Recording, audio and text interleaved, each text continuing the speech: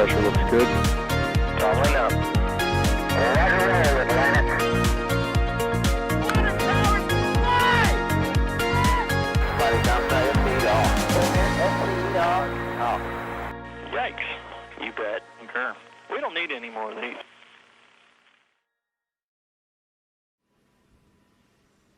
All right, y'all, how's it going? Welcome back to another thrilling episode of Texas Tank Watchers, where we will be watching this tank, actually SN5 Starship prototype number 5. It's got a Raptor engine mounted on the bottom of it.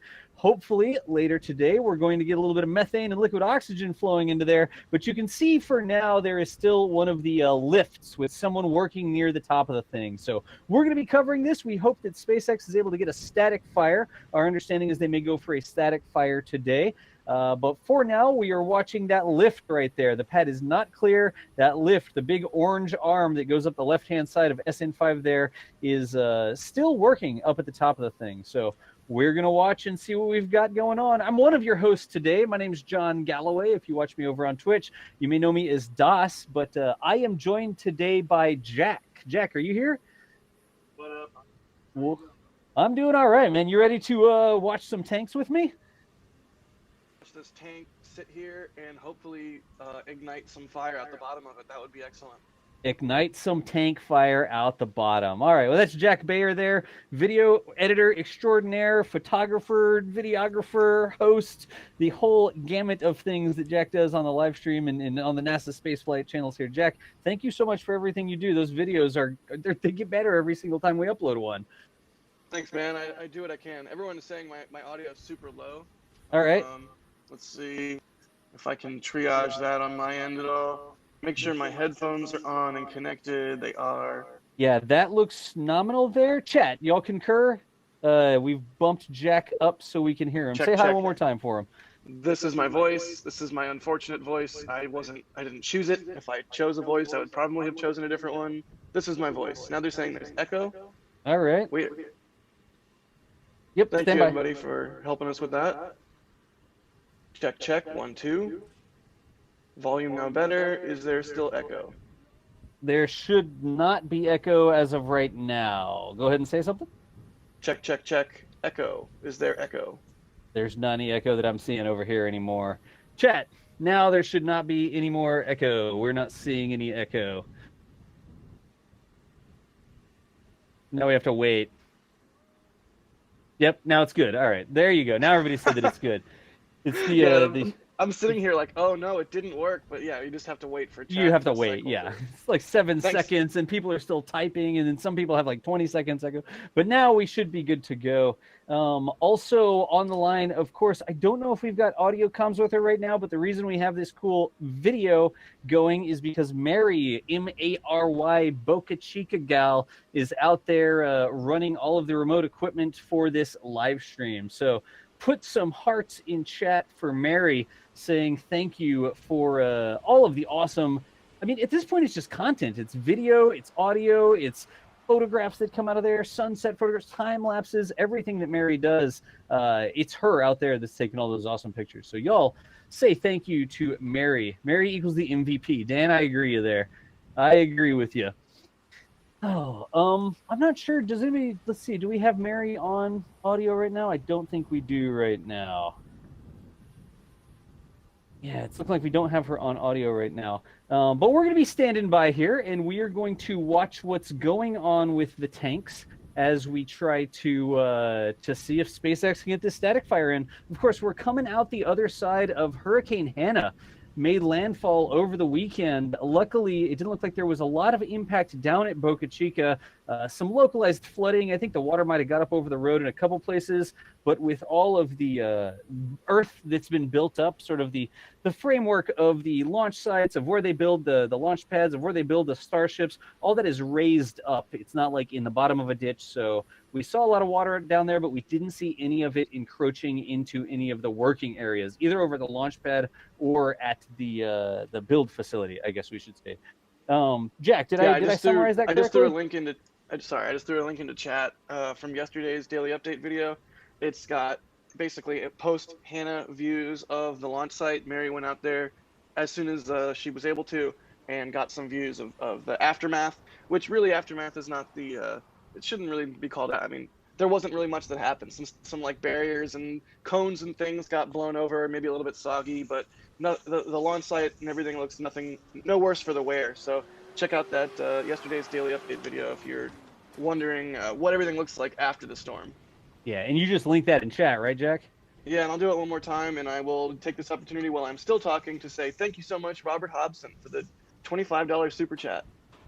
There you go. Look at that. I'll put it on the screen. There we go. He says every time I send a super chat, SpaceX scrubs the static fire, so no super chat for me today. Oh wait, crap. Thanks so much, Ruined. Robert. Your support is pivotal in making this channel grow in the way that it has. So thank you. Absolutely. And then we also have a $4.99 from Rough Riders show there. The daily super chat to all the NSF team for the great work. Rough Riders, thank you for your frequent support. It's just about every time we go live, you toss in a little bit into the hat, and we appreciate it. That makes it so we can keep on going live. Yeah, there's a handful of names that we seem to see consistently every time, and it's really super appreciated, y'all. And then we also got a new member, Don Taraglio. Hopefully I'm not butchering your name there, Don. Thank you for the new membership. And Louis Collard, Collard. Thanks for the 5 curly L's. And 5 curly L's. Heart. I'm learning from Chris B. He says curly L's, I say curly L's. I think you say it too. So. I say curly L's a lot. I just want to be popular, okay? John Huntington, thank you so much. Wow, they're starting to come in a lot now. Thank you so much for the $20. That's awesome of you. And Moldy Space Industries. There's another one of those names that I've heard a bunch on these streams. Thanks, Moldy. We really appreciate your continued and consistent support. I like the Awesome comment of there. y'all. Jack, did you see the comment? You guys make the static fires really exciting. It's more like a dynamic fire. Aww. The real static fires are the friends we make along the way. I don't know. Whatever John Krause always says. No. You know I can turn off your mic, right? We don't need to go there. Or I can play your mic twice. I have all sorts of power when it comes to your microphone. We can just make you echo incessantly. Dear Lord. Yes. Gah. And then Folks, Michael, do we have Michael? Is he here? Michael, are you online? I saw he was muted out. I wasn't sure he was on console. Oh, there he is. Michael, how's it going today?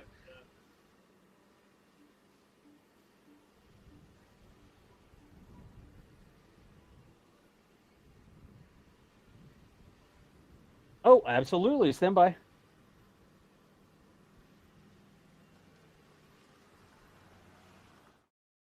Michael, stand by.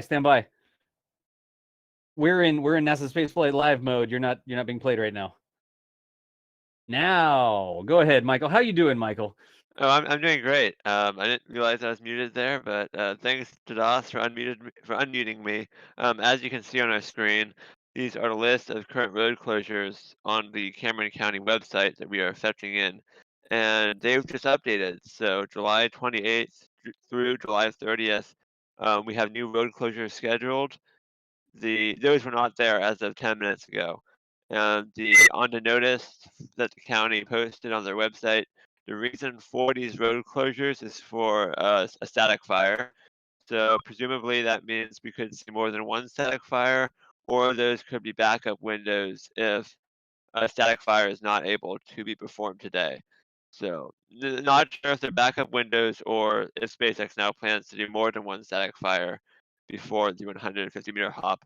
But we are also expecting a 150-meter hop still sometime later this week, if all goes well. But that's the latest on the road closures. All right, good deal. Thank you, Michael. And what you were saying is we didn't have all these closures. They've put in new closures. I think we had like through the 27th or something. Yes, correct. Today and was then the they've last updated new closures 28th, 29th, and 30th, correct? Yep. All right, good deal. Let's hop back over here. Again, y'all, that was Michael Baylor over there. It says reporter, but Michael does a lot more than just being a reporter. He runs a lot of the back behind the scenes graphics, the overlay and stuff like that we've got. The ability for us to pull in those road closures in real time. As soon as Cameron County updates them, we get an update here and we can put it live on the stream. So little bits of interactive technology like that make the live stream even cooler are all Michael's work. So Michael, thank you so much for hanging out with us today. I'm not good at titles. I don't know what to call myself. It's fine. Just put reporter extraordinaire, or you could put Michael Baylor Esquire or something. I don't actually know what that means, but it was in Bill and Ted. I've always struggled with the title. Like, what do I call myself? Am I a photographer? Am I a videographer? Am I an editor? Am I a reporter? Am I a commentator? You know, it's just like, what do you just pick a thing you're happy with, Michael, and go with it. And what did you just say? You just did a Bill and Ted reference, didn't you, Das? Oh, I said Esquire. Oh, it's a pretty weak reference. Well, you reminded me of a story because I saw Bill and Ted when I was a kid.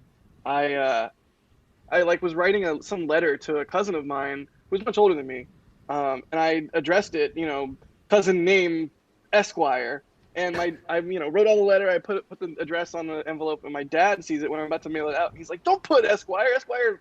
I forget exactly what he said it meant. Like Esquire meant younger. Like I was basically addressing him as like a junior to me or something like that. And basically at that point I was like, okay, I'm just never going to use Esquire ever again. As cool as it is, you're right. It's a cool way to address somebody, but I don't understand it well enough. And as I say that, I'm going to mute myself and Google it. No, I got you. Look, Esquire is a title appended to a lawyer's surname. In British usage, it's a polite title appended to a man's name when no other title is used, typically in the address of a letter or other document. In historical, Esquire could be a young nobleman who, in training for knighthood, acted as an attendant to a knight. There you go. So yeah, that's probably what my dad was getting at. Go figure. Anyway, the powers of Google. Super chat? There's a stack of super chats.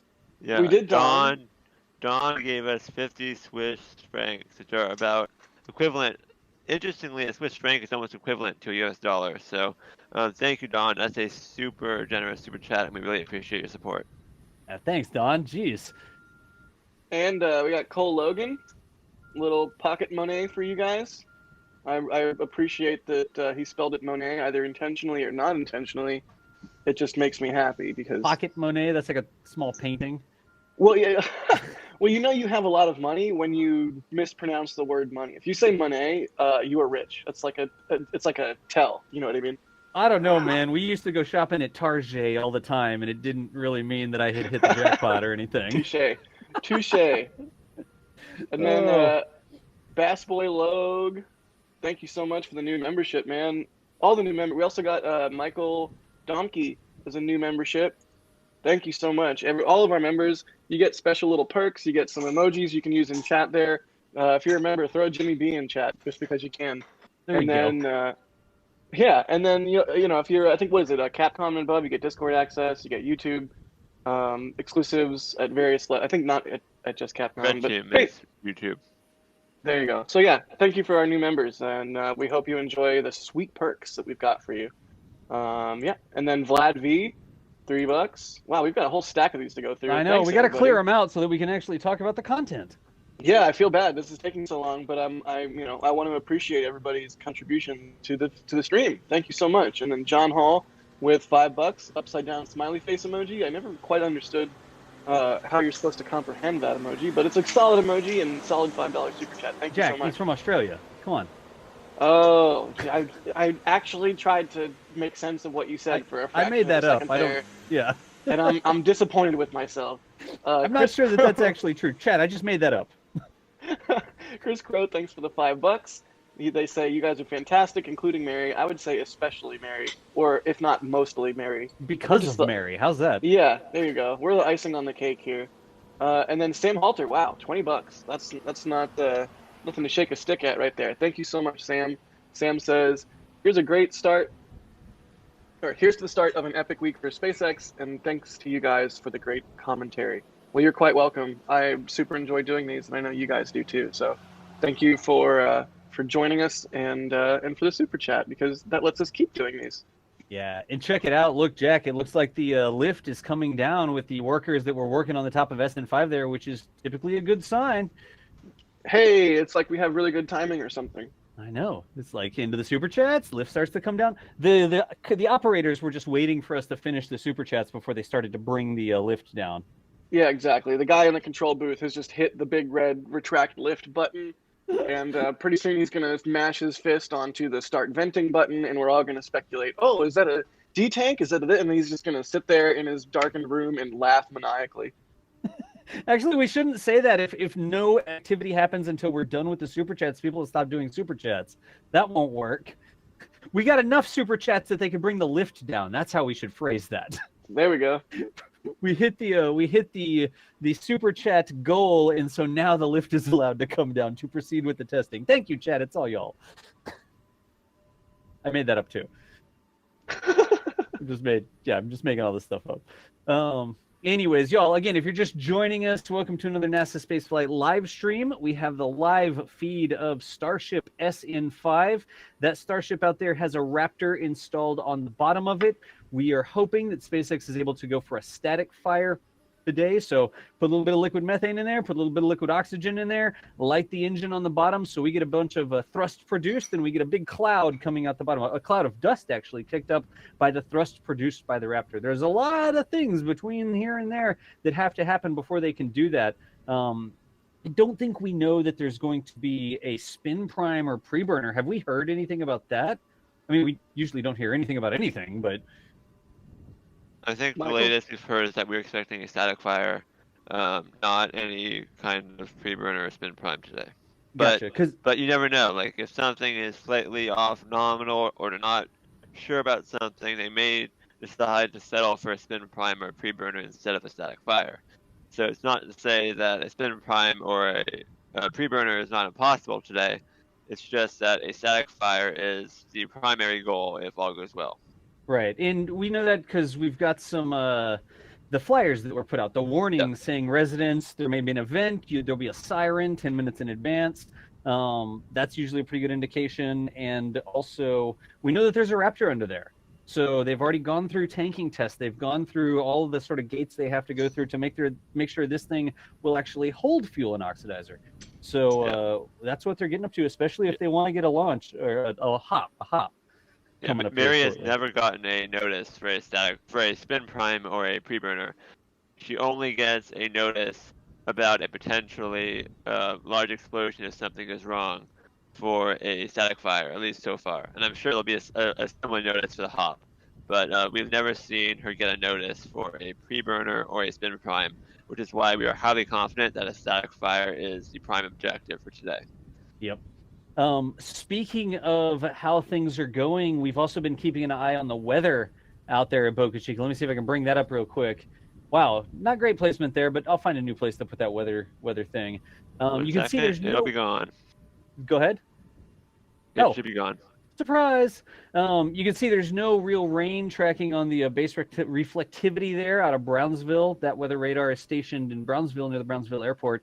And we're not seeing any real remnants of Hannah. Hannah's already passed over. We're not getting any bands. We're not getting any massive rain. So if anything, there may be some pop-up thunder showers that come in. But as of right now, it's looking clear out there at Boca Chica for today's test. Make it go away. Ha! And again, y'all, we're not expecting any. We're not expecting a hop today, right? We are not expecting. Hopefully not. If a hop happens, it's very bad. If a hop happens, it's unplanned, right, Jack? Yeah, we do not want to see anything take flight today, other than a whole bunch of dust or dirt from the pad around the base of the vehicle. That's the only thing we want to see in the air today. Plus maybe some burbs, because burbs are cute. We like birds.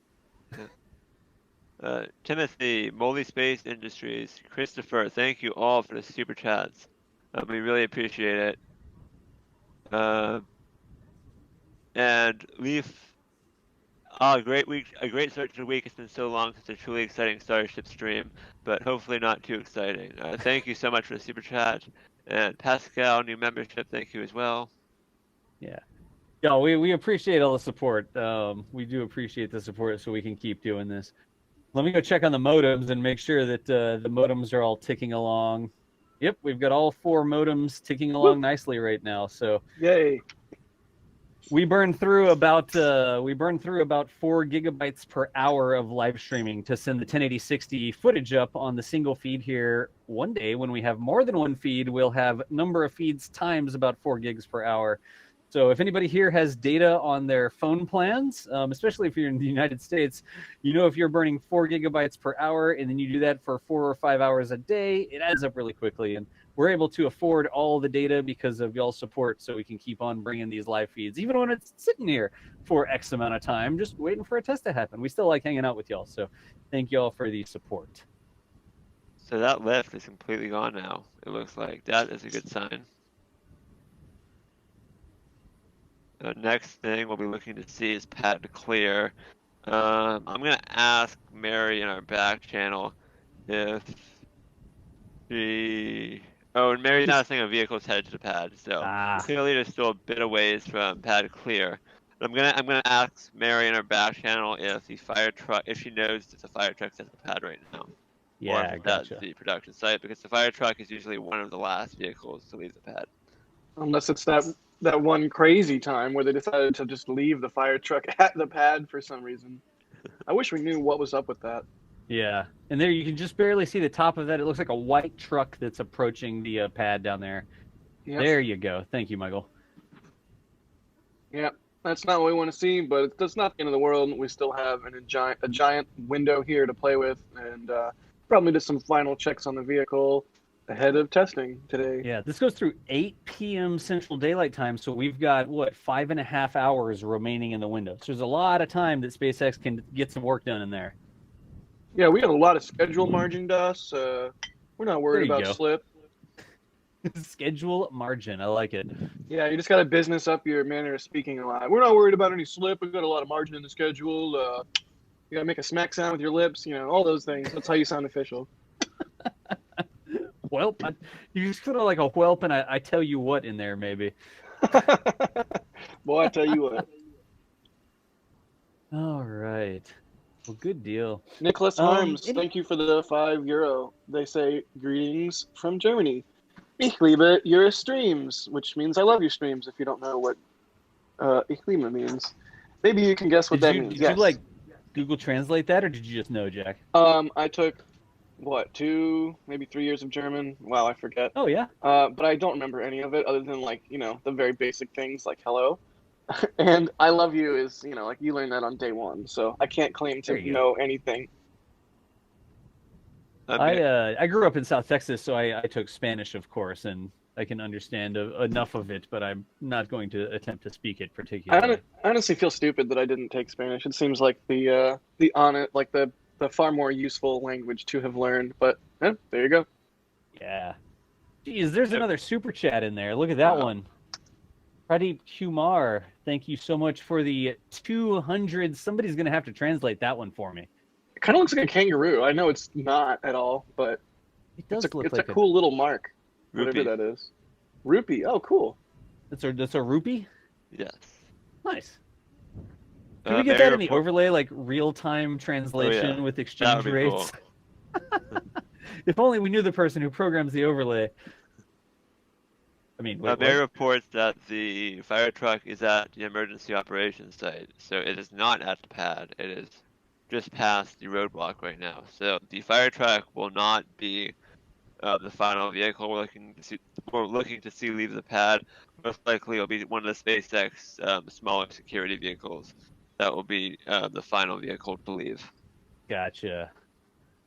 All right, so let's do this real quick. We've got a couple questions that have come in, and as always, y'all, we're sort of the live interactive stream. We have commentary, and sometimes people are like, "Gosh, I wish those guys would just shut up."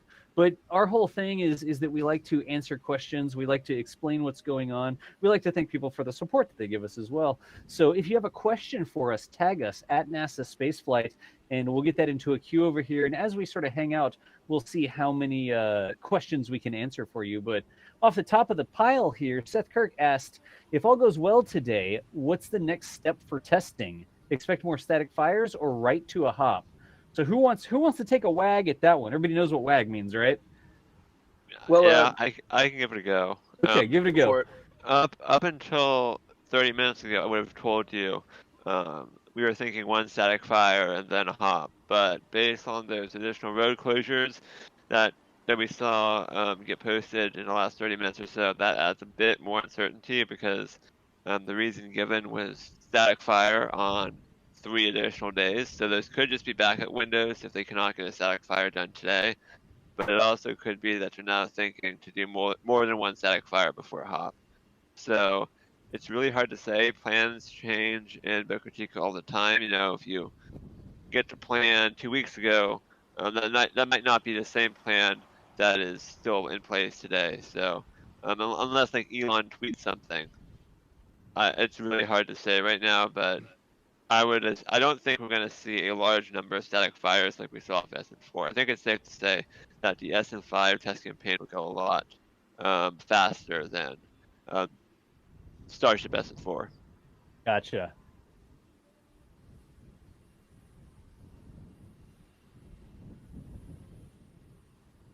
So there was another question.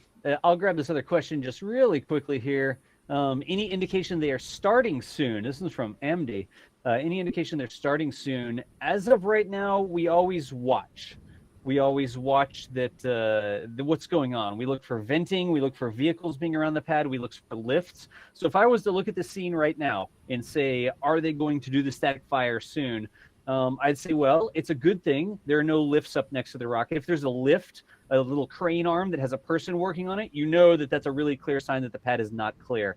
Look down at the bottom of the screen. Do you see the vehicle that's currently approaching the pad? That's usually a bad sign. If there is a vehicle approaching the pad, they're probably not going to do anything anytime soon. The pad, especially for a static fire, needs to be completely clear. So a vehicle going from right to left across the screen, usually not a great sign. If we had a vehicle that was going from the left-hand side of the screen to the right-hand side of the screen, they're leaving the pad area. That's generally good. We want everybody to leave the pad area so that it's cleared out and can do the static fire. But you can continue to look at the scene. We don't see any venting, so we don't see any vapors coming off of the tank farm, coming off of the Starship. There's two vents that are up sort of near the top. Sometimes we got a lot of condensation sort of coming down from the skirt at the bottom, but we're not seeing any of that vapor activity right now, which is another indication that they're not going to static fire very rapidly here. So again, we are always watching these things. SpaceX doesn't give us a timetable and say, here's exactly when this is going to happen. We just sort of have to watch the scene and make educated guesses as to what's going on. So that's why we called it roadside rocket science, right? We sit here and we watch what we're getting on the video feed from Mary, and we sort of make our best guess with the past things that we've seen, tests that we've seen in the past. Jack, did I miss anything there? I went through a whole list of things: venting, vehicles, lifts. Is there anything else we look for? Giant cat monster. We left out the giant cat monster. Always left. Jeez. I don't know how you could forget that one. That's kind of a big deal. No, I think you got it all. If there's ever a giant cat monster approaching the pad, we know that that's not a good sign. Hey, speak for yourself. I'd be all about that. Speak for yourself. Some more super chats coming in. David Plant, thank you for the 5 curly L's. We appreciate the support there. Wow, there's all sorts of things coming up. We've got Dakota Leg as well. Dakota Leg said, got merch on the way. You guys are great. I'm ready for this. Excellent. Speaking of merch, we're not going to do this much, but let's try this really quickly. Let's see if my camera's working. Hey, look at that sweet embroidery. I know. My camera's a little bit jittery today, and I didn't have time to try and fix that before the stream, so we're not going to show that much. But I've got a sweet embroidered NASA spaceflight shirt. I can walk into events and act like I'm actually supposed to be there. Ben Edwards, thank you for the new membership. Appreciate you. Dan, here's a question from Dan. Stay home.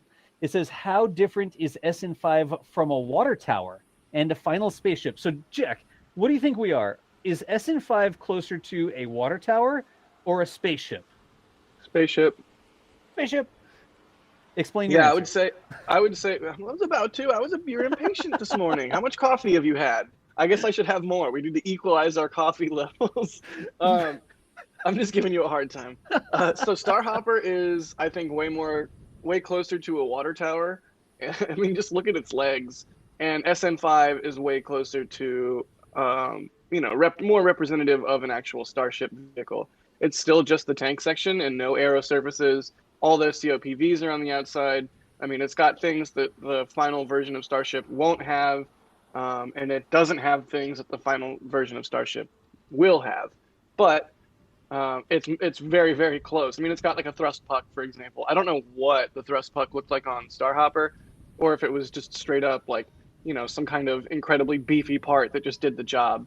But certainly they can take the data that they're getting from this giant grain silo. Oh, vehicle heading away from. That's a great sign. So certainly this is much closer to a representative test vehicle, and that way they can get good data from it. So I would say closer to a rocket. The main thing I'm thinking of when I say all this is like the common bulkhead being welded in there how it is, and the thrust puck and the thrust structure and all of that. That's a lot of work to get right, especially under load, under cryo pressure on one, or cryo temperatures on one side and engine thrust on the other. So definitely more than a water tower with SN5. That's my answer. Final answer. Final answer. Now I feel old. Lock it in. Now I feel old for that reference. Oh, geez. Oh, look at that. There's a little bit of a lift sticking out from behind that lower white vertical tank in the middle. You can see that lift sort of inspecting something there. Yep. So we did just see one car head back from the pad, but I think that would leave one there, at least that we know, because we saw two go to the pad. So hopefully they're just checking something out. They got a guy up there in that lift on a walkie-talkie, just like, yeah, it looks good. And then the guy back at the control center is like, all right, you sure? And the guy in the lift is like, yeah, it looks great. And then we can proceed with today's test. Yeah.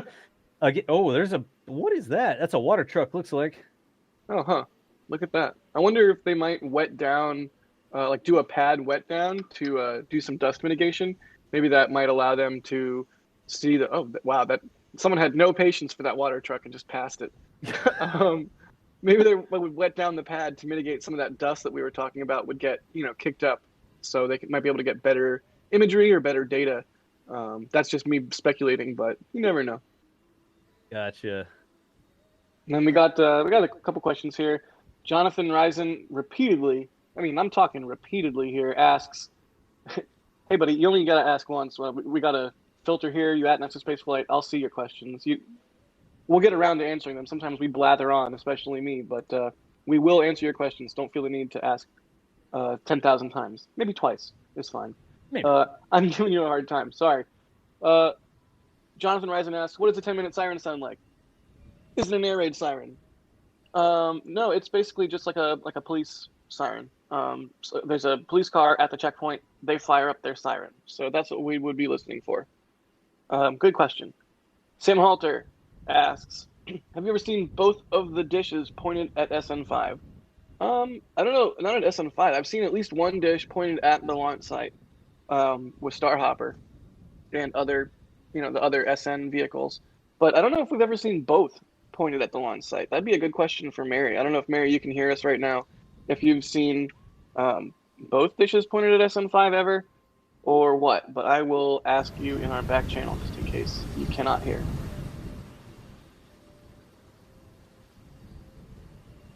And while we wait for that answer there, I'm going to grab a couple more super chats here while we hear about these ditches. Hunter Coots, thank you very much for the membership. Appreciate the support.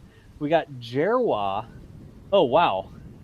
Jerwa, $20, says, hey, do you have a page or document where you lay out how your streams are set up, what technology you use, etc., etc.? Would be very curious to see behind the curtain. P.S. My username rhymes with... I don't know how to pronounce that. Elon's kid's name. You just gotta do like a high pitch, like bop, like yeah, it's like a high frequency data burst. It's like an old school modem. I like it. Yeah, exactly.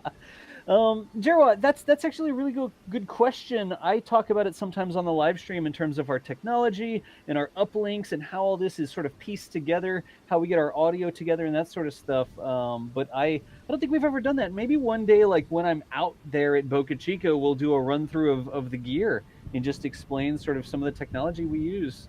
Part of what we use is actually news broadcast technology. So you see like a news remote that's on the side of the road covering a car accident or something. The broadcast encoder that Mary is using is actually from a company that makes broadcast encoders for news networks. So it's really cool how it all comes together. Don't get me started because I can talk about this for an hour. Jack, did you get the answer on the dish? I did, yeah. Mary says that they were both pointed at SN5 earlier, but right now from where she is, she can only see one of them, and it is pointed at SN5.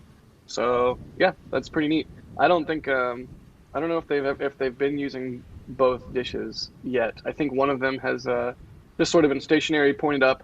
I don't know if it's like a motor issue or repairs or what, but maybe they have both dishes up and running now. That sounds pretty cool. Yeah. Do you think that they would actually be, what's the right way to say it?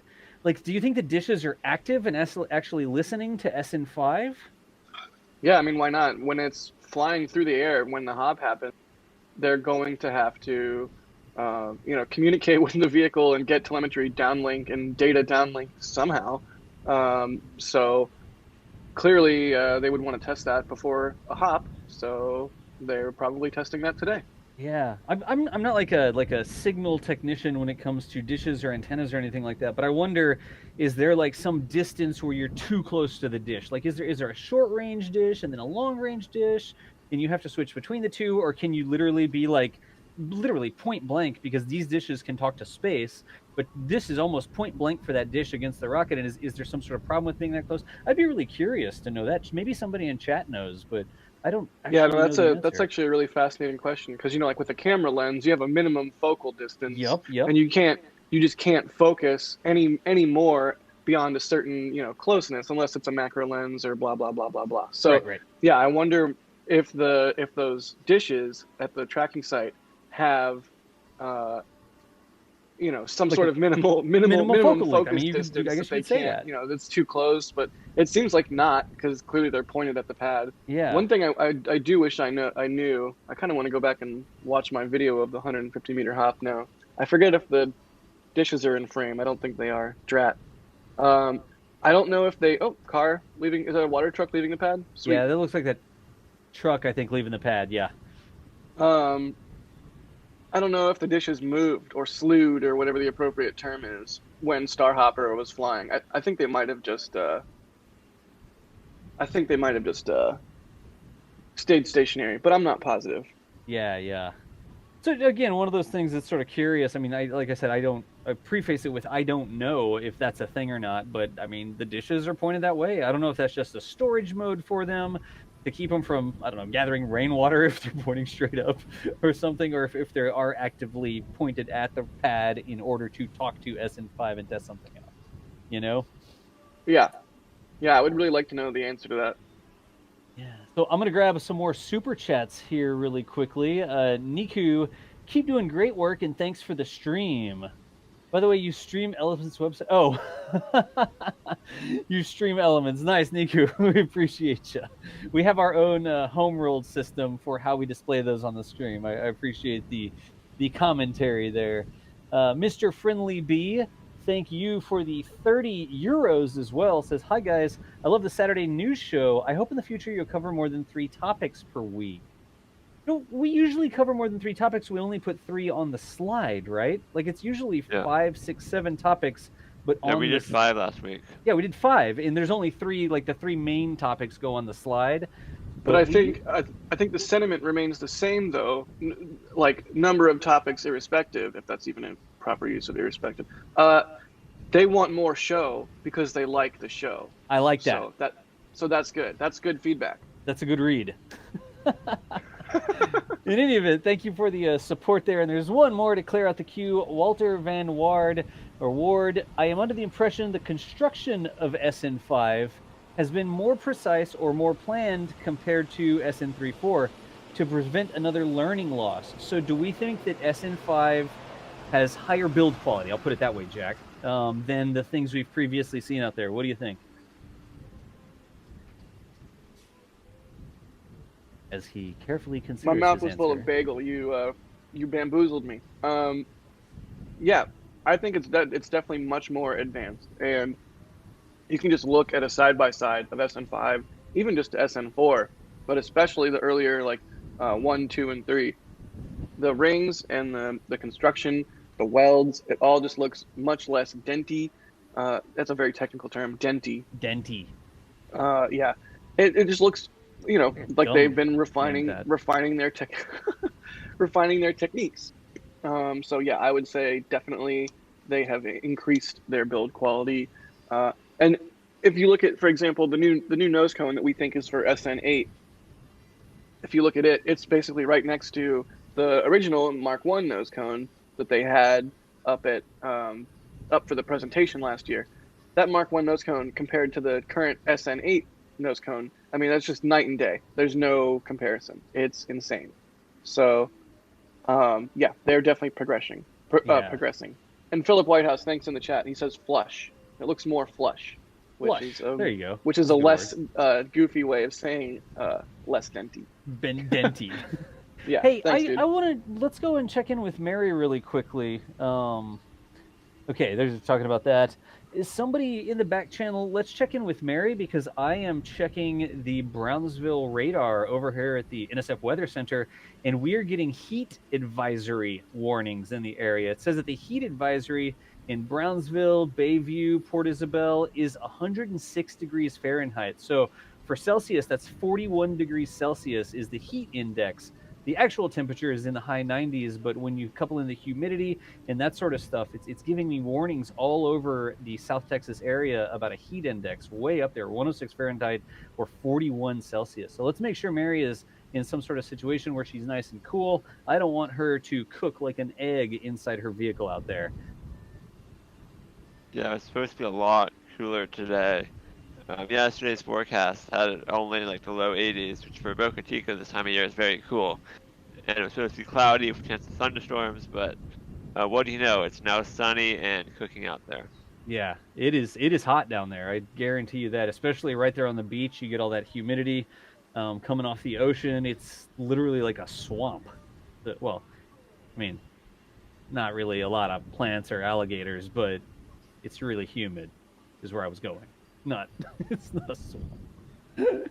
Anyways, let's make sure that Mary is comfortable because we never know how long it's going to take us to get these things done. Yeah, it looks like she's comfortable. She's responding to us in chat right now, and she says she's okay here. And she also has sent us a little bonus image because she is just that much of a superstar. Yeah. Boom! Here it comes. Check it out, guys. Look at that. It's the new snack area. Yeah, new snack area. They already got a concrete foundation down there, but the reason she took the photo is because both dishes are pointed at SN5. So we were talking about that a few moments ago. Both dishes are indeed pointed at SN5. That's what's quite unique. I don't think we've seen that yet. So good on chat for pointing that out. Yeah, I think, at least my understanding is that they gather telemetry from the vehicle using those tracking dishes. And you can imagine, when this thing is a 150-meter hop, there won't be any hardwire connection to get data from the vehicle. So we'll have to wirelessly gather data. So I'm guessing that's why they're pointing those tracking dishes at the vehicle, because during the actual hop, they will have to be getting telemetry from some kind of ground station, which is probably those dishes when it's flying. Yeah, I bet Can you. I just say, I'm so glad. Sorry, Das. No. I'm so glad they don't do the lame thing of a tethered hop, where they just have a really, really tall crane, like 300 meters up or something, and then if it hops and if anything goes wrong, it just bungees or whatever. Like, those are so lame, and I understand you don't want to lose where, and there's many practical reasons for it, and they're really not that lame. But just anytime I see a tethered hop, I'm always just like, meh. So I think it occurs to me that. Go ahead. I think Starship gets up to the scale where the tethered hop isn't necessarily realistic. Practical. Like, can you imagine the crane you'd have to have? Yeah, that makes sense. They'd have to have Bluezilla down there, which would raise a whole other set of problems with like land subsistence because of weight and all sorts of stuff, I'm sure. Anyways, I digress. Tethered hops are lame. Tethered hops are lame. Nice. Oh, and really, before I forget, thank you, Mary, for running out there and while running a live stream for us in the crazy Texas heat. I mean, just look what it's doing to the image. And then on top of that, running out and grabbing us a photo of the tracking station because somebody in chat asked. That's just the kind of dedication you get from Mary. So thank you, Mary. That's just madness, and we appreciate it. Yeah, that's People also in one chat, of the massive benefits to having, I'm going to say, boots on the ground, right? Yep. We don't just like toss out an automated camera and then it just does what it does, right? We've got boots on the ground that can go around and look at things and get that human perspective on stuff. So, as always, Mary, thank you so much for everything you do to bring us these awesome spectacles. Can I say spectacles? Yeah, sure. I mean, I like it, right? Yeah, I think it fits. Yeah, and we have 6,700 people watching right now. We do not have over 1,000 likes on this video, so I'm just going to straight up say, hit the like button, please. That would be sweet. And subscribe. That's what you're supposed to say. Subscribe. Why not? Hit the Like bell. and subscribe. You'll get notified every time we do these live streams. I mean, who does not want that? We are so close to a big milestone. I don't even want to say it. So 100K. I mean, we're close. 100K subs. Come on, guys. Let's get to 100K. Like and sub. Like daily videos, we just started uploading daily videos months ago. What, December or something like that? September, October, I think, of last year. Is that when we started doing the daily videos? Yeah, that seems right. Yeah. That's nothing to sneeze at. That's 100,000 subs in less than a year. Yeah, well, we're not there insane yet, growth. so you know. It's really great, and it's heartening. Is that a word? It's very heartening, and in the same way that all of a sudden our like count just went from like 700 something to 1.5K. It basically just doubled our like count. So thank you, everybody, doing your part. We really appreciate your eyeballs and your clicks and your everything. Thank you so much. Yeah, absolutely. And if you're just joining us, just to give everyone who's new a reminder about what is happening right now. We are still waiting for activity to pick up. As you can see, there's a lift working on the vehicle right now with some team members on top. But within the next couple of hours, it could be in 10 minutes, it could be in 2 hours. We don't know exactly when. But sometime this afternoon, we expect the teams to clear the pad, and then Starship will start its propellant loading sequence, followed by a static fire, probably around 50 minutes to an hour after propellant loading starts, if all goes well. And then they will detank the vehicle from there, and then teams will return to the pad. So that's kind of the outline of what we expect to see today, but we do not know exactly when activity is going to start. SpaceX has not put up a schedule saying, we're going to static fire at 4 p.m. Central Time today or something like that. So we know there's a window from 8 a.m. to 8 p.m. local time based on road closure notices that were posted to the public. But exactly when in that window they static fire is not known. We just have to hang out, be patient, and when it happens, we'll be here to watch it with you. Yep. We do know that we're supposed to get that siren 10 minutes in advance of the big event, so we're going to sit here, but it should not be that all of a sudden, oh, there you go, there's a static fire. We should get a 10-minute warning in the form of a siren, basically. And we'll also see a lot of venting on a vehicle before the static fire. There won't be a flare stack. We don't expect there to be much flare stack action today. Yeah, that we can see during the day, about that. But the methane recondensing system is now in place, so we're not sure. Like, normally we see that big flare right before the static fire. We're not quite sure if the methane recondensing system can handle that type of capacity.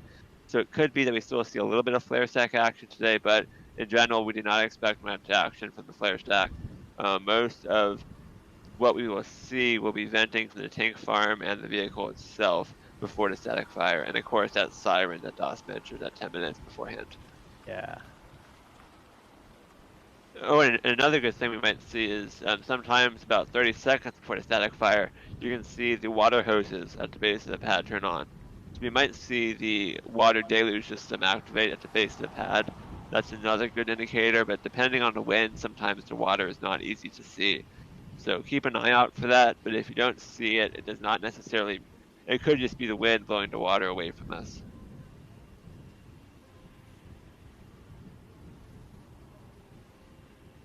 Another super chat just really quickly. Admiral Marith, thank you very much for the $5. Appreciate you said thanks for all the coverage. We do appreciate you there. Thank you. And Paul with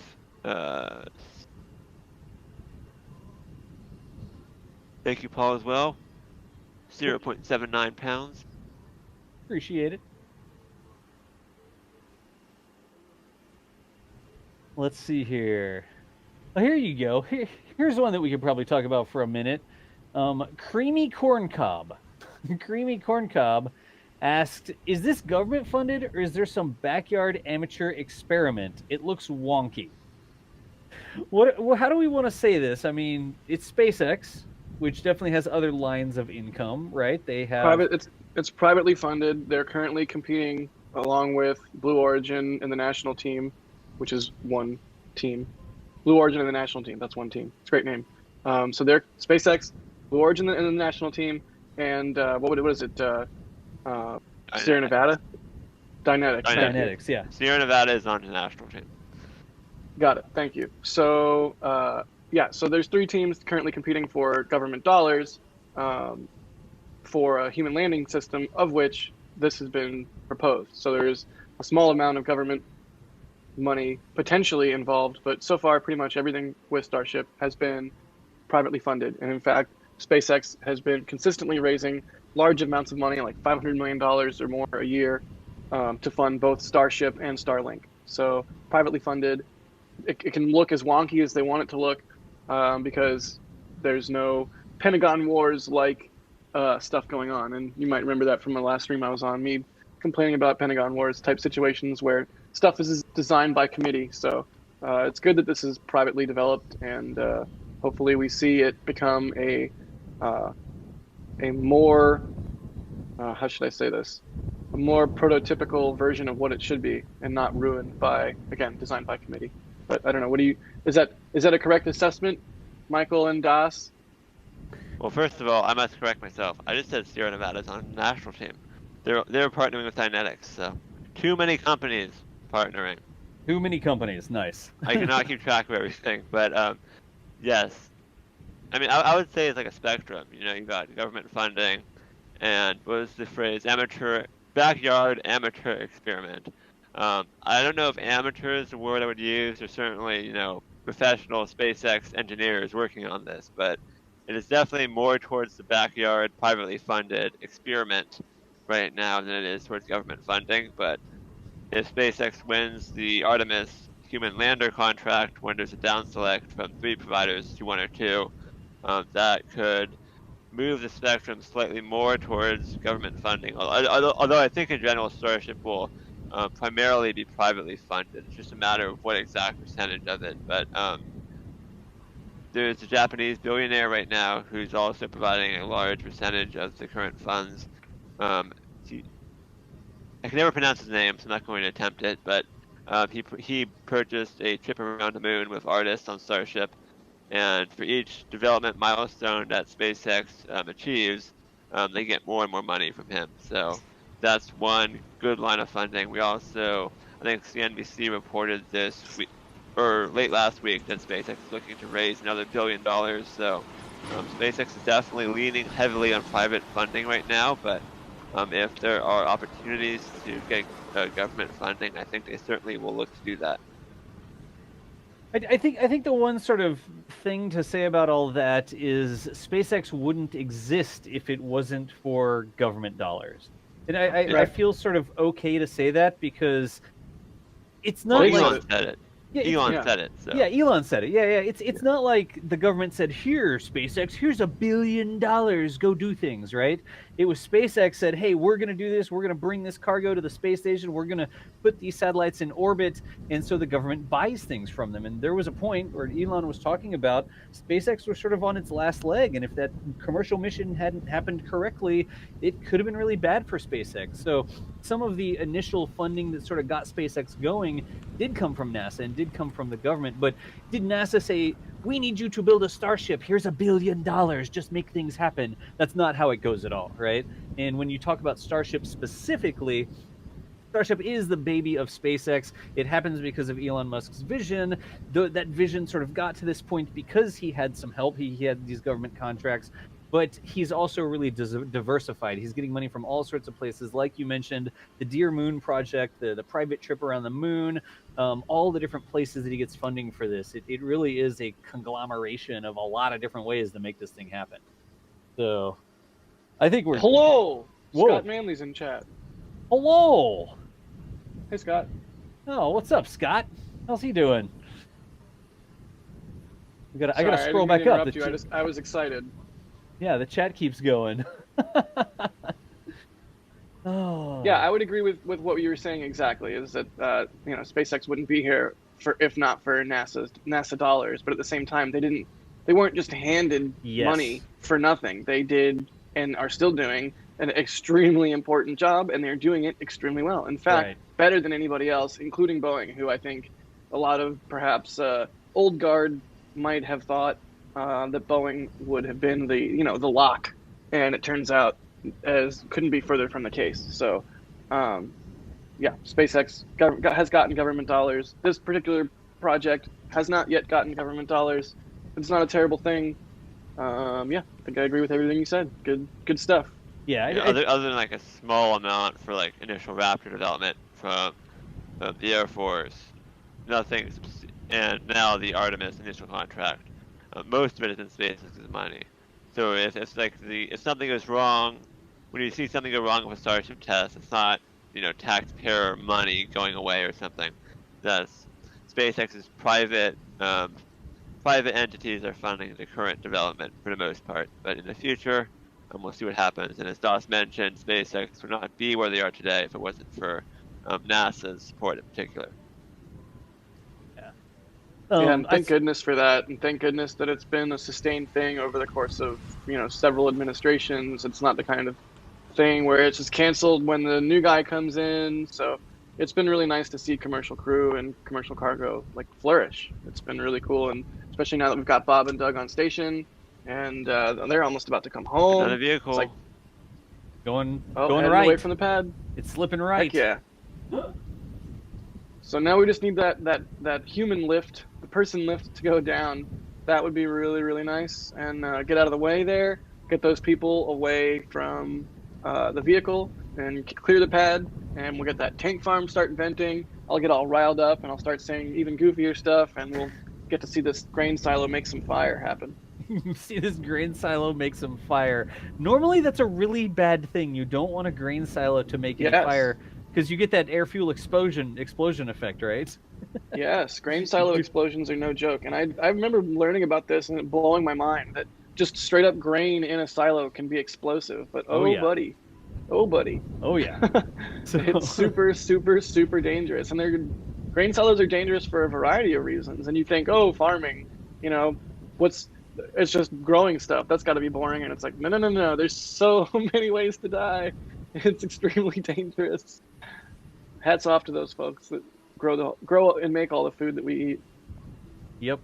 And hey, just really quickly, y'all, if you're just joining us, you're wondering what's going on. We are standing by for a static fire, we expect, of Starship SN5. They are not fueling at this time, to our best knowledge, because there is a lift. You see that big orange and white lift? There are people working at the top of SN5, so that's a pretty good indicator to us that the static fire is not imminent. We don't have a schedule. We can't tell you, well, exactly at this time the static fire will occur. We just know that the window goes until 8 p.m. Central Daylight Time. Upper left-hand corner, you can see it's currently 3:02 p.m. Central Daylight Time, so they still have 5 hours left in the window there. So a lot of time left to get something going, but we can't tell you exactly at what time what thing will happen.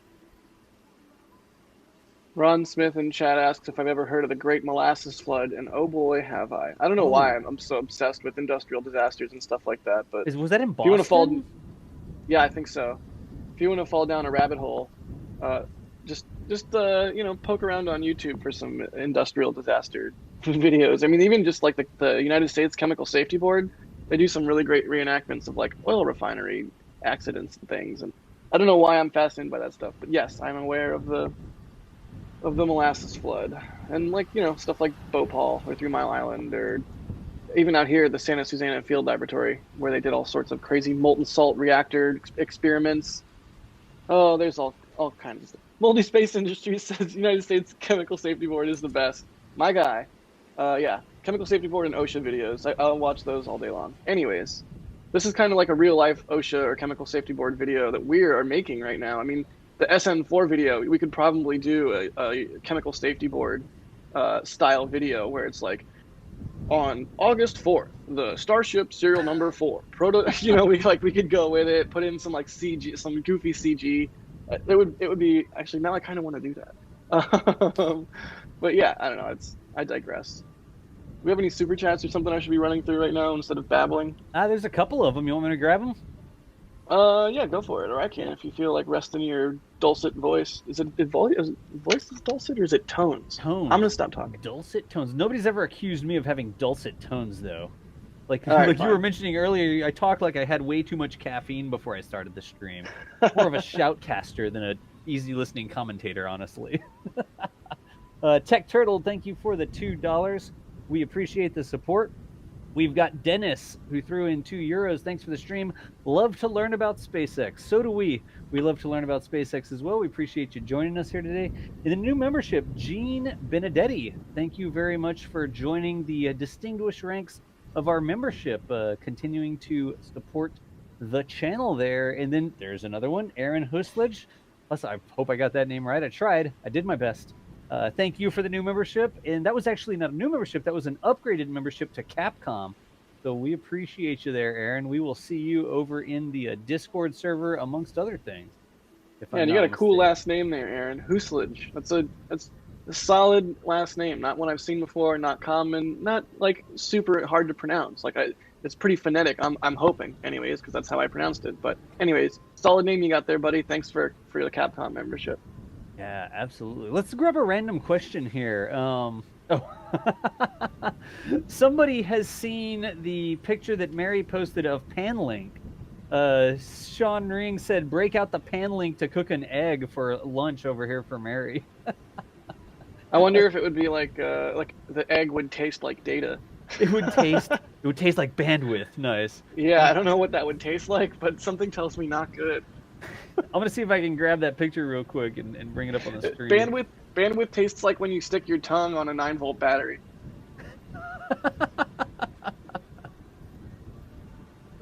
Dude, NASA Spaceflight not responsible for home experimentation. Don't try this at home, viewers. Do not try at home. But also, if you haven't stuck your tongue on a 9-volt battery, have you really lived? I mean, do not try at home. Jack, you can't just tell people to do that. I did not. Explicitly do not try it, but if you haven't done it, have you really lived? Here we go. Wait a second. I got it. Let me see if I can bring it up on the screen. Stand by. We should just have... I can do it if you need me to. I've got it. I was trying to bring this online so we could do it a little bit more quickly here. Whoa! Holy cow! Jeremy Schmidt. Get it? Jeremy Schmidt. It has started again. We have a $100 super chat from Jeremy Schmidt. Thank you. Saying thank you to... I can't even talk. Saying thank you to a $100 super chat feels hollow and worthless. Thank you, Jeremy Schmidt. I wish there was something that I could say that was more substantial than just thank you, but hopefully... I mean, I don't know, man. Thank you.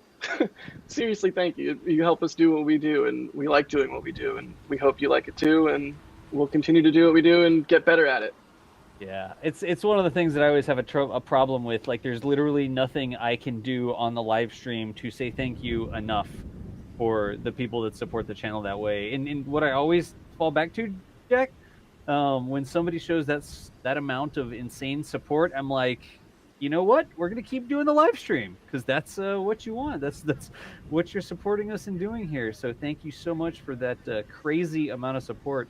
I like to say you're crazy, but you are kind of crazy. So thank you so much there. It's like this is a stupid analogy. It's like a blacksmith honing a sword and they or a piece of metal and they keep hitting it with a big hammer and it keeps getting better and better and better and harder and sharper or whatever. I don't know. I'm not a blacksmith. When you give us a super chat, even a $5 or 99 cents or any of these super chats, you're hitting the piece of metal with a hammer, and you're making us stronger and you're helping improve the piece of metal that is this channel. So a $100 super chat is a big honking hammer. It really is. Hit the piece of metal with. So thank you for pulling your hammer out and for hitting this piece of metal. That's the best I can do. I don't know. And at some point, we're going to get Mary upgraded off of Panlink, which I've got on the screen there. Boca Chica, Texas, not known for its stellar internet infrastructure. Actually, they don't even have water out at Boca Chica. They have to truck in their water and keep it in big tanks next to their house. So when it comes to internet, this is an antenna with let's call it a field expedient ground plane, with the wire going into Mary's house. And that is one of the the videos that you see every day, this is the conduit to the rest of the world that those videos sometimes travel through. The Panlink antenna out there at Mary's house. Yeah, there are two bottlenecks to getting our daily videos up as fast as possible. One of them is just my perfection. I want them to be good, so I take a long time. I'll try to go faster. I'm sorry. And then the other thing is just the internet. There is not good internet in Boca Chica, and we are dying for Starlink for Mary. We are really hoping that the Starlink beta will progress down to lower latitudes as soon as possible, and we can somehow, some way, get Mary on the beta, because that will directly affect the daily updates that we can bring you. I mean, hey, well, imagine if the daily updates could be 4K, because right now they just can't, because bandwidth. You know, we have a hard enough time uploading 1080p footage every day. So Panlink is real, and yeah, that's just the way that it goes. So. Jack, somebody in chat said it's one of the early Starlink prototype antennas. Nice. Oh no. Oh man, I wonder. I want to ask somebody that knows antennas better than I. Would it work better if the pan was flipped and more of like a dish, you know, instead of a platform? No, I can actually answer that for you, Jack. This magnetic antenna, because I sent her the antenna, this magnetic antenna is designed to go on the roof of a car, right? You put it on the roof of the car, and it uses what's called a ground plane, which is sort of like something for the signal to bounce off of and hit the antenna. So normally you have the ground plane at 90 degrees to the axis of the antenna, and it's normally the roof of your car. You get signal comes in, it hits the roof of your car, it bounces back up to the antenna, and it's sort of like a focuser for an omnidirectional antenna like this. Now, normally, the ground plane has to be a certain distance in all directions, and it depends on the frequency and the length of the antenna and that sort of stuff. I don't think that the cast iron pan is really the right length for a ground plane here, but it certainly should improve the signal some. Because somebody in chat's going to scream at me that, oh, that doesn't actually work that way. And it's like, we know, but this is what we had to get to going to make the signal work to get the videos uploaded. Well, Yeah, we got the future of cooking and browsing. You got to do what you got to do. Yeah. we just saw another 2 vehicles leave the pad, so hopefully things continue to trend in the right direction. Meanwhile, Mary just sent in another picture. This was taken a few minutes ago. The SpaceX drone was in the air for a short test flight. There you go. And now it has landed, but there you go. Interesting that is the drone that's in the air. That looks like a Mavic. Yeah. And not an Inspire. They've been using an Inspire every time I've seen them have a drone in the air, and that is a much smaller, compact vehicle. It's also much newer potentially, so it might have a long flight time or improved optics in some way. But that's interesting. I don't think we've seen a Mavic in the air out there yet. At least I haven't. Yeah, you're right. It's sort of flat on the bottom there. The Inspire actually dips the camera down below it, so you can actually get 360 degrees in all directions. Exactly. And the Inspire is like a transformer. The arms actually fold down when it lands, and they fold up out of the way of the view of the camera when it takes off. But that's a flat form factor drone. I think you're bang on calling it a Mavic or one of the Mavic 2s, whatever they're flying there. Yeah. Yeah, and Scott Manley in chat is saying, isn't the Mavic better in high winds? Yeah, if that's the new Mavic, it's probably going to end up being better in a variety of ways than even the much more expensive Inspire 2, just because the Inspire 2 is old. It's really weird how DJI has chosen to increment and upgrade their line in certain ways. Like the Phantom 4 is just kind of a dead end at this point. But I digress. Let's go through some super chats. Get 'em. Dougal, another one of those names that pops up every time. Thank you so much for the $6.99 Canadian. Dougal says, thank you for always having a live stream whenever there's something interesting happening in Boca. I'm clicking. Oh, you're clicking. Okay, Do you want me to click those for you? I was asking if you wanted me to click or if you wanted to click them. I can. I don't care. Will somebody just make a decision? I'll click them. Okay, you click them. Me click. Go. I am the clicker of buttons. ZZZ, thank you for the new membership. That is awesome of you, and you have a hard to pronounce, but not too hard to pronounce name. So I'm on your side. Arts Theo or Ars Theo. Thank you for the $10. Ars says, if you guys had a chance to be on the one-way trip to Mars. Well, you say on the one-way trip to Mars. I don't know that there is one or will be one. But if there was a one-way trip to Mars, would we consider going if everything was sustainable and everything works out? You know, first off, I would go to Mars if there was a return option. Like, hands down, no question, I would go to Mars if there was a return option. even if it was like a tentative, like 60-40 return option, I would probably go to Mars. But if it's like a straight up one way, you have to make the call to go to Mars, and you know that you're never coming back. Yeah, I probably wouldn't do that. But maybe, you know, if I'm like 50 years old or something, and I decide that's something I would want to do, I could see myself doing that. But yeah, I think part of the allure of being able to go is in the same way being able to go, being able to come back. So yeah, I would love to go to Mars. I would love to go spend 5 years on Mars. I would do that tomorrow. You said, Jack, go to Mars tomorrow, spend 5 years there, make a whole bunch of cool content, make people care about and love Mars. I'd be like, heck yeah, let's go. Like, let me go pack my bag. But if I couldn't ever come back, that's tough. Because, you know, as cool as Mars is, and as cool as adventure and exploring and expanding human consciousness is, Earth is the best planet. It's undeniably the best planet. We have water. We have liquid water right on the surface. We have rain.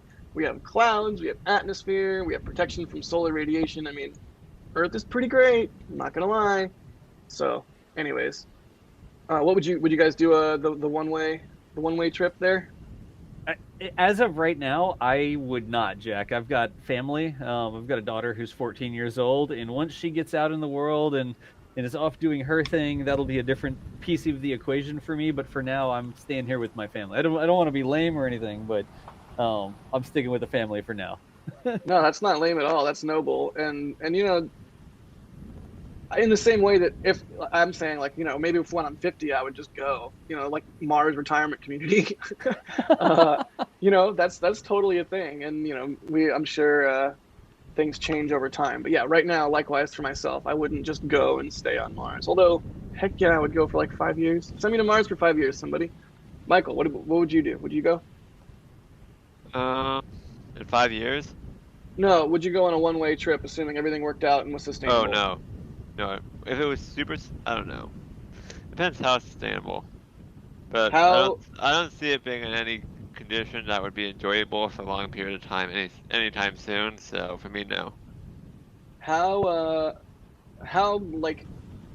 much of a chance of a good return or potential return would you need to make it like worth going? Like 60-40 chance to return safely? Oh, dude. More than that. 70-30? 80-20? 90-10? 98-2? Depends how old I am. Yeah, I think That's a that for me as well. It Yeah. really just depends on where I'm at. Cool. Well, that was a really good question. Let's see. Yeah, I like chess like that. Liba Henley, thank you for the new membership. Very sweet of you, Liba. Nappy? That's a good one. That's a good screen name. Nappy, thanks for the €10. Seriously, thank you. Oliver Foggin, thank you for the $4.99 curly L's. Oh, I'm gonna like this one. They say hello, Scott Manley. I like to say hello. I like saying hello. I hear his voice in my head. Scott, I hear your voice in my head when I say that, and it fills me with a warmth and a happiness. So thank you for branding your videos so effectively. Thanks, NSF. Love the daily videos. Also, are there people up on that cherry picker? That's a big nope for me. Yeah. Well, it doesn't look so bad. I mean, sometimes in the daily update videos, we see the cherry pickers just kind of like swaying in the breeze. That's definitely a nope for me. Although I'm sure it wouldn't be so bad if you're up there, but it can certainly look sketchy. Thankfully, I'm sure all the people out there are extremely diligent and extremely careful. Let's see. And Drake Tamer, thank you for the $5. They say, new drone, new Starship, new Raptor, next up, new internet service for Mary, perhaps a Cybertruck to boot.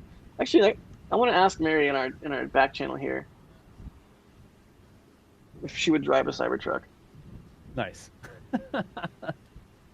Again, y'all. And also, Go Chris ahead. B says, you know, at NASASpaceflight, the one and only. He says,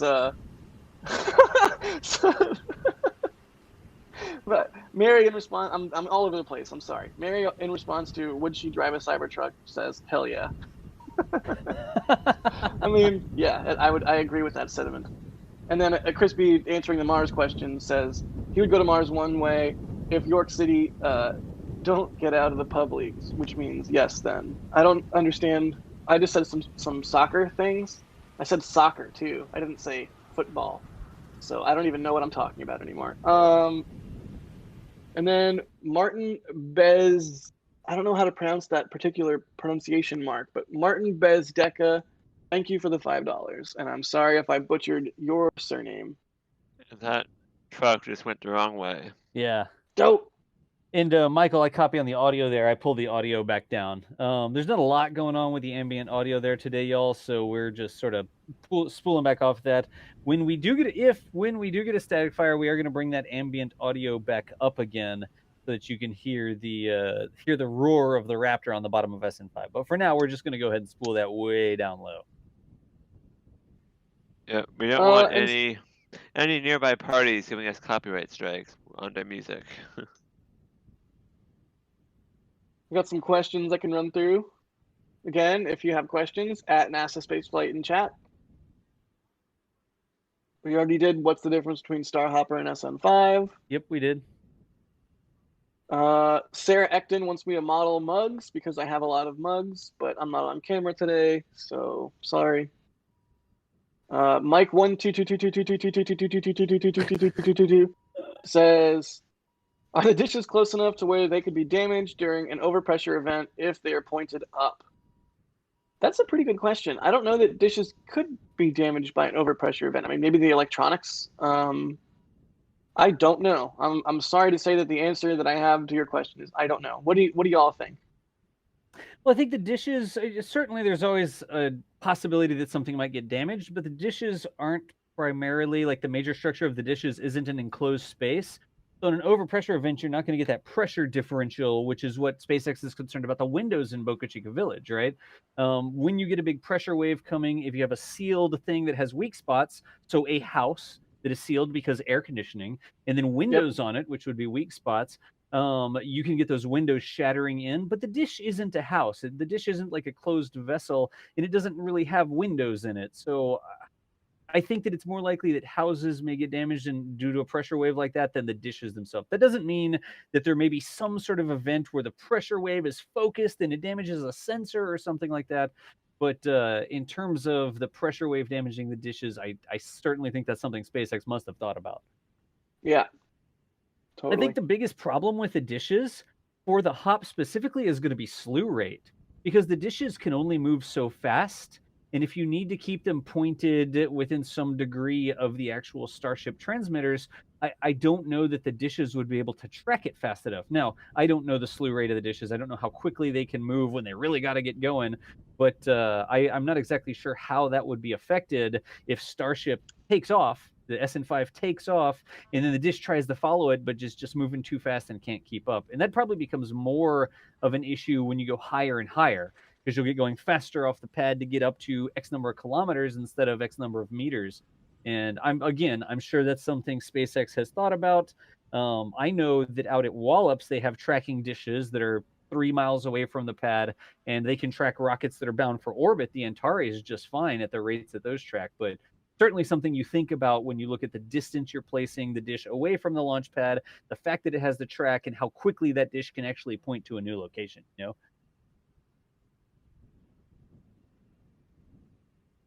Along those lines, Google asks, has there ever been a window that got damaged from an event at the SpaceX site? I'll ask Mary if she's heard anything, but I'm not aware of any damage happening to the village as a result of the test. I'm pretty sure during the last Starship SN4 explosion, which was the largest explosion that the site has seen so far, there was no damage to the village. So I'm pretty sure the answer is no, but I will double check with Mary. Right.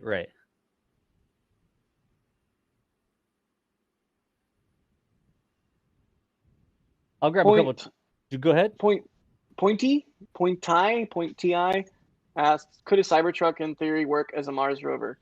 Yeah, I think even who was that? Was that Robin Seamangle?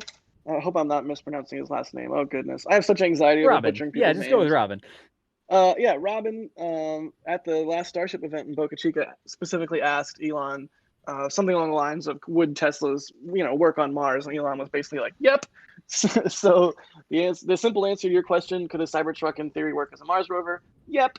And that would be super legit. I mean, imagine, I don't know if we've seen a render of a Cybertruck on Mars, but at least I haven't. That would look freaking cool. If there's any questions that tickle your fancy, Das, go for it. I could run and grab a coffee refresh here momentarily. I was going to bring up my Cybertruck that I built in Kerbal Space Program, and I mean, we could throw that out to Duna if we needed to. That's what I was about to bring up, honestly.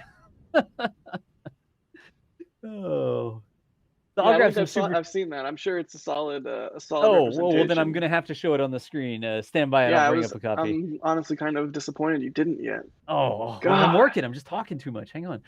Jeez. Hey, Space Academy on YouTube.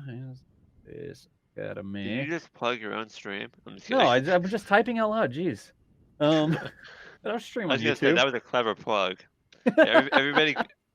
Everybody go subscribe to K Space Academy on YouTube. It's a great channel. I highly recommend it. I just got to get out so I can start doing some more stuff, virtual field trips in the wild. I'm jonesing for some virtual field trips right now. The Falcon Heavy screaming video is probably one of my favorite videos in all of YouTube. Yes. That was good times. That was definitely good times out there. Hang on. Let's see. I'm not sure exactly how well this will present, but let's see what this looks like real quick, y'all. Here's my Kerbal Cybertruck. Let's see. Ninja present. Yes. Here you go. Oh, a little choppy on the video there. That's not the video's problem. That's my presentation thing's problem. Jack, check it out. It actually. I would drive that. Look, the back opens up, and it's got the ATV in it. Yeah, I'm proud of you. I shouldn't have expected anything less. Dude, the windows roll down. Oh my god! There's even the interior window that rolls down. Okay, yeah, I keep waiting for you to keep topping the next thing. But wait, there's more. And the ATV can go into space. I need to get a cleaner copy of this. I'm overtaxing my computing resources right now. It's too choppy. Hang on, we'll just turn that off. Yeah, I think if I tried to do everything that you're doing right now and run KSP, my Mac Pro would probably just catch fire. Here, if you want to see it without it being all choppy because I'm doing too much, there's a link to the video right there. You can just watch it directly. There's a cool song. I did this thing where I was trying to make like a 60-second video using Kerbal Space Program like once a week or something. And the problem is I don't edit videos. I'm a live streaming guy. And so it would take me like 6 hours to make a 60-second video, including like making the thing in Kerbal and doing this and then the other and perfecting it and editing the video.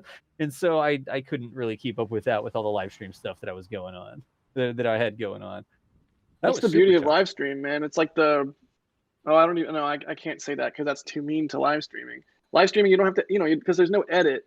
I was going to say it's like reality TV. You don't have to pay writers and it's like, no, that's terrible because reality TV is terrible and live streaming is great. So I shouldn't say that. But anyways. But that's why I do it. I mean, I am not good at editing because I would take forever and I have to make it perfect. Like it all has to be exactly right. And I would never actually release the video. I have newsflash. I'm not great at editing either.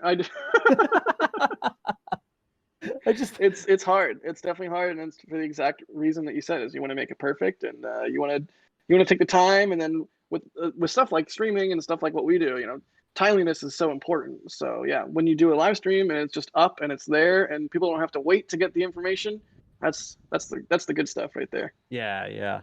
I agree. It's just like, hey, it's gone. Oh, wait, there was a little bit of a hiccup. Just proceed. Just keep going forwards. It's already out. We've already opened the barn door, basically, when it comes to live streaming. So, Mary was saying, per that window question, Mary has not heard of any windows getting broken by a test. So, if it's happened, Mary has not heard of it. And usually, Mary is pretty on top of all the news in a village because it's a pretty small community. So, I don't think any window has been broken by the testing. Gotcha. Yeah, I mean, Mary lives in Boca Chica. She knows everybody that still lives in Boca Chica. There's still a handful of people that do. And I feel like that's the kind of thing that, word would have got around if it had actually happened. But hey, it looks like the lift is coming down, y'all. Oh, the lift is coming down. The lift is coming down. The lift is Nice. coming down. Is that like the lift is coming down dance or something, Jack? Or what do you have going on You there? couldn't see it. Thank God you couldn't see it, but there was a dance involved with that. Yes. I'm gonna get caught up on a couple super chats really quickly. Let's see. Sergey, thank you, Sergey. Thank you very much for the $4.99. Appreciate the support. We've got Ray in for $5. Thanks for the coverage, Ray. You are welcome. Thank you for the support. Joe, we've got Joe over here with $20 saying, "Good stream. Thanks for keeping us up with Elon." We appreciate the support there, Joe. Thank you very much. I am not. It says programmer in the name somewhere. Programmer, thank you for the 50 HRK. Hi guys, greetings to y'all from Croatia. Just a little Unordinary idea. programmer. Yeah, what is it? Unordinary programmer. Thank you. You're right. Hi guys, greetings to y'all from Croatia. Just a little idea. It'd be great to see Mary as a host at some point. So Mary is usually listening in with us here, and every now and then we get her on audio. We just have to get her a little bit more stable audio connection so she can comment from the side of the road out there. We basically use all of our bandwidth for video signal, and we just suck the place dry, it looks like. But thank you very much for the 500 HRK there. We appreciate that. Delvin Walters, new membership. Delvin, thank you very much for the support. And then last but not least, we got $10 from Ars Theo. I seem like I remember that name. I don't know if we've already done this question. Jack and Michael, correct me if we've already done this one, but it says, one last wacky question. How do y'all feel about the new off-world craft news release from the Pentagon? Oh, the Pentagon. Aliens or super tech drones? The UFO footage? Should we even go there, y'all? I mean, I think yes. I think yes, it merits discussion because yes, there's the advanced tactical, whatever, ATIP program. Like the government has seen things, and Right. pilots who know what planes are and aren't have seen things that do not make sense, and that doesn't mean there's little tiny green men or lizard people or anything. It just means there's something that we saw that we are trying to learn more about what the heck we saw, and you know that yes, that warrants a mention. What was the specific question again? Just what about it? I mean, it's sort of what about the... I mean, I don't know anything about it. I don't know. It could be another country has some sort of technology. It could be, just a bad psyop. It could just be, it could be that people in our own, black world, in the world of classified projects here, are testing things against our own troops. There's a variety of different things. In Area 51, a lot of the stuff that they did and do, I guess, probably more did though, there didn't have to do with aliens. It had to do with reverse engineering enemy aircraft and finding out, say you get Russian or Chinese or what have you. It's 1970 and you get a Russian missile from a aircraft that crashed, but the missile on the aircraft that you haven't had a chance to study up close yet didn't detonate, and so you can recover that piece of technology and take it to Area 51 or somewhere really secret, similar, and study it and reverse engineer it. That's the kind of stuff that I think is probably closer to what we will end up learning, I guess, is my answer. It's probably something closer to advanced technology that we or another nation has that we are trying to figure out, or something like that. I don't know. I don't think it's aliens. It's never aliens. It's always, imagine being in the 1980s when the F-117 Nighthawk was flying around, or imagine being in the early 90s, B-2 was flying around, and seeing a B-2 and trying to describe it to somebody else who had never seen one. They'd probably think you're crazy. So I just think about the last 30 years of aerospace and the fact that we are basically functioning as in my mind, like a super 1970s super 1970s technological level. We haven't really seen any, like, for example, there was no SR-72, and your answer might be, well, we had satellites and the aircraft that as a follow-on to the SR-71 wasn't necessary. And my answer is, yeah, but what are we doing for the last 30 years? It's surely not nothing. So that is my long roundabout answer to that question. Hopefully it's not too tinfoil hat. Everyone in chat is saying aliens, and I think the big we can thing just stop talking about it. No, I think the big thing there is that there's something that was unidentified, right? And we don't just stick our fingers in our ear and go, la, la, la, la, la. No, there's no such thing. They have a commission or whatever you want to call it, a task force that's set out to try and learn more about it. So it doesn't say that there's aliens or confirm that there's aliens or extraterrestrials or crazy technology from another world, or would you say lizard people, or anything like that. But it's unidentified. Moldy Space Industries did a super chat and said anything is a UFO if you're bad enough at identifying things. Yeah, that's a good point. Oh, so Moldy, thanks for the super chat. I just constantly think of, what is the technology like? Today we learn about all the stuff like, oh, we learned about the original spy satellites, and as things become declassified, we learn about what was happening 30, 40 years ago. And I just wonder, what we're going to learn about 30, 40 years from now was going on right now. And yeah, that's my thinking. Yeah. So if And you're yes, one of the Go ahead, Jack. I was going to say, go if for one of the 7,500 people watching right now, and you're wondering why we're talking about UFOs, it's because we are still waiting for the action to pick up in Boca Chica right now. There's currently a road closure window from 8 a.m. to 8 p.m. local time. You can see the clock in the upper left-hand corner of your screen. It's currently 3:35 p.m. Central Time, so still plenty of time to get a static fire completed today. The road is currently closed. We're waiting for the pad teams to clear the area now so that they can begin the propellant loading operations and get the static fire completed. But we have no official info on when the test is going to occur. So we're just hanging out, answering questions, and chatting with you all while we wait to find out what's going to happen today. But thank you all for your patience. Hopefully the static fire activity will start up pretty soon here. Yep, and that is what we were expecting today. Not a hop, not and it's like a spectrum of activities that are possible, right? But today we're not expecting a hop. But on the other end of the spectrum, we're not expecting just a pre-burner or just a like a fueling test. We're actually expecting a full-on static fire of a Raptor engine today attached to SN5 there. And we believe that the Raptor is serial number 27, which is a cool number. 27 is, it's a cool number. I don't know, I kind of petered out there. But yeah, we're hoping for a full static fire test today. And ideally, the next thing that we would see is all the remaining vehicles that are at the pad clear. Earlier, we saw some vehicles head to the pad, and we saw a cherry picker head up and some work being done near the top of the vehicle. That cherry picker has now retracted, and here's a vehicle, we can see right now, here's a vehicle heading back from the pad. I don't think that's necessarily the last one, but basically that's where we're at. If you're just joining us, like Michael said, looking for a static fire test today. No hop, but should still see some fire and hopefully a big old cloud of dust and maybe some more cool stuff. So thanks for joining us, and that's what we're looking for here. How long does the window go till? Did you say 8? 8 p.m. Central. Yeah, so we've still got 8 p.m. 4.5. Central. Plenty of time. Yep. Yeah, we got plenty of schedule margin, blah, blah, blah. Blah, blah, blah. Yeah, remember, you know.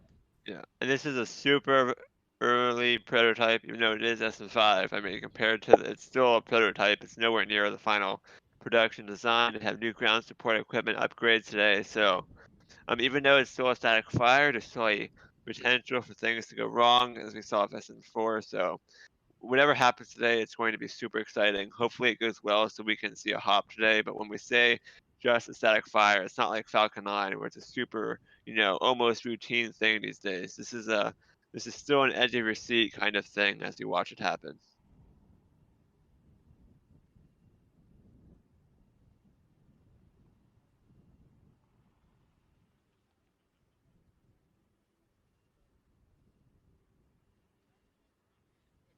Let's see. Asmund Victor asks, is the tank farm temporary? Will SpaceX relocate them in the future? I don't know that it's... Ooh. That's me. I'm trying to fix things over here. Sorry. No worries. I should be able to right-click that without changing to the scene, but apparently I'm not allowed to. No worries. Right-click. I don't know if the tank farm is necessarily temporary. I feel like it's just going to keep growing. I don't know that they would ever relocate them, but because that would require long piping, and then you have thermal issues with a long pipe run. So I feel like they wouldn't really move it. I think what they're getting at is that it's so close to the pad right now. That's usually you put your tank farm farther away from the pad, so that if something goes wrong with the rocket, you don't have even more propellant nearby. But I think what would most likely happen is that the tank farm stays in the approximate position it's in now, but the super heavy pad they're building is farther away. It's kind of further past that Starship you're seeing right now. So Yep. in the future, the pad will be farther away from the tank farm. Yeah, and that makes a lot of sense if they end up using that super heavy pad as the main pad, and this is more of a test mount, if anything, and the tank farm could have a good amount of distance in that case.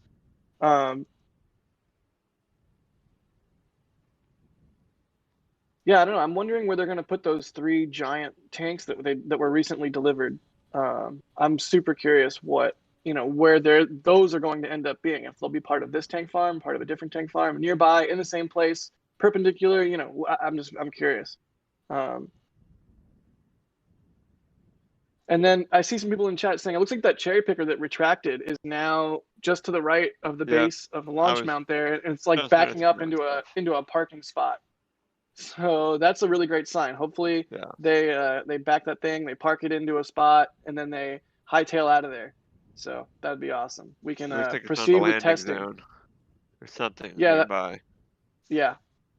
And if you guys are just joining us for a recent stream, you haven't watched a couple of the most recent live streams of these tests, and you're wondering, hey, where's the flare? Where's the flare stack?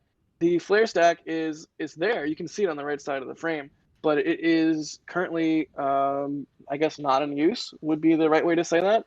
We believe idle mode. Sometimes it's in idle mode. You can't really tell during daytime because it's so small. Yeah, the pilot flame is really small. Yeah, and because the pilot flame is so that's clear. The word I wanted. Yeah. Thank you. Idle mode sounds official too, though. You could have fooled me. So yeah. We believe the methane condenser is on site and working, so the methane flare will probably only flare if in case of an emergency or some sort of rapid dump is necessary that the condenser would be overloaded by. So that's what we're looking at with that. Yeah, and in fact, they used the recondenser for the first time during the tanking test they performed over the past week or two. So the methane recondensing system has already been tested, and at least for the tanking test, is believed to have worked quite well. So hopefully that will continue to be the case today.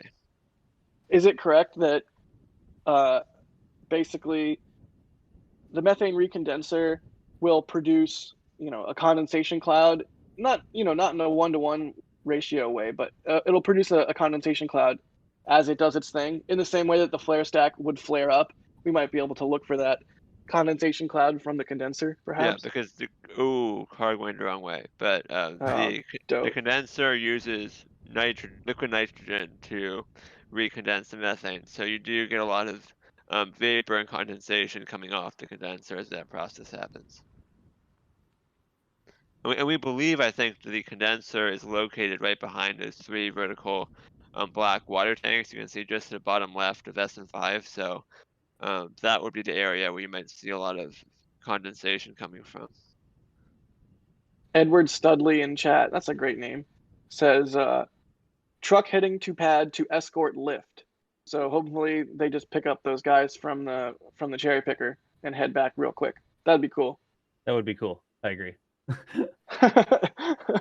I'm gonna look at some of these questions that I've piled up over here. Do you guys know how tall SN5 is off the top of your head? Dustin Ruoff asked 22 minutes ago, because I'm slacking on my question queue here.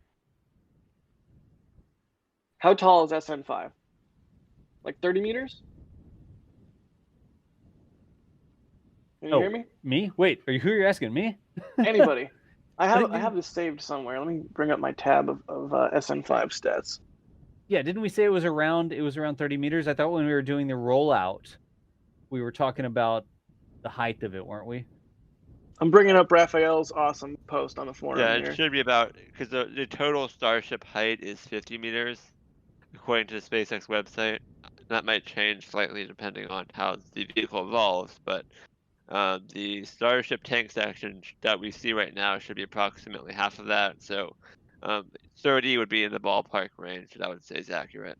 Yeah. Awesome. Also, I just reading this this thread the other night, I discovered or learned that about 8,000 heat shield tiles is what it would take. Someone did the math. 8,000 heat shield tiles on the Starship section, not the full Starship Super Heavy stack, because the Super Heavy stack doesn't need tiles. But anyways, let's go on with some more questions. And hey, Jack, I'm going to stand up real quick. I'm going to be AFK, so don't call on me for any questions. Okay, hey Das, I've got this really long, complicated thing. Yeah, all right. So we'll see you in a little bit. Crickets. All right, go ahead. Cityware asked me if I use Adobe Premiere and After Effects for editing, and I do. I also use Final Cut 10. I tend to just interchange between Final Cut and Premiere for editing, depending on the project. I guess I tend to use Premiere more for work, and I tend to use Final Cut more for my own personal projects. Although lately I've been editing pretty much mostly on Premiere.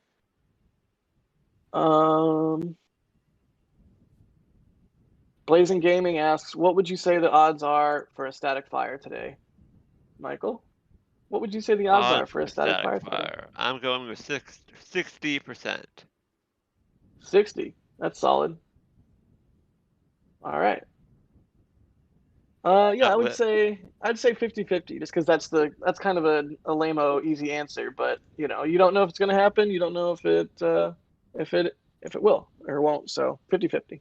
That lift has gone all the way down now, so presumably it's in a position where those workers can get out.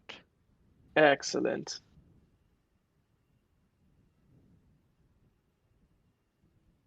Couple of super chats. Dan, thank you for the £5.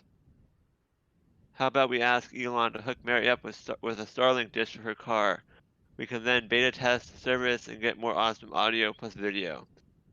Yeah, once there's a more Starlink satellites in orbit, so that there is a higher reliability of, or I guess, higher reliability of coverage in the Boca Chica area. I'm trying to do a stream off of Starlink. Would be super cool. I think right now the coverage is only working or going to work soon for higher latitudes like in northern U.S. and Canada, but as they continue to launch more satellites, hopefully the coverage in Boca Chica will become solid enough that Starlink might be a thing we can try to do a stream off of.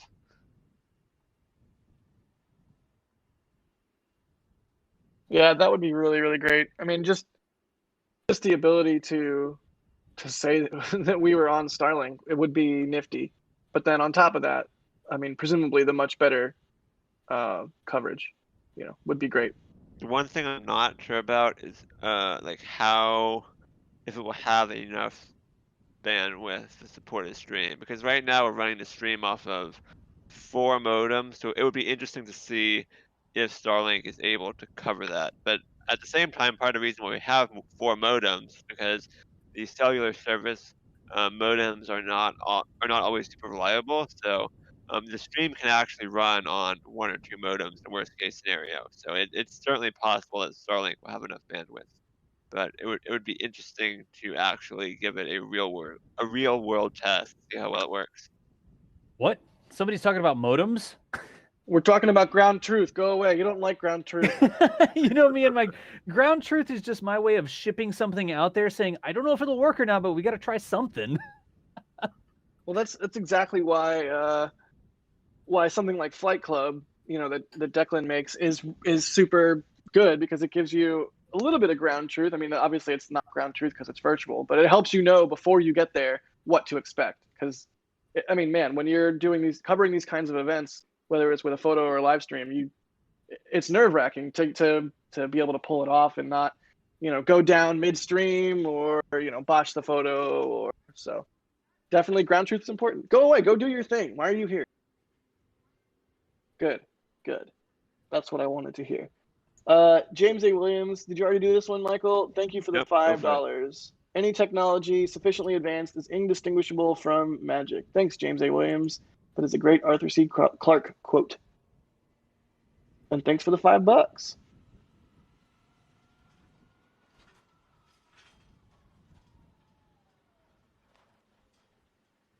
Mary says the drone was flying around the food trailer, fin shade area, and it's back down.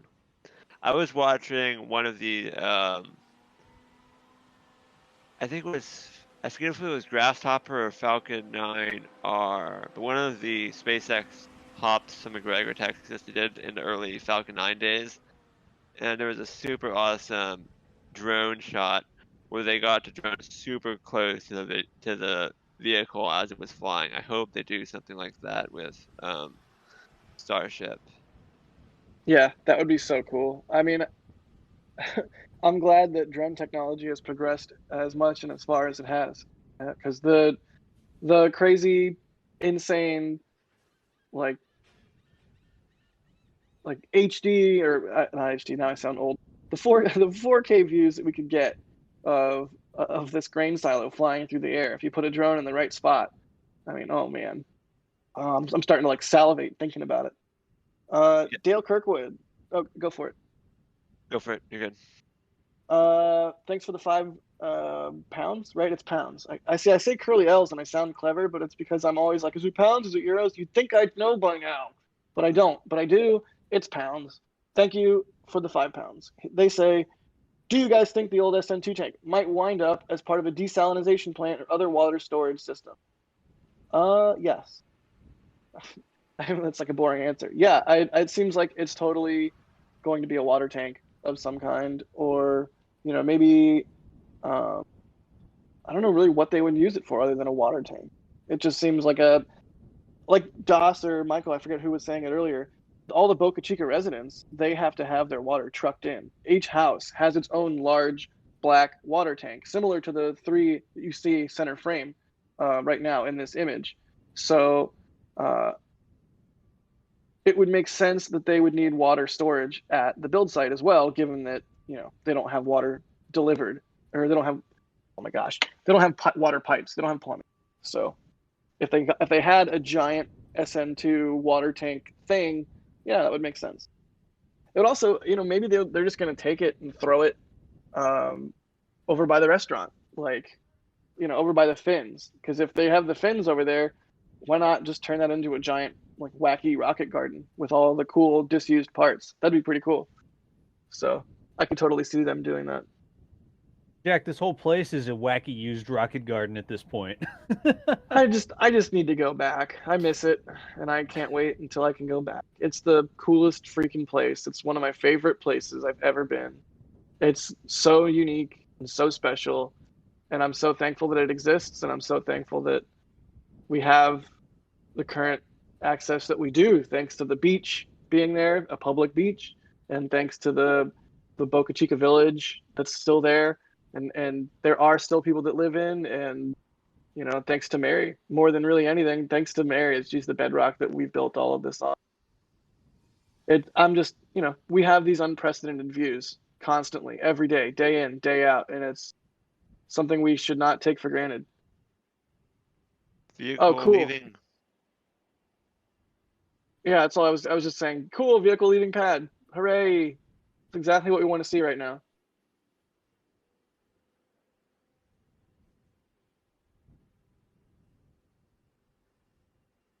All right, so next up, we're going to start looking for some activity from the tank farm. Do we think that's the last vehicle from the pad? Can you tell I'm all hyped up now? I think there's probably a lot more. Okay, well, never mind then. I rescind my hype. Is that a golf cart? It does kind of look like one of those little smart cars or whatever, like the little cube mobiles. The heck?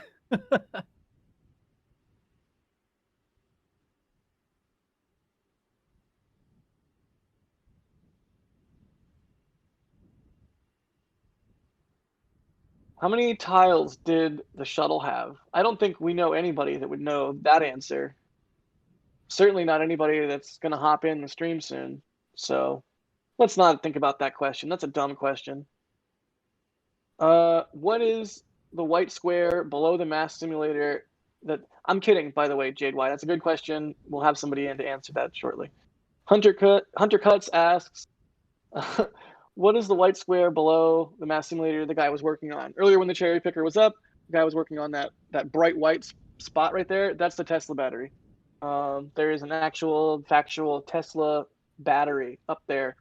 So I did not catch that somebody was working on it. I probably should have been more observant. I'm going to rewind slightly. Oh, yeah, look at that.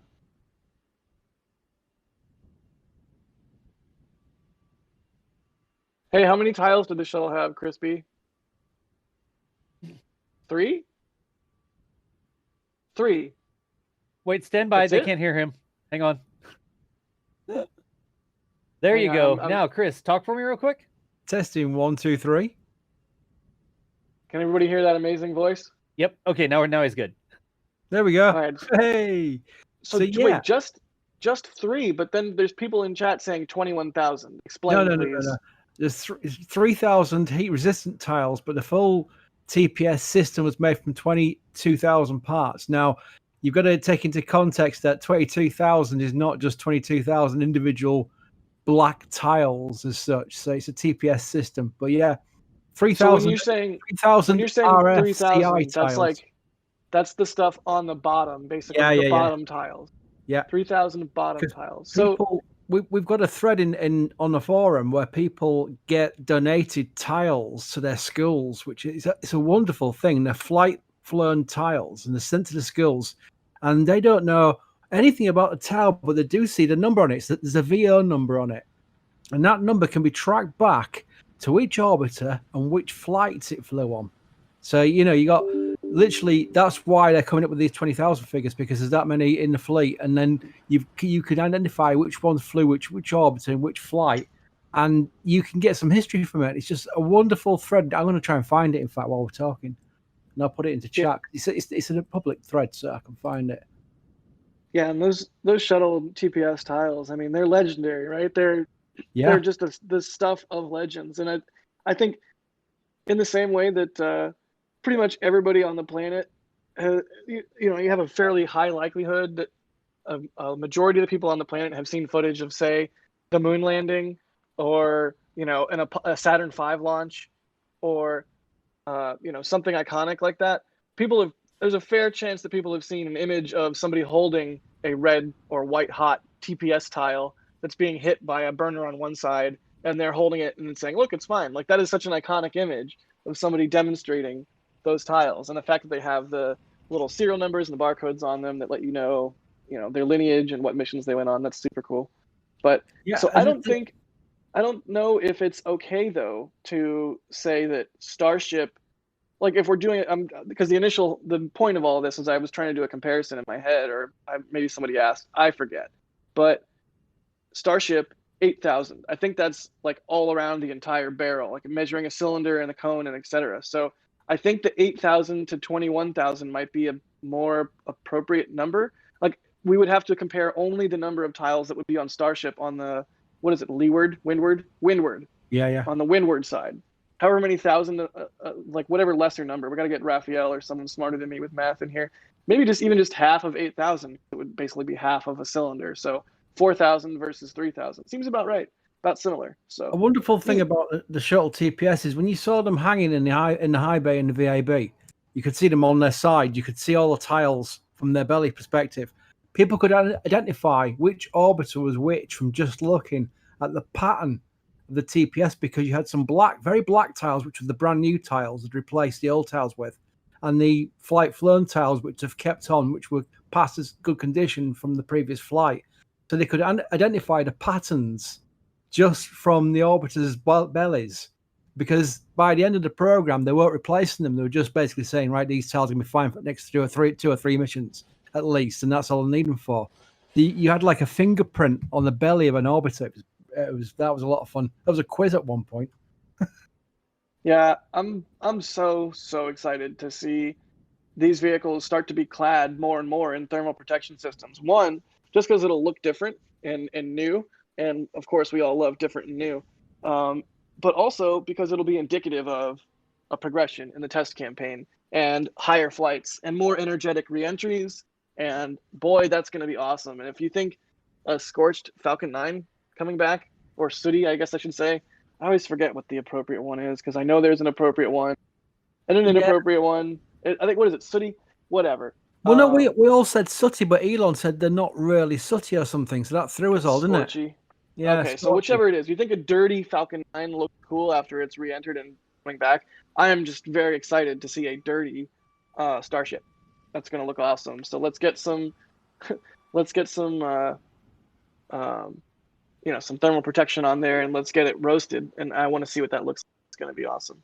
Mark Dalton, thank you so much for the $5. It'll look like I'm trying to think, because you got this silver stainless steel and that slightly scorchy marks on it when it comes out. It's going to look like a futuristic Cybertruck, isn't it? It's going to look fun. It's going to look amazing.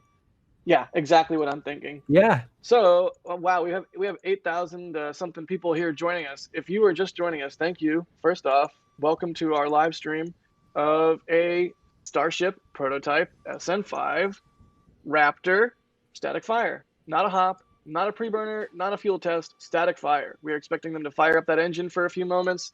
You can't even see the engine. It's up inside the bottom of the vehicle there, but we will see it light up if and when it does. Currently, we're waiting for some activity here from the tank farm. We're hoping to see that soon. But in the meantime, I am one of your commentators today, the ever caffeinated Jack Beyer, photographer, videographer, editor, whatever you want. I mean, I do all the things for NASASpaceflight, and I am joined by the excellent and awesome, and thank you, Chris, I know I say thank you to Mary a lot, and I say thank you to Das a little bit for all the work he does. I should say thank you to him more.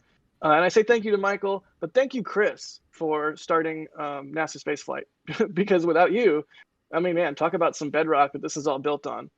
So yeah, joined by Chris Bergen. Say something nifty, Chris. You know what? You throw me because I'm not very good at taking compliments. Just don't take it. Just accept it and move on. No, I appreciate it, but it's a funny thing. I'll ramble on for about 2 minutes here at least. But I started the site as a dare almost. I was on. I don't know if any guys are on here who remember the old space.com message board, which was it wasn't a great place. It was unmoderated almost.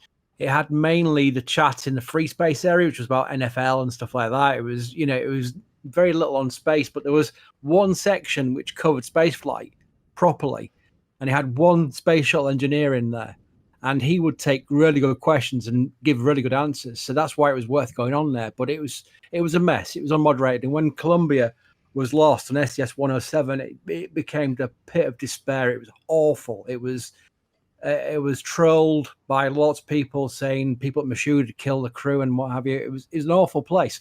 And it was then that because I'm a journalist from trade, so it was suggested, why don't I start a news site to give a relief valve from all these people who want to go and talk about space shuttle without being infiltrated by trolls and stuff, and do it in head of SES 114, which will return to flight.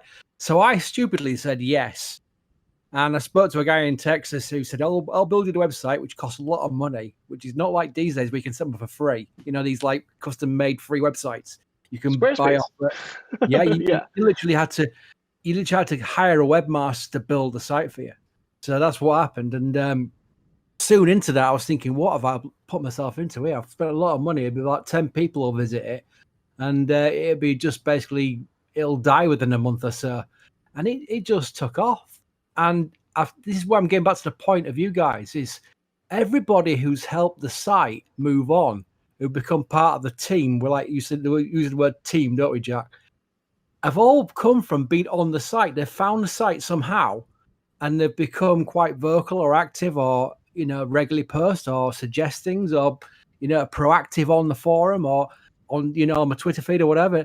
And they've all come from the site. They've all been found from the site. Everybody from Mark the webmaster upwards, everybody has been found via the site. And that's probably the best thing I could ever say about starting the whole thing, was the amount of people, the amount of talent that have come through it and offered their services, because especially in the early days, there was absolutely no money in it at all. Just because they loved the subject matter and they wanted to get involved with a site which was trying to do it the right way, compared to, say, some other sites who may not have been trying to do it the right way. So that's why I'm lucky.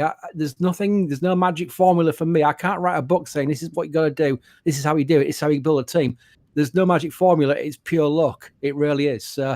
I am blessed. I don't like using that word too much, but I am blessed by the people who have joined in and put their effort in and helping us take this forward.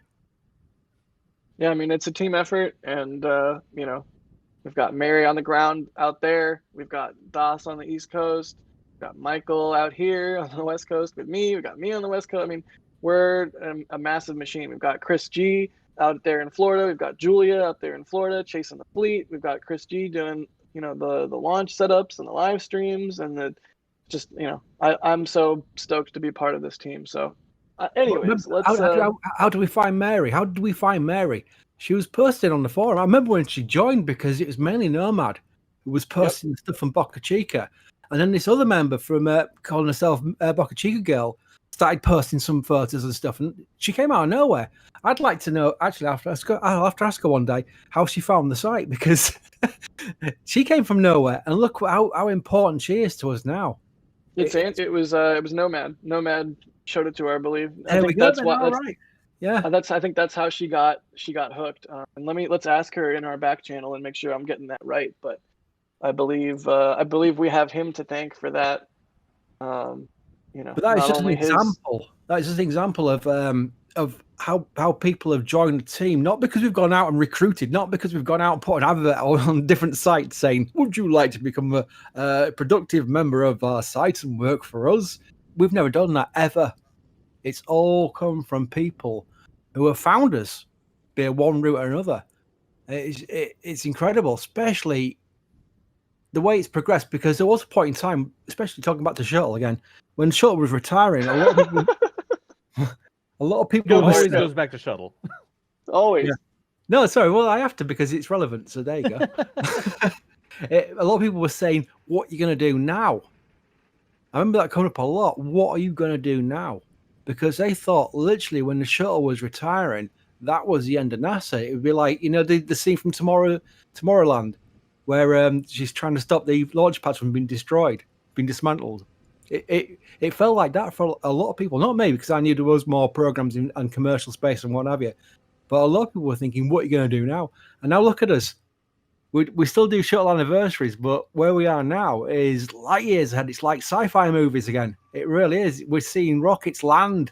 We're seeing these huge silos, which are going to become Mars crewed launch ships. It's very encouraging. The last few years have been incredibly exciting for what the future holds.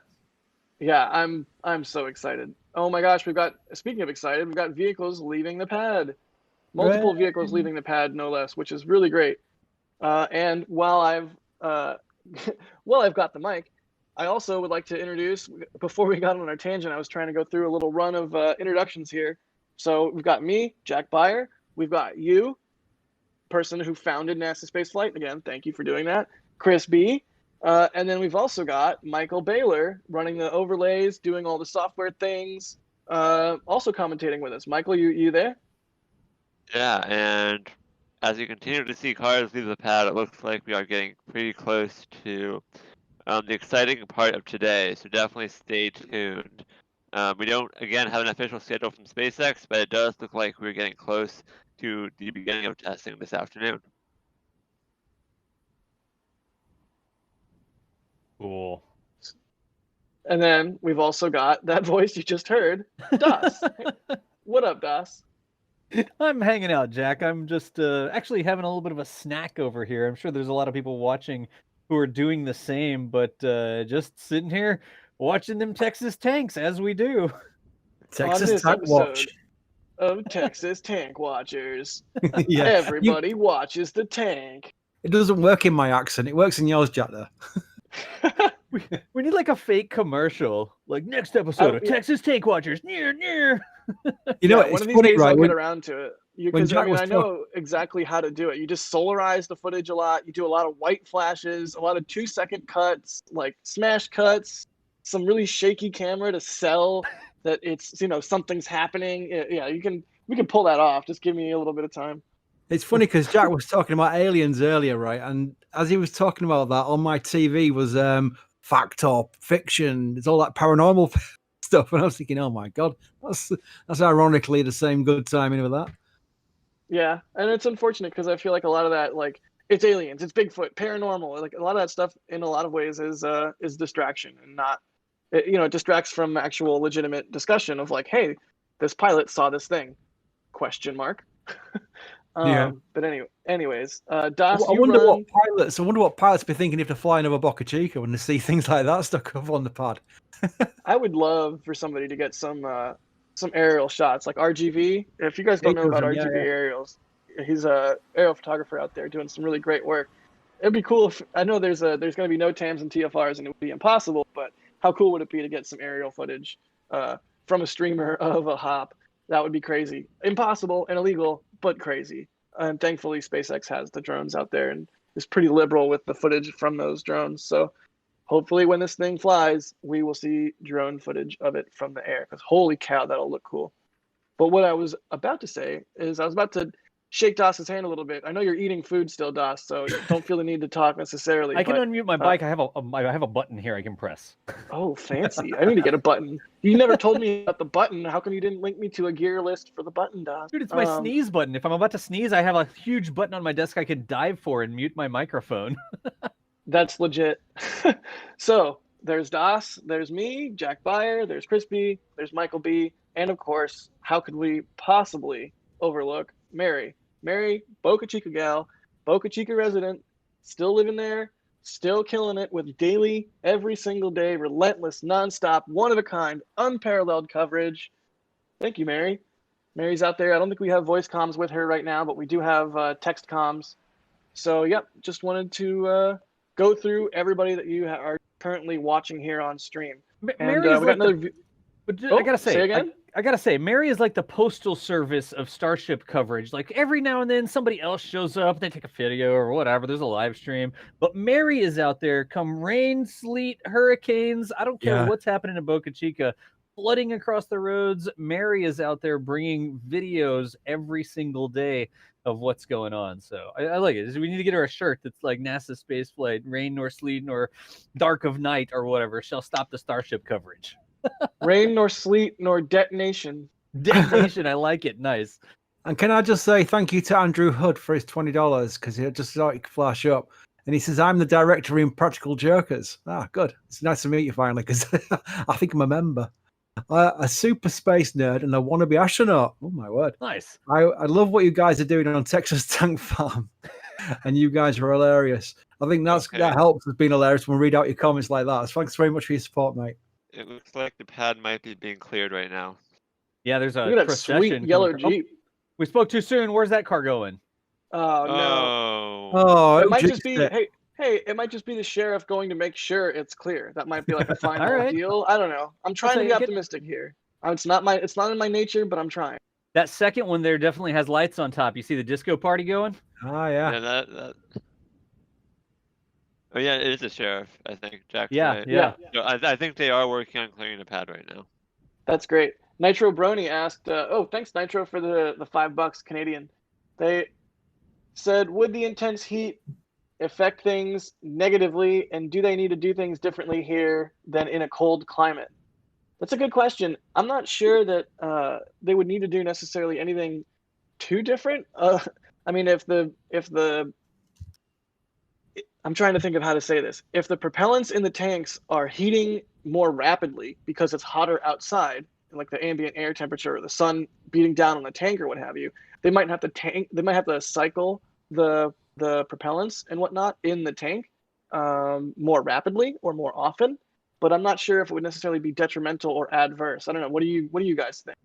I imagine there's a bunch of ground support equipment changes when you're operating in different environments like that, like the temperature rated for different steels and stuff like that may be a thing. It would make sense that if you're in like an Arctic environment, that you would need, for example, the opposite. You would need like a heater, so think your stuff didn't just slushify or something. Yep. So I guess that makes sense. There's probably some things like that, but in terms of the propellants themselves being moved around, remember we're talking like what are they at? -200 something. What is the nominal? Hey, look that up. Hey, real quick, go back 5 minutes in the feed and go forward. The tank's pressed. Oh, really? It looks like they've pressed it. Oh yeah, totally. You're right. The vehicle has been pressurized. The dents are gone. Or at least most of them Really? are gone. I'm gonna see if I can bring Look it at up real that. quick. Y'all stand by. Look at that. Holy cow, you guys. So it looks like we're rapidly progressing into a testing phase here. Okay. I'm gonna see if I can bring that, do the before and after there real quick. Y'all just give me 2 seconds here. Yeah, thanks for chat to pointing that out. Or Oh, thanks yeah, it's to obvious. chat for pointing that out. Here. We're all a team here. I'm gonna bring it up, and we're just gonna do some like A/B style pictures here. All right. Let's Yeah, just yeah, go yeah. to present full. That should be Awesome. my full screen Yeah, 'cause presentation coming up. I totally missed that. Yeah, there we go. We'll just do it like this. And this is just, look at all the tanks right in this area. You just see my mouse for now. But look at the tanks there, and then I'm going to switch forwards, and you can see them pop out. Switch back. Bink. You got a Doss, bunch go of back dents live, right in please. here. And look, I'll telestrate for us here real quick so we can see what Like, we're go looking live, at. go live. Doss, go live, please. I'm hearing that the SpaceX, that one of the final pad vehicles might be leaving. Oh, sure. You mean go back to That's the amazing. live feed? Yeah, yeah. Okay, there you go. We'll watch the vehicle go. So anyways, did y'all see the dents sort of pop out there, right? Yeah. We took away your drawing. I'm sorry. Oh, no, it's okay. It's okay. All for a vehicle. Well, no, the reason I want to see this I know, vehicle Michael, is I'm joking. it's the SpaceX Security Model 3, and it's usually the final vehicle. But we still sell the Aha. shares, so Aha. we do think once we see this vehicle come on screen, that it will be the closeout vehicle. There it is, with the flashing lights. That's SpaceX yeah. Security. So that's a Model 3? Yes. Nice. It's not a So, bad job driving that It's around. being followed by an ATV, it looks like, but the SpaceX pad should be clear at this time. Yeah. Just the sheriff's deputies now are clearing the beach, but with the vehicle pressed and the pad now clear, it is looking good for a static fire attempt today. Sarah what is it? Ekton in It's chat is asking if the 4:16. grass is venting. No. The grass is venting. Nice. Was that One the sec. grass is venting, or was that a question? It was a question. They're asking if it's venting. Ah, we'll ask Mary, see what she sees. So that would be pad clear, right? Yep, I just updated the timeline, so I hope so. Excellent. So pad clear. Next, we want to look for what activity from the tank farm, perhaps maybe in the recondensing area behind those big three water tanks, dead center. Yeah, I Maybe. think the reference to the grass venting was because they're seeing a heat distortion on the ground. It's not actually venting yet. Yeah, Yeah. we want to see. Oh. We're probably going to see the sheriff deputies return. That'll probably be another sign. It is. I don't think there's any place, unless they drove like down the beach several miles. I don't think it's a safe place for them to really watch on the other side of the pad. So, the sheriff deputies should definitely return before we see any serious testing.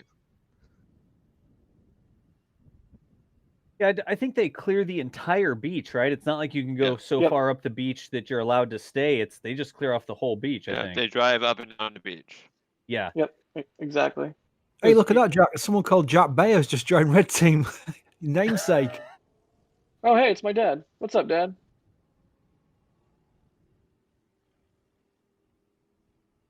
Welcome to Red Team, Pop. Nice. Actually, Thank you your for your dad. support. Yeah. That's actually your dad. Yeah, it looks like it. Wow. Hello, Mr. Bayer. Teach me to post a link on Facebook. No, that's super cool that he's watching. What's up, Dad? That's great. I hope everything out in Florida is going well right now. I know times are crazy.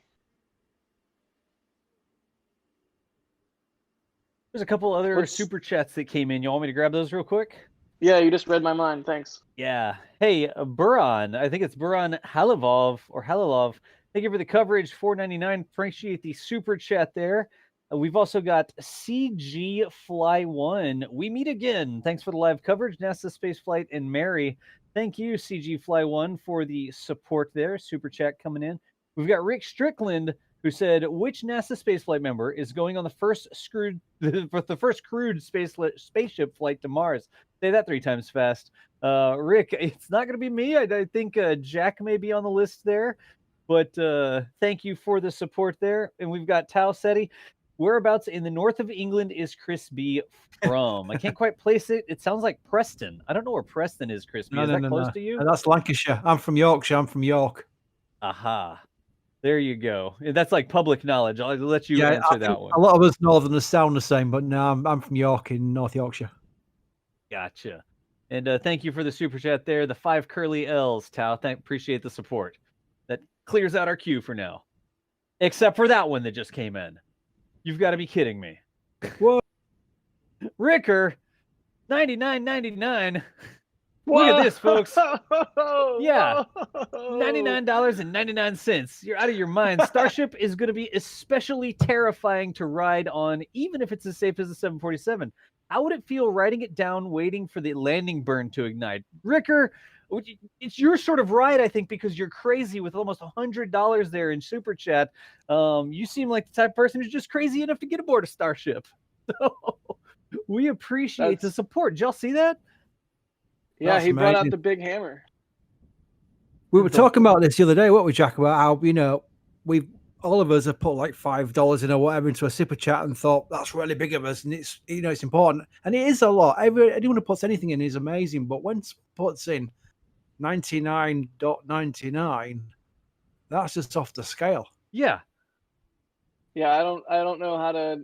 It's like Dawson and I were talking about earlier. I don't know how to accurately convey the appropriate amount of emotion and the appropriate amount of thanks for that, because we all work extremely hard for every single little bit of money that we make. I know, and we all choose to spend that money and support the things. We vote with our wallets on all kinds of things.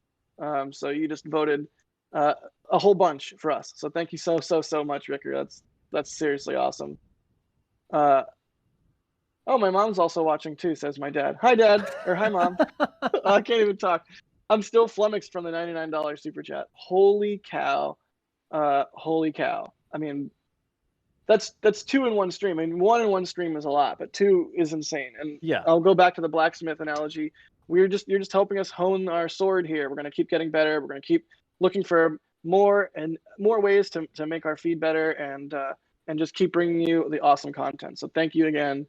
We will only take this as a sign to keep at what we're doing and increase and redouble our efforts. Thank you again, Ricker. And Ference, our old friend Ference. Yep. I just liked that I got to learn how to say his name way back when.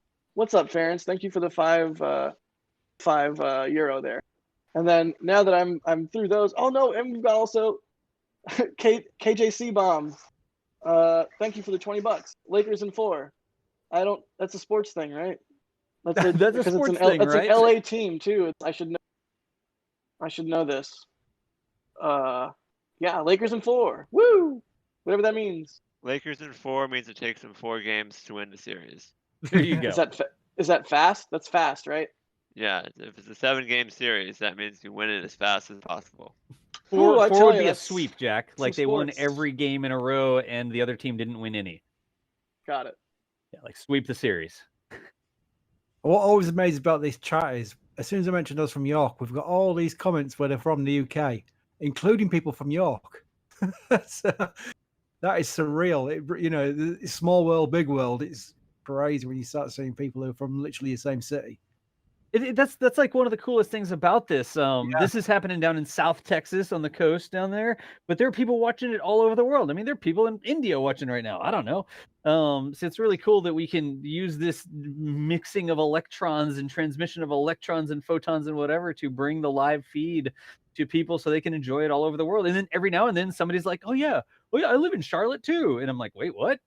We're just watching this. So it's really cool that we can share this with everybody. Thanks everybody for showing up when we put on things like this. It is a lot of fun, that's for sure.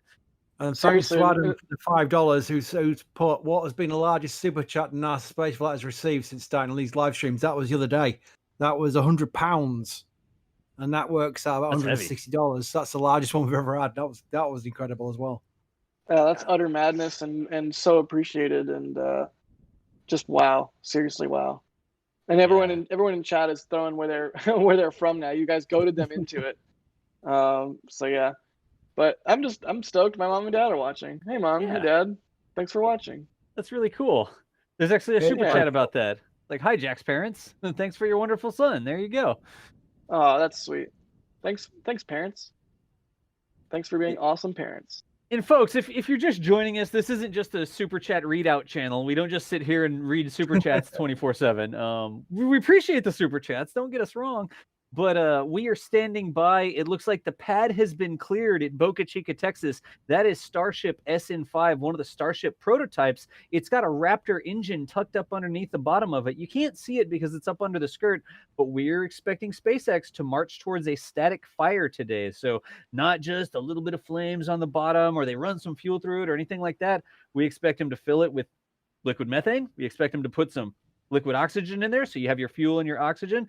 We expect them to ignite that Raptor engine to such a point that it makes thrust. So when the static fire occurs, expect to see a big ball of dust fly everywhere as the static fire occurs, and the Raptor makes thrust, blows into the dust underneath the launch pad there. Wow.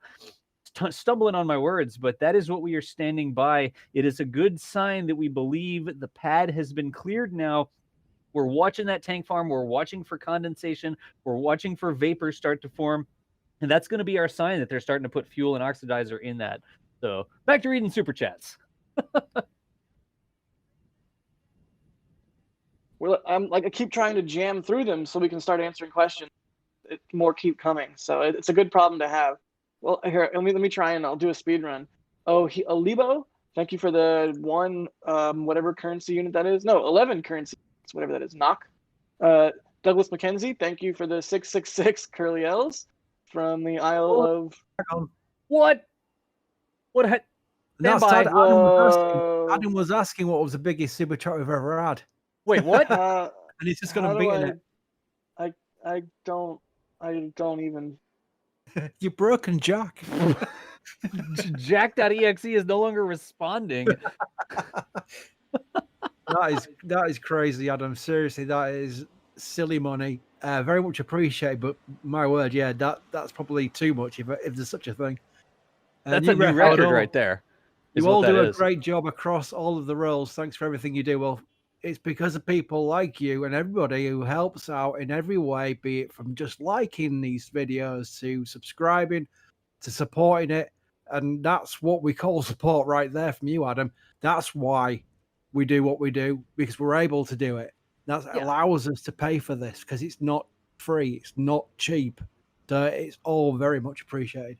If you didn't see it when it popped up, that was a $200 super chat from Adam right there. Adam, thank you so much for the ridiculous amount of support there. I mean, I can say insane. I hope no one ever takes that as an insult when I say you're crazy for giving us that much money, but we certainly appreciate it. It's why we can keep on doing this. So thank you. Thank you. It's the best kind of crazy. It's seriously like, I mean, I constantly search for different ways to express this, but yeah, I mean, we all struggle to make a buck, and you vote with your dollars, and it's so appreciated because it fuels us. Literally, it fuels us, and couldn't do it without you guys. So thanks for watching, and thank you so much for that insane $200 super chat. Yeah, no kidding. Hey, I'm just gonna speed run a couple others here. They're gonna appear on the screen pretty quickly. Do it. What is that? Old Jobo, thank you for the 11 knocks. Appreciate you there. We got John Blankenbeckler. John Blankenbeckler, thank you for the 501. Appreciate that as well. Stefan, thank you for the coverage, says Stefan. Love from the Netherlands. We've got ISU Texan 21 in there as well. How great is it that we get to watch history being made like this? Keep up the kick-ass coverage. Hasn't broken. And then look at this. What is this, Wesley Evans? I'm in the middle of reading super chats, and quite frankly, it's really rude. Stop it. Do $220 in the middle of me trying to catch up on super chats? The super chat war. It's like just look at the bar across the top of the screen. This is the part where I say these people can afford it, because seriously, this is a lot of money involved here. So please don't get crazy if you can't do it for a start. Yeah, this is the part where I say we don't expect anybody to be doing this. We really, I mean, holy cow, that's super appreciated. But it's obviously not expected. And if you feel the urge right now to do a large dollar super chat, maybe. Yes, please do it, obviously, but also consider maybe donating like half of that to a charity. Yeah, a lot of people, exactly. Yeah. There's a lot of people right now that need it. Something local to you, or something that means to you. Something that's meaningful, or maybe even a local Brownsville charity. We should probably ask Mary if there's a charity down there, or Great something idea. that she would like people to donate to, because that's super helpful, and we really, really appreciate the help. But I also want to stress that we understand that the world is in a crazy place today, and we have fun and games here, and this is a safe space to have fun and watch tanks, watch rockets. And thank you for fueling what we do. But maybe also consider donating a little bit to charities too. That'd be really cool, and that would make me equally happy. You break me just as much. No, You don't even. For what it's worth, I totally back Jack up on that. That's a brilliant way of putting it, and I totally agree. Yep, just a thought. But anyways, thank you guys so much for that. 200. If we're gonna have a super chat war here, I don't even know. I don't even know what to say about a super chat war. And this is the second one that we're experiencing. So, I want to come up with an even better analogy than the blacksmith honing the sword thing. But we're absolutely going to use this to get better and keep improving our game. So, just watch. That's my response to everybody super chatting today. Just watch what we do with your help, because we're going to do some amazing stuff. I'm so excited for the future. I'm excited for these things to hop. Who can't wait for these things to hop? Because I can't wait. Yeah, we have exciting stuff we're always working on. We don't want to make any promises, so we don't want to say like we're working on X, because then people will super chat to help us achieve X. And then if we cannot achieve X because something happens, you don't want to like make promises, but just note that on the horizon we have lots of exciting things in the works. Whatever, Yeah, Michael. We're gonna buy an over-deliver. X-ray camera. Oh no, not that again. A long-range X-ray camera, so we can see inside. No, I'm kidding. I just made that up. Yeah, if the chat keeps up these super chats, we're gonna have enough money for a Corona satellite, and we'll just get orbital high resolution 6 meter whatever 3 The meter NASA imagery, just spaceflight nonstop. keyhole, like. Yeah, NASA spaceflight SpySat when. So thank you everybody for the support. But let's answer some Starship questions. How about, and stop goofing? Do we have a whole stack of these to go through still? No, there's a huge stack. I'll speed run them. I got it. David, thank you so much for the super chat there. Starship Super Heavy, 45 DKK. Great content from you guys. Thank you. I'm supporting you as well on Instagram as that name. All right, Starship Super Heavy. Thank you for the support. Ash H, thanks for the coverage, dudes. We appreciate you there, Ash. Jonathan Endersby, just to get another currency on the list. ZAR. What is that? ZAR is South African Rand, it looks like. Thank you so much for the 50 ZAR. We've got Ran or Ron. Have you checked out SFIA, Science and Futurism with Isaac Arthur? Thoughts or ideas? I haven't checked that out yet. I don't know of that. Has anybody else ever heard of SFIA real quick? No. I haven't. I'm going to Google it. I'll give it a look. Rand, thank you very much for the $10 there. We'll give it a look. Continuing the speed run. Christopher, night shift in Norway, a bit behind as usual, but we're at the lift is coming down singing dance. Nice. The indicator is now that we are dancing because the lift is coming down. So Christopher, thank you very much there. Anders, one world enthusiast watching this one beginning the steps to settle another. I like that. That's very well said there, Anders. 50 DKK. I'm just hitting the speed run. People are chatting as fast as I can read them, though. Shut up and take my money from Ass H. We've got Takanara. Takanara, thank you very much for the super chat. We've got Stefan again. Totally forgot. Some coffee for Mary with €5. Rygard donating towards the Achieve X. Appreciate you, Rygard. Here is 1,000 Huff. I don't know what a Huff is. I'll Google it. For something meaningful, you guys are really meaningful, especially during hard times like these. Gabby, thank you very much for the 1,000 Huff. I do appreciate, I know everybody here on the stream appreciates the 1,000 Hungarian forints is what those are. Ooh. I had to pedal a little bit there while I was Googling it. But we appreciate the Hungarian forints there. Nigel, thanks for the €5. Pedro, 549 euros. Thanks for the amazing work. Brazilian here living in Ireland, targeting to Mars. Go Starship, go SpaceX. And then last but not least, Harry Young, 154. Nice, the 154 there in chat. Those are just going to keep displaying. Harry, thank you for the support there. We appreciate you. And I've speedrun the super chats. Done deal. Nice. That takes skill. Okay, somebody take a question while we have time. Yes, please take a question. I've got one ready to go if you don't. Go for it, Jack. Go for it, Jack. Yeah, go. Joe Wakefield, 54 minutes ago. That's what happens when we get off on a tangent. Sorry. Joe Wakefield asked, do we think SN6 is going to get fins, a nose cone for a higher hop, or is it going straight to 20 kilometers? Well, here's the thing, Joe, and maybe Michael would be better able to answer this than I. Here's the thing, Joe. We don't even know if SN6 is going to fly. So if you guys don't know, SN6 is basically it's like SN5, the vehicle you're looking at right now. It's SN5's twin. It's still in the mid bay, back at the build site, about 2 miles away from what you're looking at right now. And it seems like it might just be kind of a developmental dead end. I mean, I'm not really sure what they're doing with it. It doesn't seem like they would fly it because they are already rapidly building a different vehicle, SN8, with a different construction technique and different materials, different type of steel. So SN6 might end up just being sort of a backup for SN5 in case anything bad, let's say, happens. But I'm not quite sure. What do you think, Michael, about SN6? Or Chris, or anybody? I mean, it's hard to say because it all really depends on what happens with SN5. You know, if SN5 has an issue during the hop and they want to do another 150-meter hop, SN6 is very similar.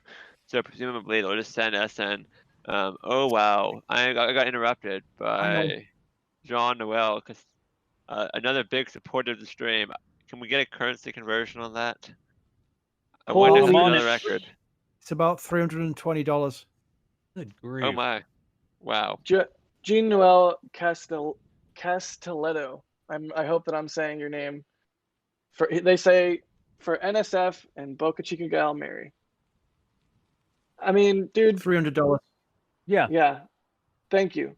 I mean, at this point, you've heard it. You've heard us say all of the things. And I just want to express yet again that we're going to keep improving these streams, keep making them better, keep doing more cool stuff. And your support is pivotal in doing so. So thank you so much. And he's one of the first members of our YouTube channel, by the way. So he's been a no kidding. supporter, yeah. You know, Nice. Seriously, man. Yeah. Thank you so much. And again, if somebody's that generous, I'm just gonna acknowledge him right away and stop it. Yeah. And pause to answer the question because that was just super You nice. could just say of him. what? And we'll put that money to good use. As Jackson talking about, we're constantly working on things to make our stream better. But in regards to Joe's question, SN6 really depends on what happens with SN5. If SN5 goes perfectly, they may even just go to SN8 because SN8 has the improved welds, and we think SN8 will be the first to get the nose cone with current plans. So it's really hard to say with SN6 right now. We just have to wait and see what happens with SN5. And once SN5 is done testing, it'll be easier to predict what will happen with SN6. But I think SN6 getting a nose cone is unlikely, though. Not even as like a fit check, like, hey, does this Maybe, Pathfinder nose cone we made? That could be too. I haven't thought about that. There's so many possibilities. It's hard to say. Yeah, they have so many pieces. It's like a giant stainless steel Lego set just sitting in a field out there. That like, oh, let's put this piece on that piece and see how it works. Obviously, I'm oversimplifying, but and they have a lot of nose cones now. It seems like producing nose cones far faster than they can do anything with them. It makes me wonder if they intentionally did that, or if they just made one and nope, not good enough, build another one. Made one, nope, not good enough, build another one. Or if there's, if it's a little bit more deliberate than that. And I keep looking over at chat, and it's just blowing up with more and more super chats and memberships. So I should probably address these before we get too buried in them. So Ran, thank you so much for the $2. They say SFIA, we were talking about that a second ago, was a YouTube channel, totally worth it. I'll have to check it out. Well, and then Colin Cleveland is saying, I love SFIA. Thanks both of you for that recommendation. Jan Wilhelm Van Barnveld says, love the stream, message from the Netherlands. Awesome. Thank you so much for the €5, Jan. Radim Stefan says, I hope I'm pronouncing your name right. Didn't say anything, but gave us 9, it looks like maybe a Czech currency units. Wow, and you guys keep doing this. Oh my gosh, Don Vic, thank you for the $50. It's like I'm trying to dig myself out from under an avalanche, and the avalanche keeps coming. It's really hard. It's not a bad problem to have, I'll admit. Yeah. But I mean, if you guys want to hear us talk about space stuff, I mean, okay, so let's see. I gotta get through these. $15 from JG Schubert. JG Schubert, you got a cool name.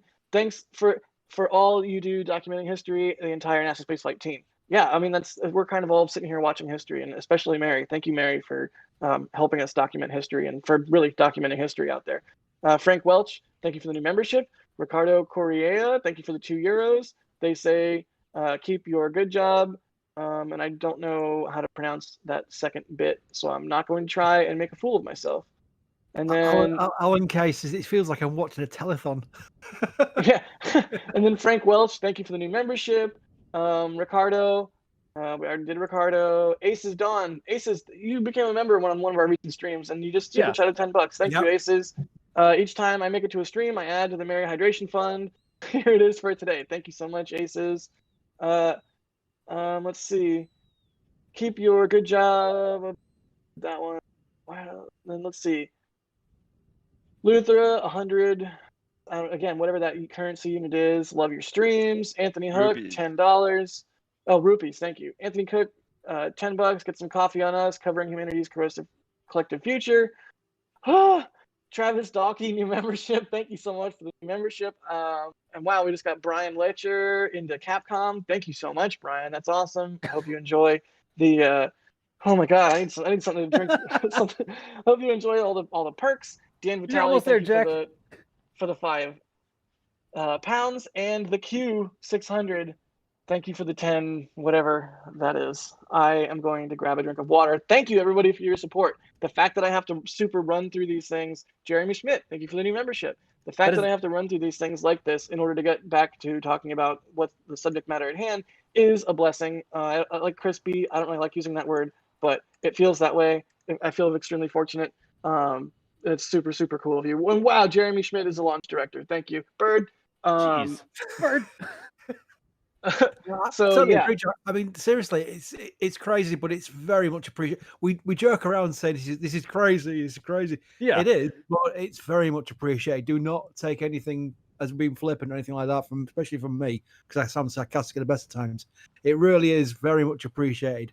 And just to interrupt and look at Starship itself, are we seeing any kind of changes with these rings? That third of the way up is lighter than the rest of the vehicle. I don't know if it's always been like that. I've been scrolling. It's always like that. It's just a ring segment that's a slightly different color for some reason. We're seeing some signs of fueling bodega. But there's dents. There's only like there's maybe 2 smaller dents I can see now. Most of them are gone. Yeah. Yeah, it's definitely been pressed, which is fascinating that it happens so quickly. So, I'm doing the A/B test back and forth, and it looks like the lighting may be slightly different. Like the sun came out from behind a cloud, or the sun angle has changed a little bit, but there's no obvious changes. Like the entire vehicle is changing shade a little bit as opposed to just one section. So I'm going to keep doing the A/B test here, and I'll let y'all know if I notice anything. Cool. AMD asks, can the welding robots get SN8 and beyond closer to the smooth renderings we've seen? I think so. I think so. What do you think, Chris? Well, I think so, because it's not just the fact that it's they've got the robotic welders, which we've seen arrive, the Cougar ones, which look like they're very much like the Tesla kind of robots they used to build their vehicles. But also it's the 304L now. We're onto that 304L, which we know has got more chromium in it. So it's a shinier stainless steel by the alloy.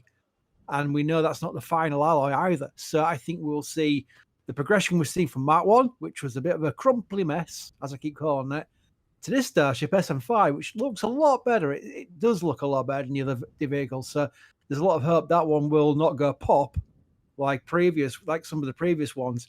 But then SN8 with its 304L, I think that will look a lot closer to the renders. And then you can imagine that if they got another alloy coming in the works, which is they're probably still developing, when they start building rings out of that, especially for like a super heavy, let's say, that will look a lot like the renders. So I think we're moving in that direction. I'm excited for that for sure. And I also wonder to what extent the renders are accurate, given that a lot of them are like still shiny, completely stainless steel. And it's like, okay, well, where's the thermal protection system? What is that going to look like? So, is that ambient audio? That's just me, Jack. I'm just checking it real quick to see what's going on. Okay, cool. Yeah. It's a good point about the renders, Jack, because a lot of renders for a lot of new vehicles never really kind of like turn out to be accurate to the degree. You know, I remember seeing the first Falcon Heavy animations presided by SpaceX, looks nothing like the Falcon Heavy that actually launched. So, there was differences there. So you can imagine there's the tweaks, especially along the lines with Starship. They're probably tweaking the design all the time. So what we'll see fly, like a super heavy Starship vehicle, we know it won't look anything like the first animations they were putting out. Will it look like the latest one that would have showed a launcher from Boca Chica, which was the silver vehicle? Maybe, but I think it will still look different. But it'll certainly look a lot more like a rocket compared to the earlier Starship prototypes we've seen on the pads, which didn't look like they were going to fly. And the comments were always, that'll never fly into space. It never was going to fly into space. It was a prototype for like a little hop. But I think when we get to the flight vehicles for space, they will look a lot more like a Starship. Oh, my word. And Ryan S. No. I managed to finish the sentence at least. Texas Tank Watchers. Haha, great coverage as always, everyone. Love the sunrise shots from Mary last Oh, week. the sunrise shots are so good. Yeah. I did a quick little compilation of them in the weekly update from yesterday or today or whatever. And I love those sunrise shots. I'm a big fan of them. And I'm not a morning person. I don't know about you guys in chat, but I am not a person at all. It's beautiful. Whenever I am, like when I'm camping and I wake up with, it's always so nice because sunrises are beautiful. Yeah. But so I appreciate that Mary goes out and gets those sunrise shots, not only because they're beautiful, but because if I was there, I'd probably be out there filming a lot, but I probably wouldn't be out there getting sunrise shots just because I hate getting up that early. So that takes true dedication in my book. Thanks for appreciating those sunrise shots. I agree with you, Jack. I'm not a morning person either. It's just, I was mentioning in the NSF live show how we see the videos as the clips as they arrive, because obviously we're going to the news yourself, Jack. I did some together. But we were seeing this. The first sunrise last week was incredible. And I think I put it, said, it's sunrise. You got to see the sunrise. Absolutely amazing. The following day, she gets a better one.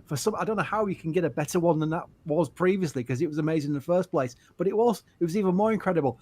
And the following morning, that was the best one. This is getting silly now.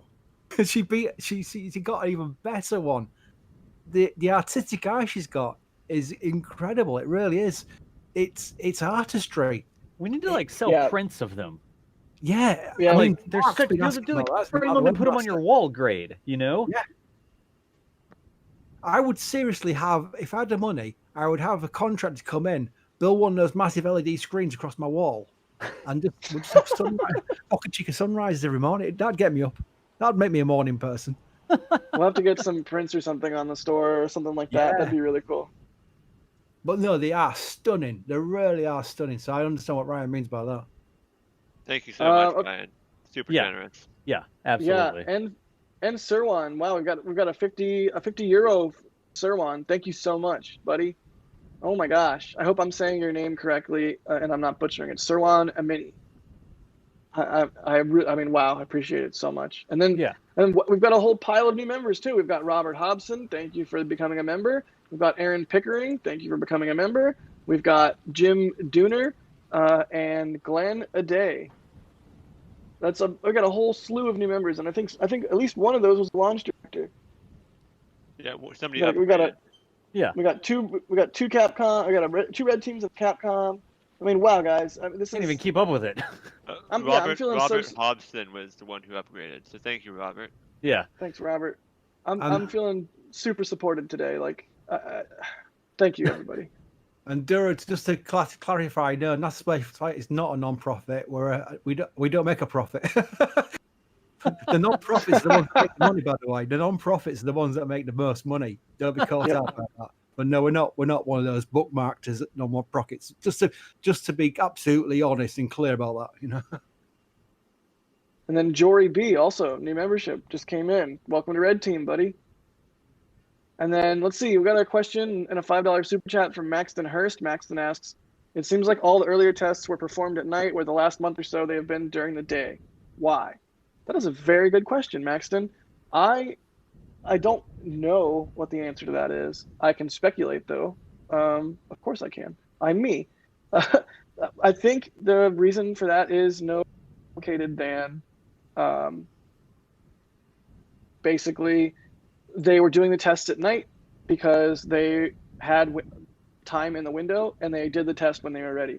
And for whatever reason, they had a lot of work to do, and they were kind of going at breakneck speed.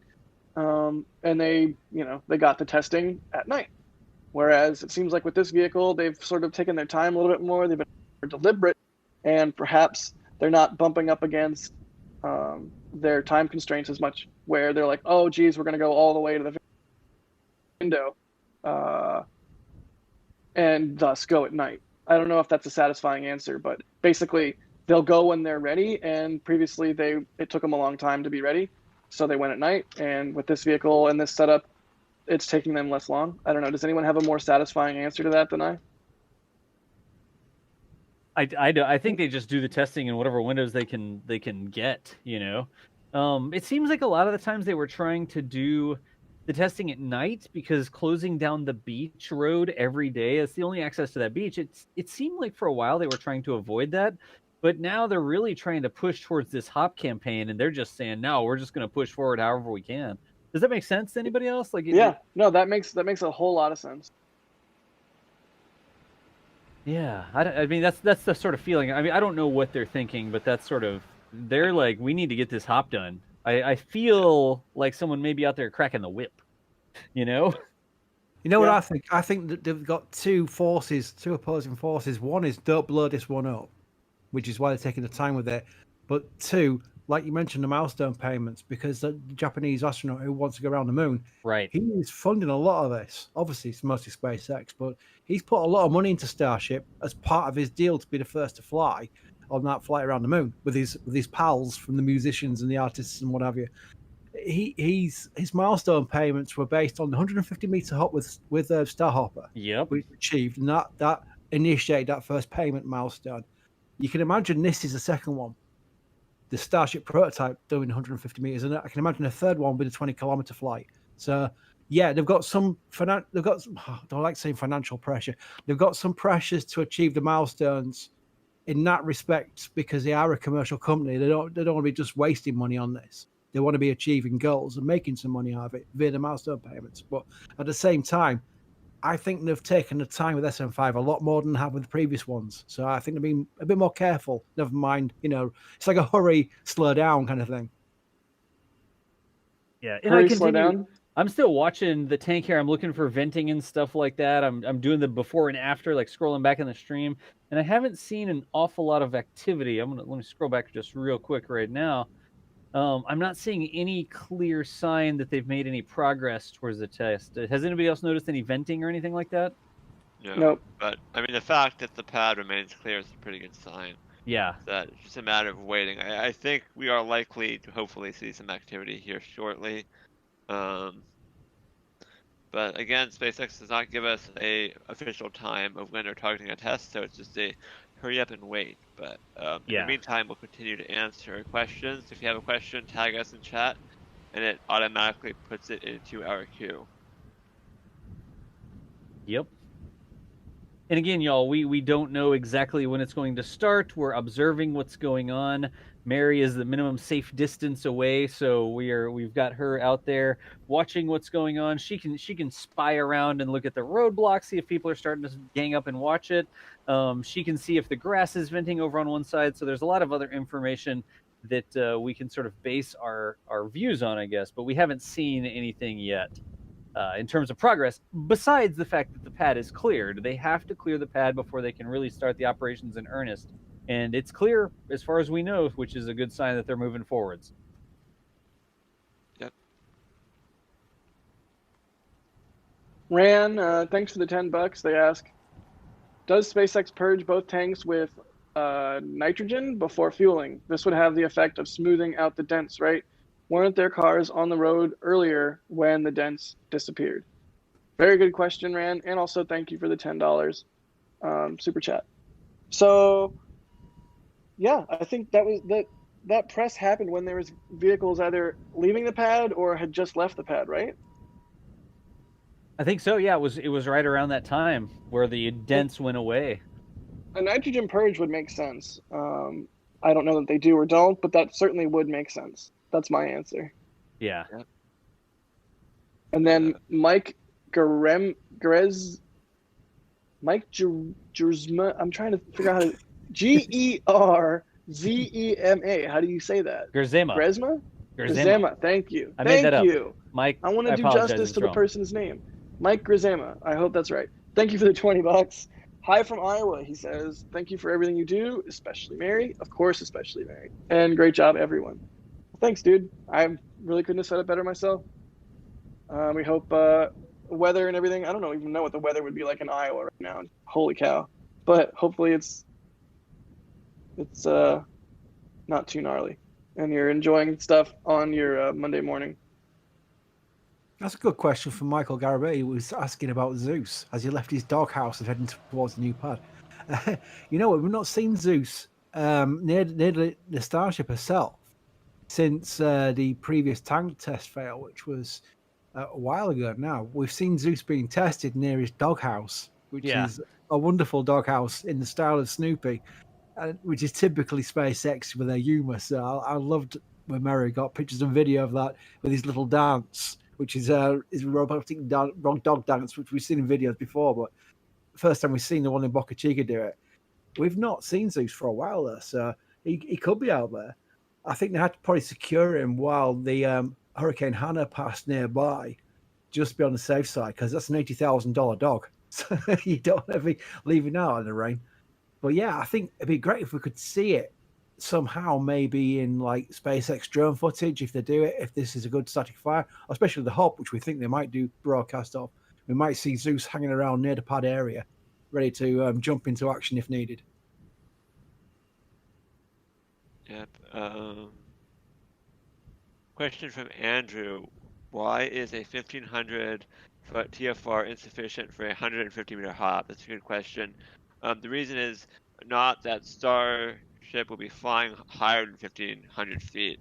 It's that the potential, if you have to be if the vehicle has enough propellant to go up 150 meters, the safety radius has to be a lot higher, because if the vehicle explodes, you need a blast radius to be larger, and there's potentially enough propellant for the vehicle to fly higher than 150 meters. So it's more because there's so much energy potential stored in the vehicle that they have to have a larger safety radius. So the previous filing we saw for SN4 before SN4 officially, unfortunately exploded, was I think 1,600 feet or 16,000 feet for Starship 150-meter hop. So we will expect to see a separate TFR filed. That'll be a great way for us to figure out what date SpaceX is targeting for the hop. So we're going to carefully continue to watch the FAA notices for those, because that will give us the best indication of when SpaceX is going to attempt the hop. Cool. And I keep doing the back and forth. I've got the video up here, and I can rewind it on my main monitor, and I'm just going back and forth, and I still don't see any clear indication of any major changes happening. I'm not seeing a lot of condensation come off the side or anything like that, but I keep watching. Believe me, I keep watching. We know that the dents disappeared. We know that the dents disappeared. That happened a while ago, but we haven't seen any frost or ice or major venting occurring from the farm.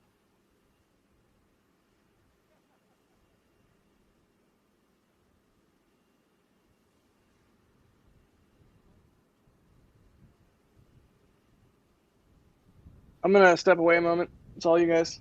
Yeah, no worries, Jack. And one more time, y'all, if you're just joining us, you're wondering what's going on, why are we sitting here watching this view of this weird tank sitting out there? That is Starship SN5. It's down at Boca Chica, Texas, SpaceX's Starship facility, where they are building those rockets that will go to the moon, or orbit one day, the moon at some point, and hopefully one day carry human beings or cargo to Mars. This is a partial Starship you see right now. This is basically the fuel tank and the engine for the Starship. The actual Starship will be a lot larger than this, because it'll have a cargo sort of nose cone area that goes up on top of it. All the place, if there are people on board, the habitation areas, all the life support stuff. If it's cargo, the place where you would mount the cargo, whether it's a stack of 400 Starlink satellites or whatever it is that you need to put into orbit or send out to the moon or one day Mars. And we are waiting for SpaceX to do what's called a static fire here. And the static fire means basically they make fire, but they don't go anywhere. They'll light the engine. The engine is actually tucked up underneath the bottom of it. You can't see it. It's hidden in a skirt. They'll light that engine. They'll give it fuel. They'll give it methane, or give it fuel and give it oxidizer, I guess you could say. And that engine will make thrust. The Raptor will actually shoot thrust down at the dirt. We'll see a ton of dust get kicked up and a big cloud sort of surround the SN5 here. And then once it all clears, we hope that SN5 is still standing. Of course, when they do these tests, it takes a lot of energy to get into orbit, and there has to be a lot of energy stored in these tanks. If something goes wrong, as we've seen in the past, it can result in a rapid unplanned disassembly or a large explosion out there. So that's what we're doing. We're waiting, we're watching. We don't know exactly what time the test is supposed to commence.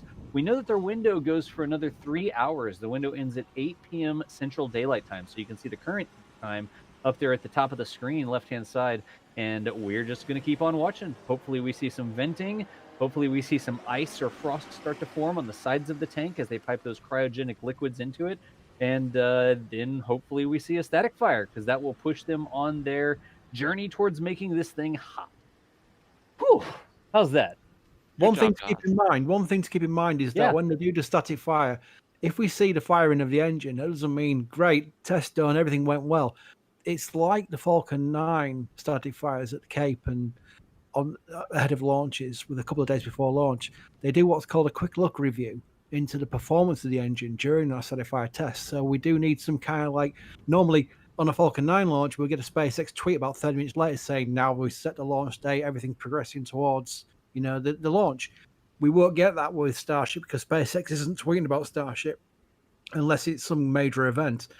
We'll hope Elon says something. We might require some poking of Elon to get an answer out of him, but it'd be, I don't like atting him. I really don't, because I think it's just a bit too intrusive. I think he'll volunteer the information if he wants to, but I'm sure a lot of people will ask him anyway, so he'll volunteer it via there. Hopefully he'll say it's gone well, and if Elon does say the static fire went well, then we're into the hop. So we're a few days, 3 or 4 days away from the hop, which would be something to see.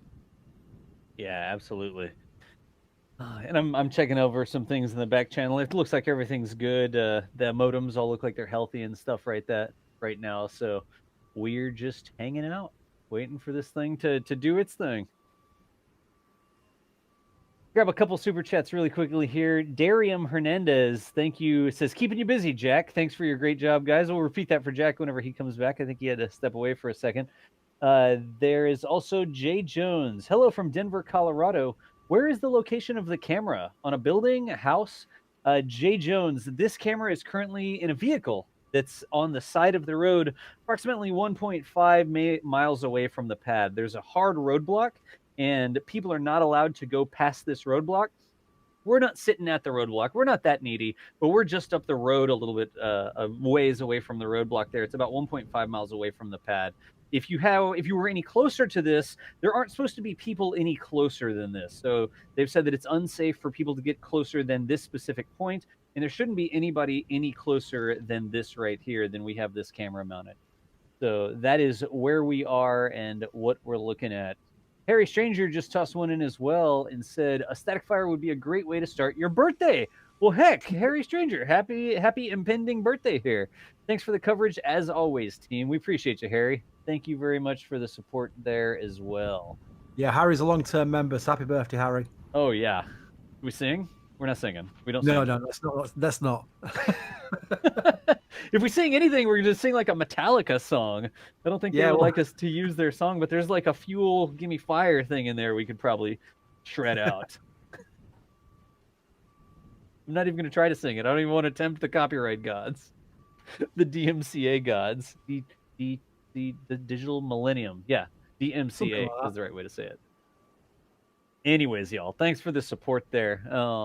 A great question from James Falcon is asking, are there any Falcon heavy flights this year? Michael, I don't think there is. It's not until next year now, is it, Michael? I think there's one technically as of the last update from the Air Force or the Space Force now on the manifest, but I don't think it's likely to happen this year because SpaceX has to build 3 more boosters for the new that mission requires a new Falcon Heavy, and we haven't even seen those boosters come off the production line yet. So I think it's likely that just the last public date that we got many months ago is no longer accurate. That the internal, manifest that that the Space Force and SpaceX are targeting is likely sometime next year. So I don't think we're going to see a Falcon Heavy launch this year, unfortunately. It's not incredible that SpaceX are in a position now where their reusability is going so well. They have to consider building new boosters. They have to consider it. They have to work it into the manifest. Their boosters they're landing back now are being reused so many times successfully. They've got a manifest of Falcon boosters, which is, I find that fascinating because I remember when we were first talking about reusability, they were saying they were expecting to lose some boosters, even if they were going, full steam ahead with the landings. They would expect to lose some, especially on the ADS, on the drone ship landings. They expected to lose some on those, but they're all coming back pretty much, about one or two, they're all coming back safely.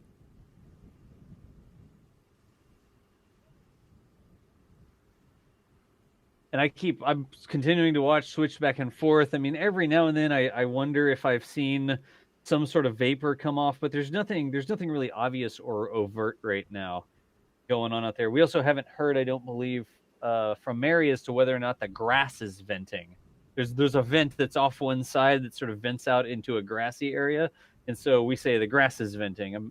I don't think we've seen anything from over there, but we're continuing to watch. And I do notice, I mean, I see there's the discolored ring, right? You see that there? What is that? 1, 2, 3, 4. Like the 5th ring down has a little bit of discoloration, but that's been there the entire time. That slight discoloration has not changed. I feel like the lighting on SN5 has changed a little bit as the sun starts to set in the west. Or not set, but just start to dip towards the west on its way to setting. But I don't see anything completely obvious here other than the fact that potentially the haze got a little bit better. Yeah, I was just doing an A/B test, and it looks like the haze is getting way better. Yeah, it like cleaned up a little bit there. Yeah, that's the one advantage of the test continuing to slip. The later it gets into the evening, the better, or the less heat distortion we will have to deal with. So if they static fire today, which is still an if, but if they do, it looks like we're going to get a pretty clear view of SN5 static firing. Yeah. Huh. I mean, whatever's going on, SpaceX is out there running their tests, making sure everything's proper, making sure that they're not going to rush through it. As much as they want to get the test done, I don't believe they're going to do it dangerously, right? Yeah. So we know that they still have, what do we have? Just under 3 hours left in the window, which is plenty of time. Michael, what was it? About an hour, like 50 minutes between the time you start the fueling and we see the obvious signs of fueling to the time they could do a static fire? Yeah, I'm not sure exactly when the 15 minutes to an hour fueling or propellant loading time starts. I don't know if that's right when the tank's from the tank farm we start seeing venting, or if that's only when we see Starship start venting. Right. So, but probably about an hour or so from when we first start seeing tank farm action is as soon as we can see a static fire. But I mean, also I would say, even though the window closes technically at 8 p.m., it's just a road closure.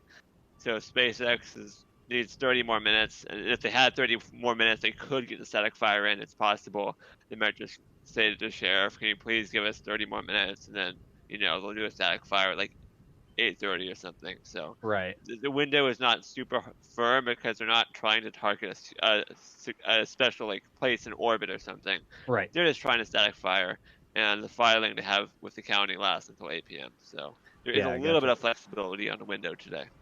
And I do see, some people are pointing out down near the bottom of SN5, maybe there's a white something that wasn't there before. I noticed that doing the AB. I can't quite tell if that's venting or if that's something that's now in direct sunlight as the position of the sun changes.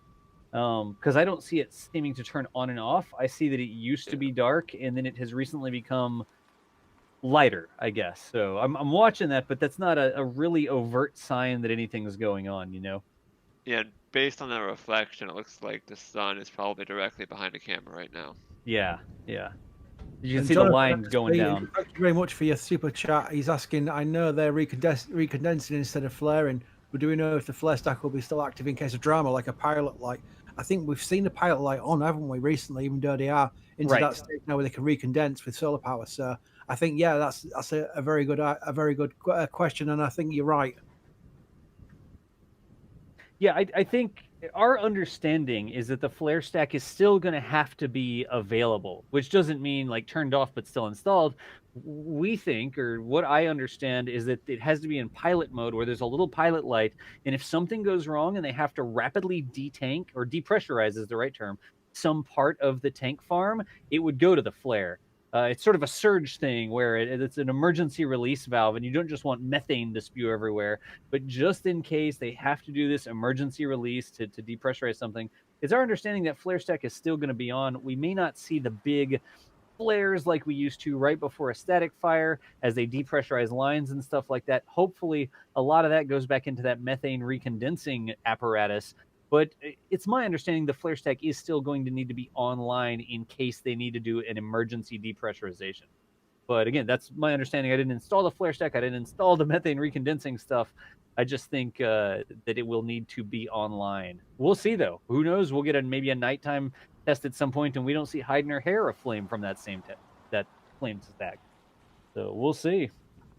I feel quite sad about that because I used to love the flare stack when he was going crazy. Remember during SM4 when they were really overfilling it and it was just spewing out fire.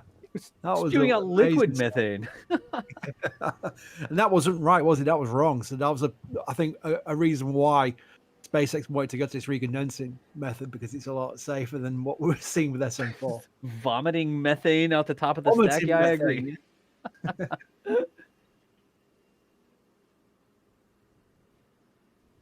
And yeah, people are rewinding the stream, which you can do on these YouTube live streams, which are quite handy actually. Yeah. And saying that there's very few dents now. It's pressurizing the dents out of the vehicle. Yep.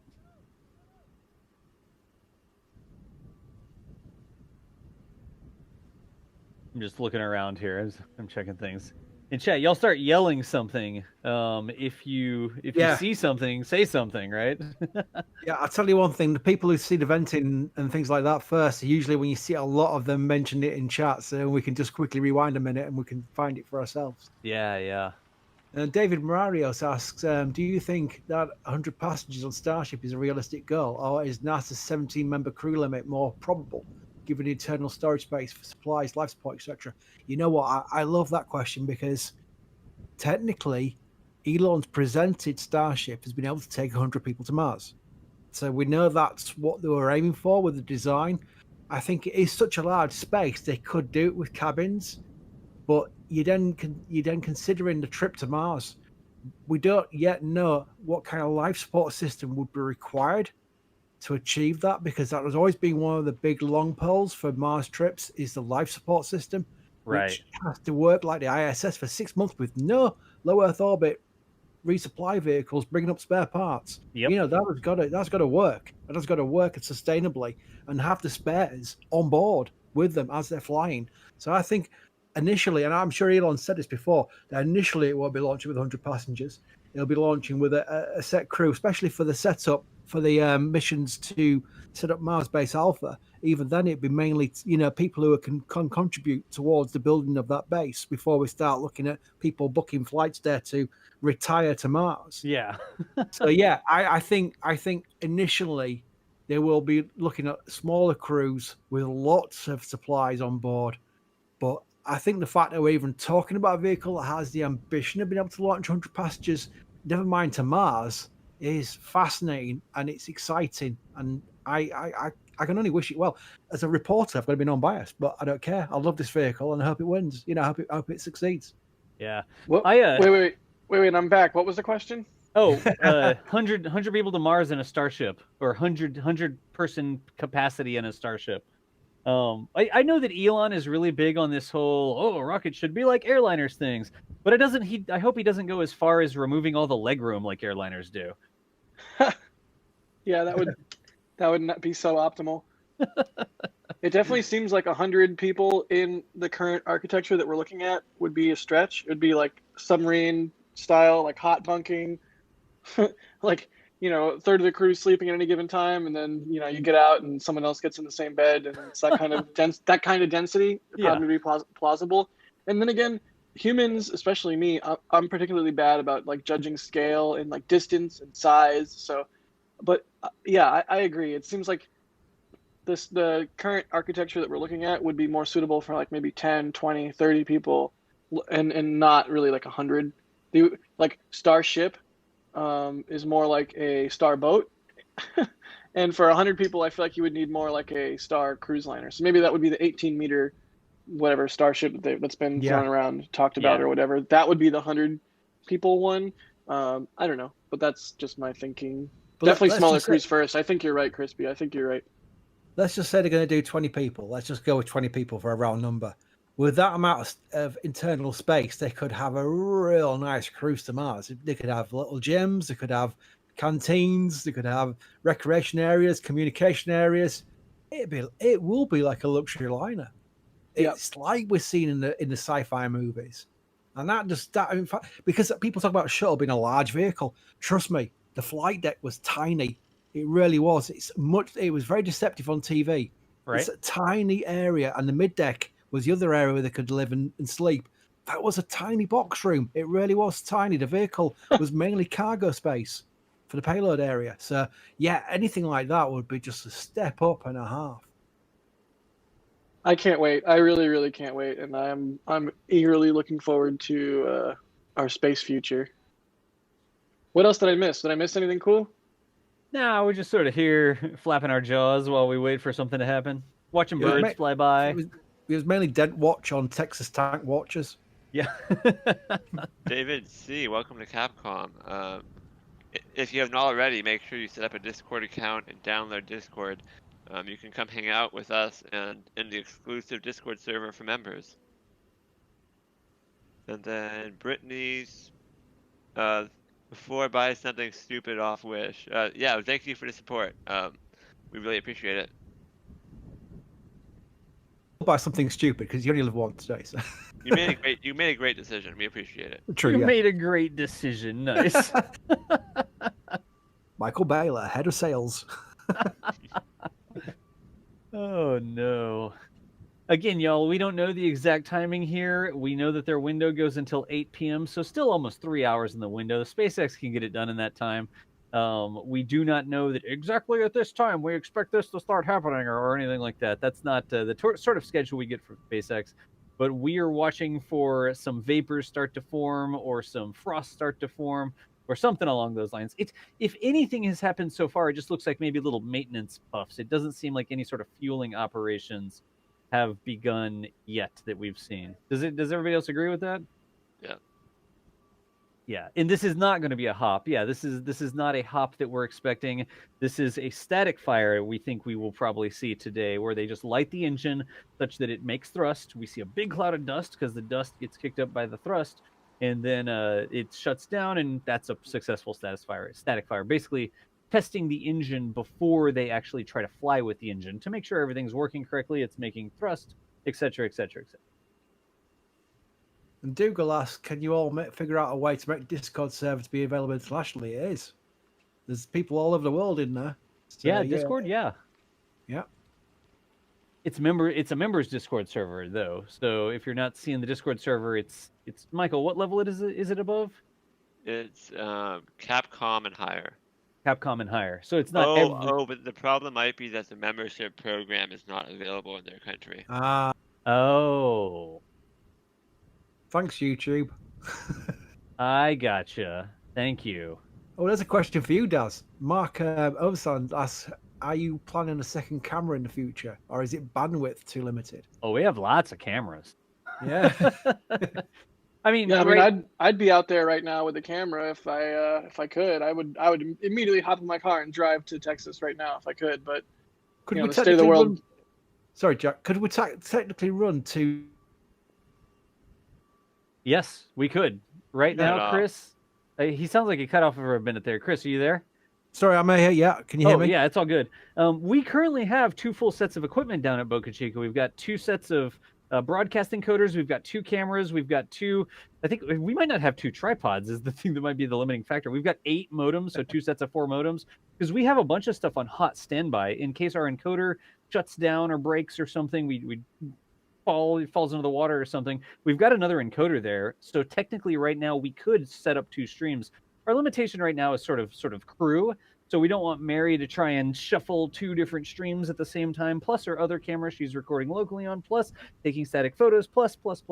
But if we get more crew members down there, we certainly have the equipment to do at least 2 live cameras. And if I get down there, I can bring my gear, which would give us another.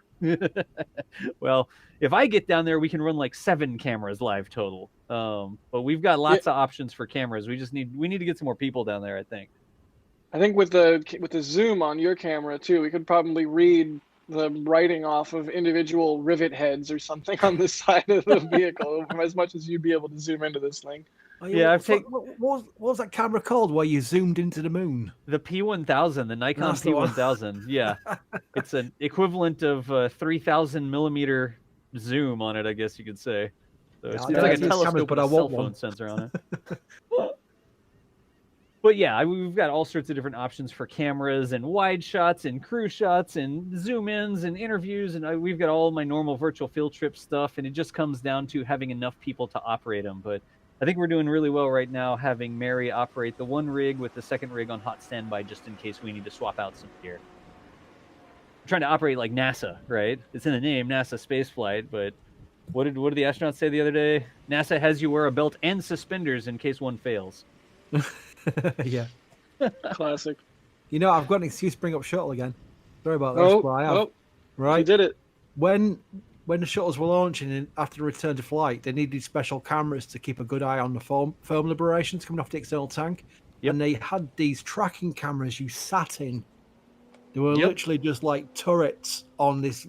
You sat in the middle of a turret. Oh, with yes. 2 massive radar cameras. They were amazing. I think they cost like $5 million each. So we might need some more super chats. So maybe some more super chats. Nice. Yeah, NSF tracking mount. You've seen my tracking mount, right? Like I've got a gimbal that you can control with an Xbox controller, and you can track the rocket launch using a gimbal mount. I've got that for a little camera. That's what you shot big IFA with, right? Do what? That's the rig that you shot the SpaceX in-flight abort test with. Yeah. The same thing From I a used boat? for IFA. Yep. So we can certainly get we can bring more photon collectors to bear. Let's put it that way. Yeah, camera nerds. I know, right, Harry? Yeah, as soon as the world is a little bit less insane, I would love to get down there. I know a bunch of other members of the NASA spaceflight team would love to get down there, give Mary a hand, and just improve our whole setup even more. Maybe another angle from like South Padre. That'd be really cool. Yeah, that would be cool. I've said to you, Jack, and I said I want to go on that beach before, as one of my things to tick off my to-do list. I want to go on the Boca Chica beach just to be there. It's a really nice beach. I never even heard of Boca Chica before all this. I didn't know where it was.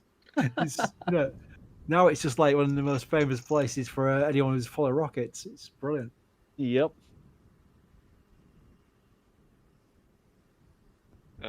We have another Capcom member, VCO Vanderdrift. Thank you so much, and enjoyed the Discord server. There you go. Michael, could you talk again real quick, Michael? This is an audio test for DOS. You seem like you're a little bit quieter. I'm just going to turn you up a hair. Interesting. I was addressing something on my end. I thought it was only on my end, but it might have affected that. Am I better now? I cranked you up a little bit. It was a little bit hard to hear you, but I think we're good now. Okay. Yeah. James Shepard says, rent a boat and shoot from the water. I covered IFA from the water. I had a live stream camera operating from the back of a charter boat out to the side of in-flight abort, and I got some really cool footage from the boat using a gimbal stabilization system so I could zoom in from the boat. So, I mean, we have all sorts of options to cover these things, that's for sure. I'm so glad you did catch that too, because there were so many of us out there trying to get it, and so many of us didn't.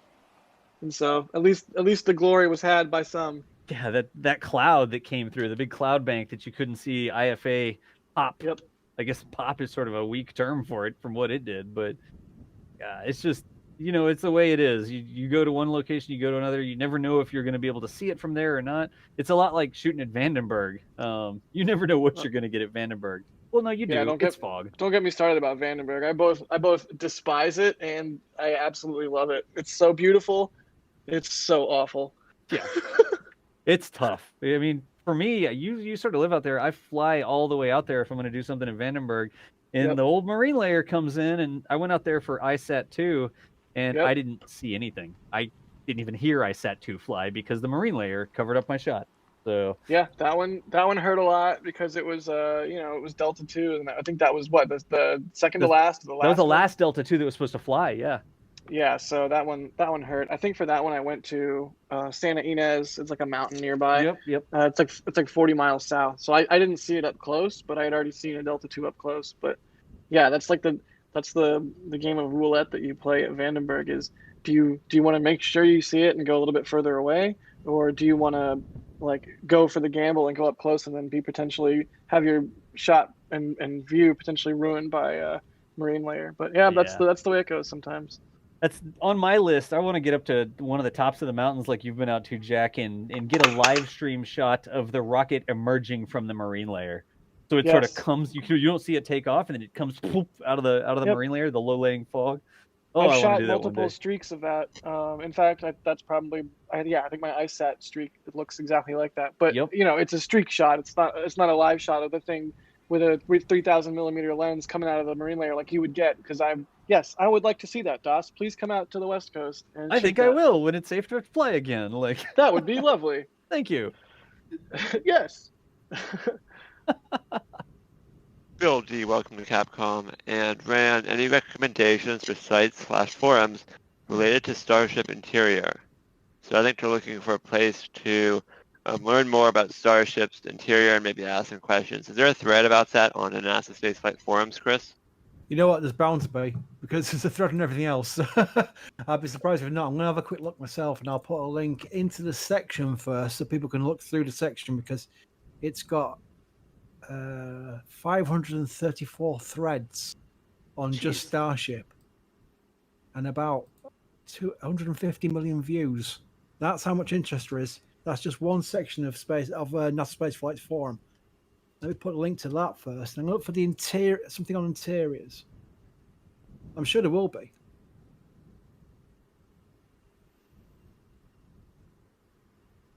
Yeah, and I'm typing to Michael back there. I noticed a change in his mic as well. It seems like it went staticky there for a bit. So we'll still talk. Staticky? Say again? Is it still static? Yeah, it's still pretty rough there.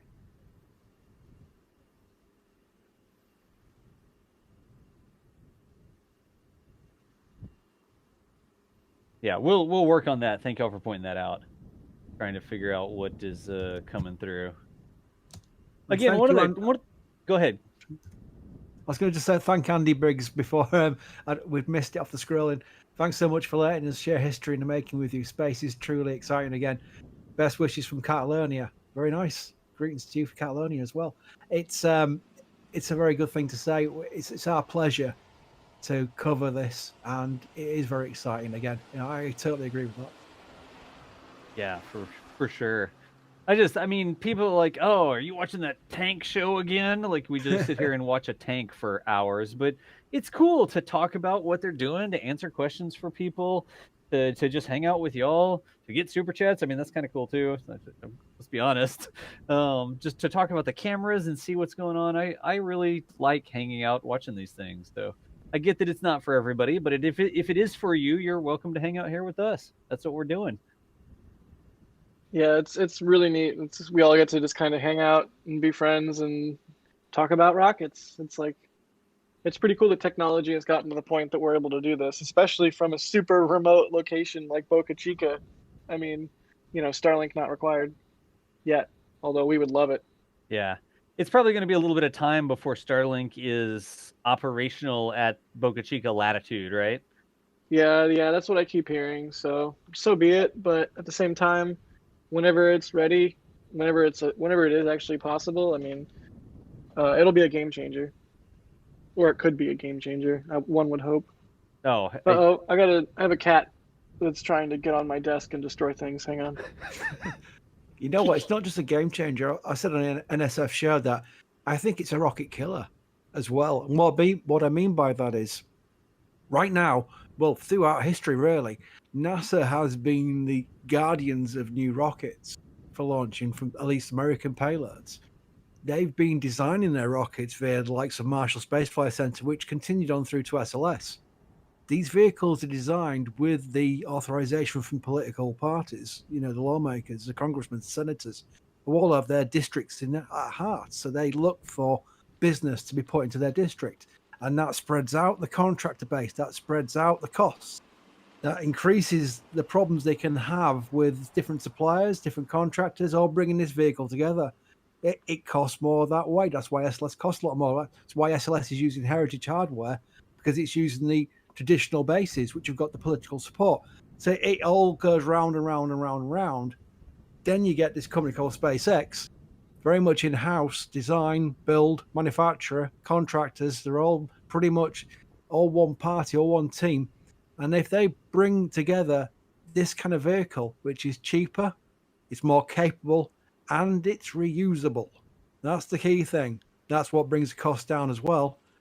Then you're going to lose the argument, even in political arenas, where they say, why are we spending $10 billion on this vehicle when we can have a more capable vehicle, do more things with it for a tenth of the cost, if not less?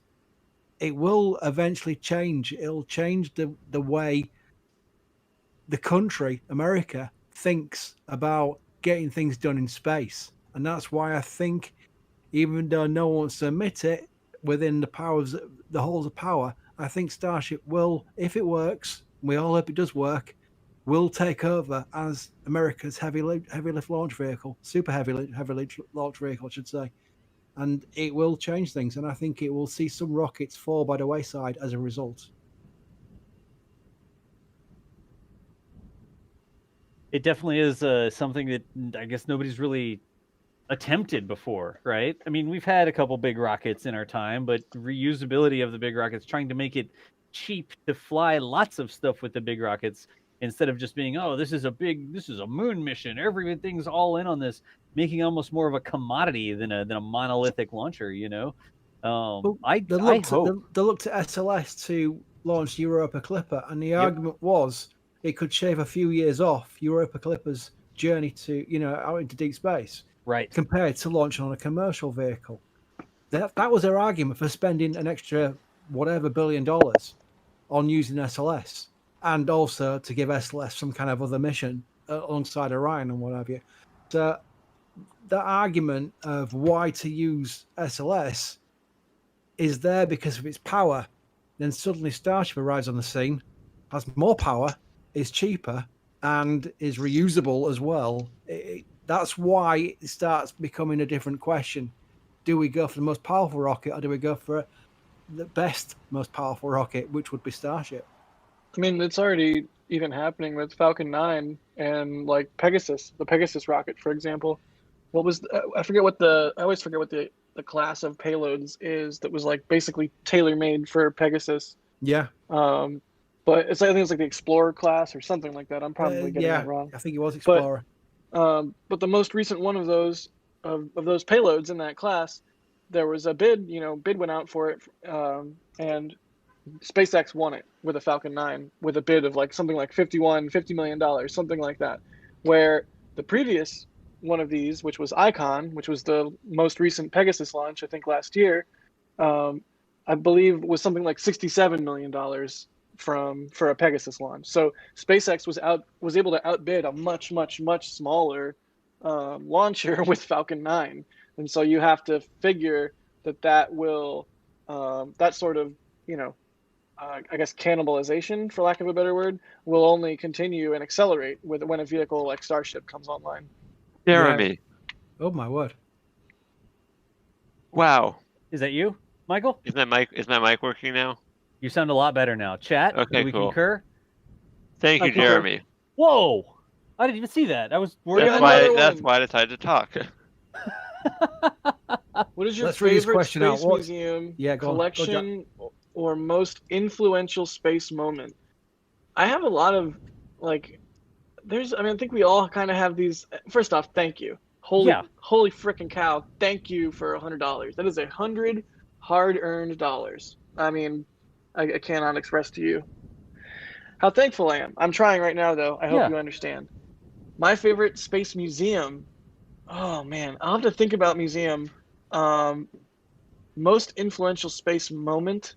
Influential, I guess, on me was probably when I went and saw a space shuttle launch from the Causeway when I was like in first or second grade. Like that was insane, and blew my mind for sure. I don't know. You guys go. I want to think about this question a little bit more. If you guys have any thoughts, Yeah, favorite space museum or collection, or most influential space moment. I'm going for the influential space moment because I've got so many of them that it'd be hard pressed to find my most favorite one or most influential one, as the question asks. And thank you, Jeremy, by the way, very much appreciated. I would like to say shuttle again, not because it's monotonous that I would go to shuttle, but I think STS-114, the return to flight, is the first one we properly covered, and the nerves surrounding that mission, it made it incredible. It made an experience that I've not really come close to again. The nerves on that day of anything going wrong, and there was always that potential of something going wrong, despite the 2-year stand down after Columbia. It was incredibly intense. And then the power ramp fell off about 2 minutes into flight, and we were thinking, not again. It was literally like the bipod foam coming off during Columbia. We thought, my God, it's happened again on the return to flight. The emotions that flew, I mean, everything was okay, but the emotions that were firing that day stuck with me for life. They will stay with me for life. The flip side is the most influential experience was probably Falcon Heavy's first maiden launch. I thought the webcast of that was done so well, with the SpaceXers cheering in the background. Some people were annoyed by it for some reason. They said it was too noisy. It was too much whooping, woohoo, what have you. Oh, geez. I thought that webcast was done so well. I've watched it back many a time since when I felt a bit, sleepy or down or, not motivated enough. If I've ever felt a bit down, I put that Falcon Heavy launch on, and it just fires you up again. It's just done so well, and everything goes right in it because they were expecting things to go wrong, like blood up on the launch pad. Even Elon said he expected his Tesla wheel rolling down the crawlerway at one point, he said. But it just went so well that it was just an achievement and just something positive, especially around today. You're going to watch it today, after the era we've been through this year. It's just something motivating, something uplifting, and that will stick with me just as much. Go on, Daz, your turn. What were the questions? Yeah, I know. Sorry, I always go on for about 10 minutes with an answer. No, it was about. It's what is your favorite space museum or collection or most influential space moment? And before you answer, Das, while you think about your favorite space museum / collection or most influential space moment, just want to say, yeah, Falcon Heavy was a pivotal moment for me as well. Definitely an amazing launch, and that webcast is one of those things that for me, when I'm bummed out, sometimes I'll watch like a Steve Jobs keynote, like the iPhone keynote. I know that sounds really nerdy, but like no. It's like watching. I imagine. I don't know. I don't really watch sports, but it's like I imagine watching a baseball player like hit home runs. Like he was on fire in that keynote. So it's the same way. That Falcon Heavy demo, like everything came together. It even launched on the first try at the very last second of the window. I mean, you just don't get more cinematic than that. And the fact that it was just hey, let's just do this. Let's launch a Tesla into space to inspire people. Like on its face, that's just amazing and meaningful and awesome. So good answer, Das. I quickly before Das answers, I completely lost it when the payload fairings came out and we saw David Bowie was playing in the background. I thought that was just so beautifully done. We knew that it was going to happen. We didn't expect it to happen like that, and that was just beautiful. Sorry, Das, go on. No. I probably have some different answers on this, which is fine. I like any sort of museum or space collection where I can get close to flown space hardware, like stuff that's come back through re-entry. So there's all sorts of museums that have that. The California Science Center has flown capsules. You've got Atlantis, the flown shuttle. You've got all sorts of Soyuzes that are all sorts of locations. So my favorite thing to do is go and look at something that's come back from space. Does that make sense? Yes, Because you absolutely, look because at they look so distinct. Oh, they do. It's like battle damage. When I was a kid, I had an X-wing, right? The little X-wing toy that had a little R2D2. You put it into it, and then you lock the S-foils into attack position. And I put these stickers on it that made it look like it had battle damage. And it went from being, oh, this is a nice little thing that sits here, to look, this is something that I can actually play with, right? And it's the same sort of thing when I see flown space hardware, specifically if it has reentry scarring on it. So I like any sort of place that I can get up within a couple feet and look at a heat shield that's come back down through the atmosphere. And that describes a lot of different places. Kennedy Space Center Visitors Complex has a couple different things like that, right?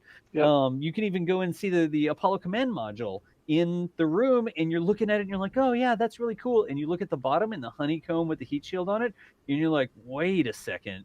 That came back from space. It makes it more real or more visceral to me. You know what I mean? So, Absolutely. Sort of a cop-out answer, because it's like any museum that I can see this sort of stuff. I want to go see more like this. Yeah, I was thinking of Blackbird Air Park here out in Palmdale. Yep. Because there's so many things right there. I mean, first off, you're in Palmdale, where so many things of legend have been built and flight tested over, including the shuttle. But at Palmdale, at the Blackbird Air Park, there's a A12. Next to the A12, there is a SR-71, and then behind those two, almost forgotten, there's a U-2, and then the icing on the cake is a D-21 drone, which is like, it looks like a little mini stubby SR-71 drone thing. It was like they used as a parasite aircraft that would launch off the back of a mothership modified. I'm not sure if they called it an SR-71. It might have been called like a D-71 or something. I don't know. I forget. But yeah, they had all sorts of different designations. They have all the parts and pieces, which is really, really cool to be able to go and experience. And then right next to that, they have the shuttle carrier aircraft. So that's pretty nifty. If you happen to find yourself in Southern California going through the desert there, the Mojave, that's a really great place to stop and poke around. You know what a little known gem is? The Evergreen Aviation Museum in Oregon. It's in this little place called McMinnville, Oregon. Its sort of claim to fame is the Spruce Goose is there, right? The H-4 Hercules is there. And if you go and check that place out, they have this ridiculously huge collection that you can get close to. They have like a replica Titan missile silo with the whole command room that you launch it from, and they let you go down and like sit in the chairs and stuff like that. But they have the SR-71 there, and I never knew how you serviced the engines of an SR-71 until I went there, because the SR-71 they have is displayed with the engines in the wing up folded position. It's actually my Twitter handle, or my Twitter headline, I guess. What a banner, I guess it is, right? Furiously Googling your Twitter? Well, no, I am. I'm bringing it up. I was going to show it on the screen really quickly. Oh, nice. Because I didn't know that that's how they actually serviced those things. But check this out. I'm just going to bring the banner up really quickly and display it on the screen. I should be able to go here, and I'll just put it in the corner really quickly like that. So that's from the museum, and the wing actually folds up, and then the engine sort of comes out the side of the plane like that. It's the coolest thing. I had no clue that that's how it worked. That's so cool. That's Evergreen in McMinnville. As long as I live, I'll be bummed out that I will not have gotten to see one of those engines fire. Oh, yeah. And thanks to Ruby Braithwaite for the 38 Australian dollars. Yeah. I should say, because he said it's a good day from Australia. They were back in South Australia.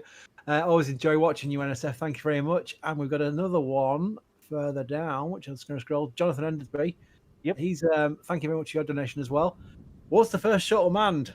I guess yes. Well, I guess that's a question for me, isn't it? Yes, it was John Young, Commander John Young, and pilot Bob Crippen. It was a very risky test flight, probably the most risky test flight it's ever been, never will be, because it was the first launch of shuttle. A lot of things they didn't know. They had ejection seats that we know they probably would never have used during the first stage of ascent, especially later on in the ascent. They said too high for ejector seats, but by then, even 10 seconds before, if they ejected, they'd have been in serious trouble if they ejected. Also on landing as well, they were mainly used for landing. There was a point during landing, just before the runway, where they could use the ejector seats, and that would have been probably the only time they'd be using them. It was an extremely risky test flight, but thankfully it went well. But it was considered, they were considering doing an uncrewed test, because Buran, the Russian shuttle, that was an uncrewed test flight, and it was automated landing, which shuttle could have done, but they never actually implemented it. So the answer is yes. And Bob, sorry, my mic just cut out there. Bob Crippen and John Young will forever go down as legends. Yep. Yep. And it's Absolutely. that's back before, we simulated as much as you could, wind tunnel testing, all the stuff that you can do, and then the glide tests, Enterprise doing the glide test off the back of the carrier aircraft. But at some point, back where we were, you just had to strap the engines to it and see if it's going to space. And the fact that astronauts got into that thing and flew it it blows my mind. Like, think about how that would work these days. There's so many simulations and computers and this and that and the other. And back there, they didn't have all that simulating capacity to the level we have today. Certainly, they had a lot of capabilities. But at some point, the test pilot said, well, it's time to get in this thing and see what it does. And they flew it all the way to space and back. Anthony asks, how cool is it to watch a live rocket launch? It is something I've always wanted to see. Yeah, you have to. Anthony, we can do everything we can, right, to share rocket launches with you. We can bring you a live stream. We can have crazy audio recordings. We can do slow motions and telescopes and all the different things that anybody could do to try and share a rocket launch with you over the internet. And you will still be blown away when you go see one in person, because I like to tell people a rocket launch is something that you feel and experience.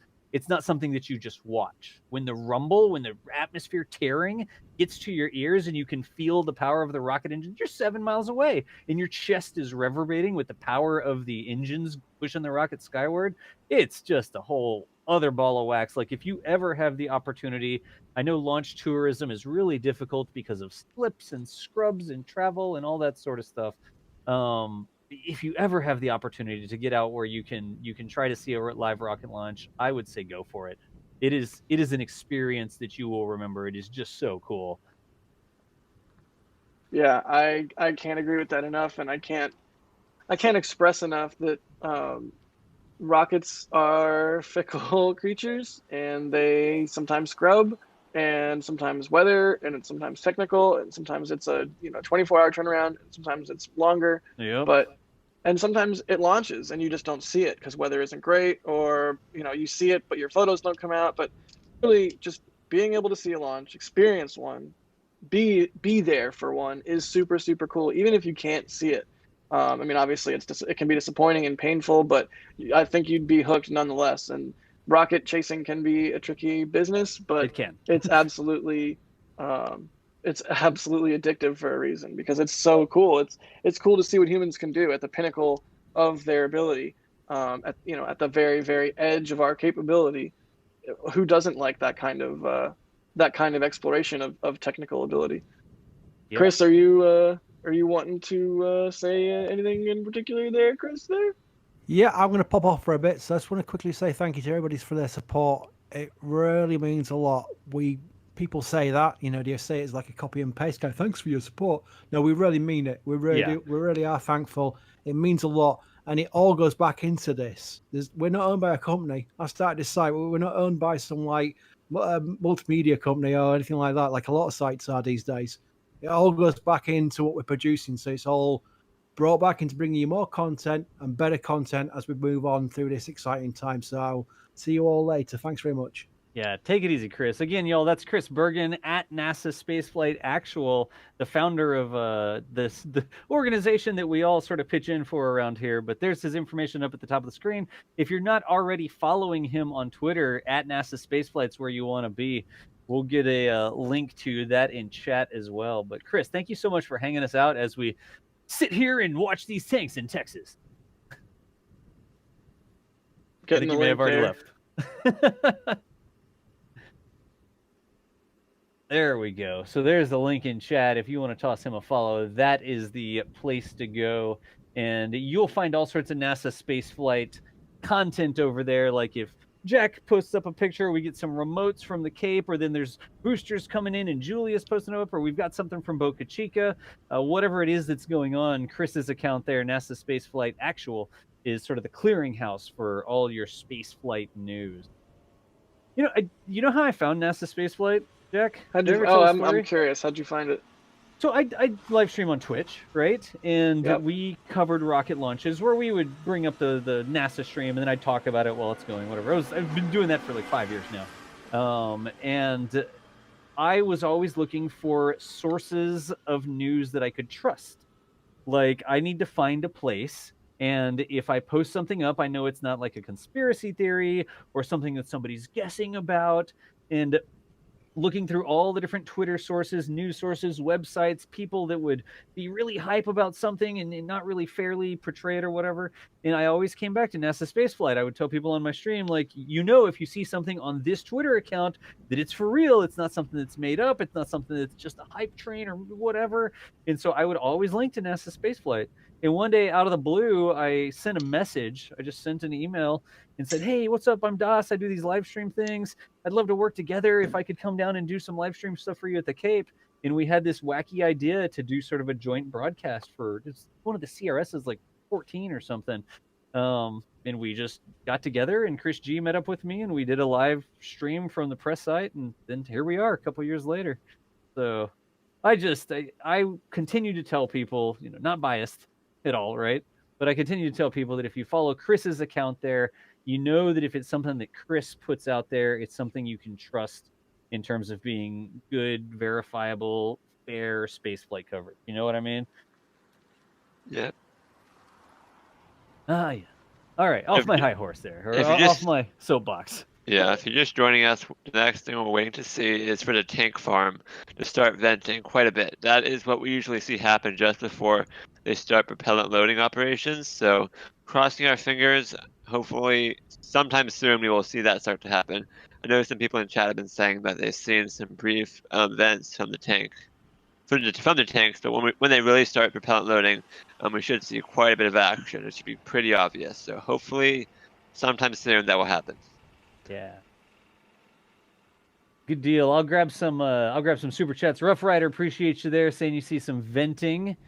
Thank you very much for that. We've got Chris says thanks to Mary, tosses in $25. Chris, thank you very much for the support there. Vlex26, that looks like it's Australian. $14.99. Can't wait to see my first launch. Bit difficult to plan a trip from US to Australia, or other way around, to US from Australia, but hoping to duck over to New Zealand for Rocket Lab. Oh, that seems like it'd be a really cool place to watch a launch from.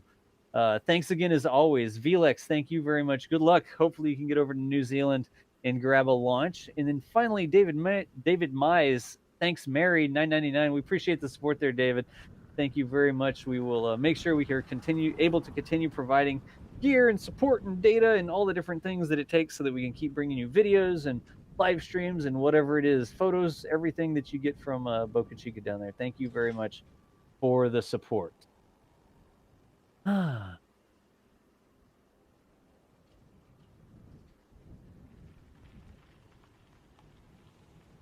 again, if you have any questions, just tag us in chat at NASASpaceflight, and we will continue answering questions while we wait for activity at the pad.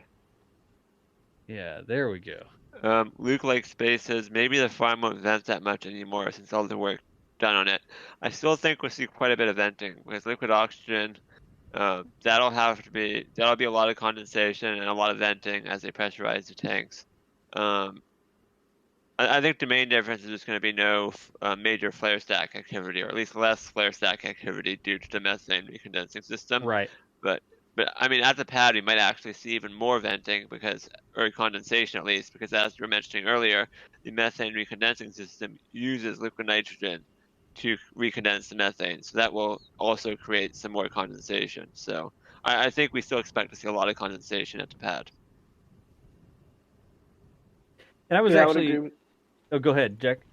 I would agree with that. Yeah, I think that's pretty much spot on. Go ahead, Das. I was just looking up the local sunset time, and the sunset's 20 minutes after the close of the window. So window closing at 8 p.m.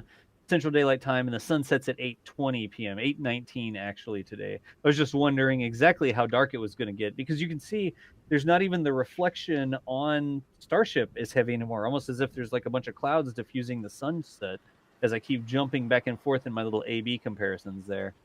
This current lighting would be so great for static fire. Yeah. You can still see everything clearly, but the flame will be extra bright compared to everything else. Yeah. Hey, Scott was posting up over here. Scott said, no technical question, but I want to hear everyone's reaction to the Season 2 trailer for All Mankind. Have y'all seen that yet? No. Jack? I really need to watch it. I haven't seen it either. I haven't seen the trailer yet. Scott, we'll have to go check that out and see what you're referring to. I mean, I know what For All Mankind is. I haven't seen... There must be something in the trailer that Scott wants us to comment on. If I had to guess. I've just heard... I think I remember hearing that it's particularly good. Or maybe it's particularly bad? I don't know. Now I'm curious. Yeah, I'm curious. Also, we've got NASA Spaceflight team members Mike Deep and Brady Keniston in chat. Oh, ding, jeez. ding, ding. They let anybody on. What up? What up, y'all? Brady asks, do we know if and when they will test leg deploy? Will they test that on the mount first, or will the first time be in flight? Good question, Brady. I think in flight, right? I'm sure they've tested them like at the production site before, but I'm not sure we've ever seen them test them at the pad. So I wonder if they can. Yeah.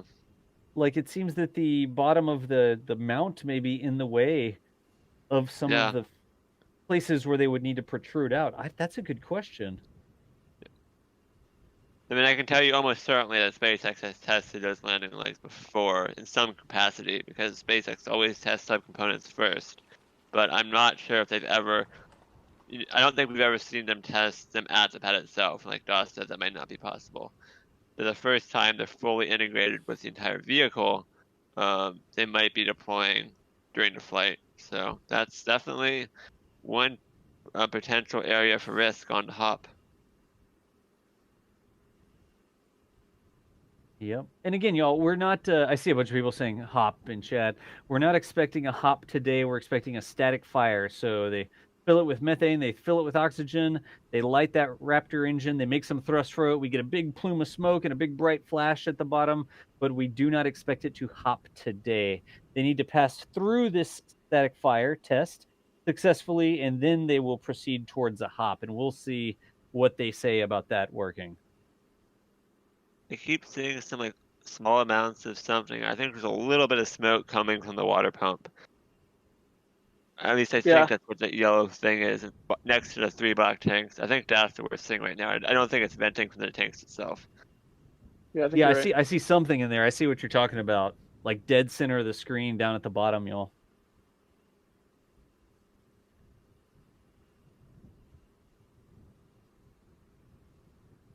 Hey, David Gross says, second try. Thanks for the coverage, David. Thank you for the super chat there. And then another new membership, Brian, thank you. Welcome to the NASA Spaceflight membership shindig. I was going to say something. I don't know what it was. Just appreciate it. Appreciate it.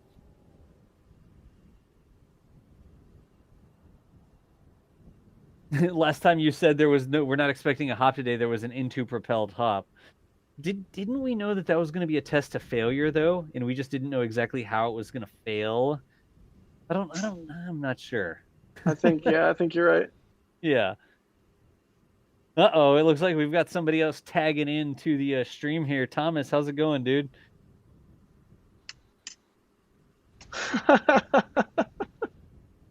We're hanging in here. What have you been up to today? Nope. Stand by. Thomas, we got to unmute you. There we go. Now. Hello, can everyone hear me now? Now we can hear you. Yeah, go ahead. Yeah. No, I was at class earlier today, and I've done my work for the day, and I'm just here to enjoy some tank watching in Texas, so figured I'd hop on and say hello to everybody. Excellent. Well, welcome, welcome. Thomas, of course, is one of our fantastic commentator, hosts, etc., here at NASA Spaceflight. So we appreciate you joining us here, man. Wait, so nobody heard you call us nerds and then me stop? Oh, no one. Dang. They Alright. only heard one side of that. Oh well. Yeah, so we have when we do the NSF Live, we have everybody coming on the Ninja source, which is the combined video and audio. And so, Thomas, you were muted. The server was not passing on your Discord audio, Oh, right. so I have there to, you go. yeah, I have to specifically forward you, specifically unmute you on the server so they can hear you. Thomas comes on and immediately triggers 2 super chats saying Thomas. Of course it does. I'm glad people are sending support. Thanks for the super chats, guy. Modi Space, thank you for the support. And Future Martian, thank you very much to regulars in chat. We're all friends here. Nice. So yeah, if you guys, we got 8,000 people watching right now. If you're wondering what's going on, we'll just do a customary recap. Would you like to do it, Thomas, or would you like me to tell you what's going on? You should fill me in, I think. Okay, yeah. So far we've seen the road close and vehicles go to and from the pad. We saw a cherry picker come up, much to our dismay, but it eventually receded. Can you tell? It's been a little bit of a long one today as we wait for something to happen. But yeah, cherry picker receded, vehicles left the pad cleared, and vehicle pressed. That was pretty cool. We could tell that the vehicle pressurized at one point. And now we're waiting for activity from the tank farm, condensation, signs of fuel loading, etc. That's about where we're at. We're not expecting a hop, not expecting anything less than a static fire, although that's always possible in case the systems and whatnot abort. You know all the things. You're a smart guy. I know we're all anxiously awaiting for a Starship static fire. It's been a long campaign, and ever since Starhoppers hopped, we're like, all right, we kind of want to see the next step, and there's been some struggles on the way. So hopefully Starship SN5 is the vehicle that'll take it the next step. Yeah, there's been some struggles, some detonations, some crumples, some pops, some intentional amongst pops. other things, yeah. Yeah, if you told me basically the night of or the week of Starhoppers 150-meter hop, if you had told me, hey, it'll be probably around a year, maybe a little bit less, maybe a little bit more, until we see the next thing do another 150-meter hop, I'd be like, what? Really? Yeah. A year? It does not seem like a year. It should take a whole year. That seems like too long of an amount of time, but they've really done quite a lot in that year amount of time, and they really did have to do, in retrospect, quite a bit to progress from beyond what Starhopper was to the higher fidelity version of Starship that they're at now.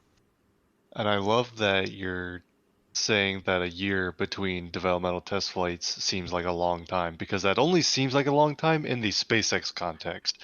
When rocket development programs first start out and you're doing flight testing, only a year between the first 2 major flight tests would be a miracle. Yeah, so... I definitely am aware of that, and you're 100% correct. But that's I say this a lot. Hopefully it's not annoying at this point, but it's that's kind of the reality distortion field that Boca Chica sort of exists in, is everything is simultaneously about to happen tomorrow, and yet reality is a thing, and it's not going, it's not just going to happen immediately. There are steps that have to be taken to get from point A to point B, and it definitely felt like we would see something maybe in 6 months and not 9 or 12. But you're right, even 12, even if we have to wait 3 more months for a 150-meter hop, oh gosh, that would be terrible. But even if we did, that would be astounding progress and astoundingly fast. And I don't think anybody would consider SpaceX necessarily behind, although maybe right. in the Mars transfer window scheme of things, perhaps. But anyways, welcome to the stream, Thomas. Thanks. Happy to be here. It's been a while since I've been on any of the Starship streams. I've been on NSF Live a few times, and I don't know if I guess I haven't been on the streams from like Cape Canaveral or anything super recently.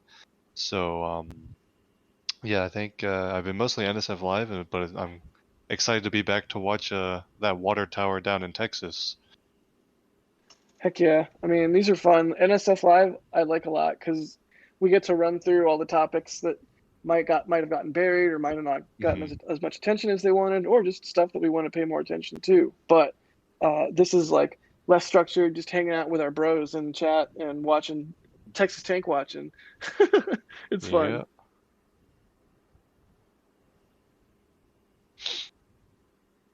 David Falk asks, I'm getting Liar Liar vibes. Is that the name of the guy in Liar Liar? Anyways, asks, what is the latest nose cone design when considering Starship's center of mass? Why did I even ask this question? Because I am not smart enough. You're the one going to college for airplane things, right? Or aeronautics or engineering or something? What are you doing? Yeah, I'm an aerospace engineering major, so rocket science if you want to go that way. So please answer this question in a way that I unfortunately, could I'm not. going to equally not answer this question because I'm not exactly sure what he's talking about. I think considering Starship's center of mass. I mean, if you're trying to relate it to like this test, we were talking earlier. You can see at the top of SN5 there's a mass simulator, and that simulates the added weight and mass of the nose cone and potentially any payload that would be in that nose cone. It depends on what exactly they're trying to simulate with the hop test. But that basically just adds the extra weight that a nose cone normally would, among other things. But the center of mass is different because it's not an actual nose cone. As far as the latest design for the real nose cone as they move forward, we've seen... like header tank versus not header tank.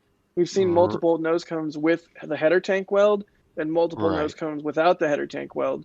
So maybe perhaps I'm doubling up here on my weasel words.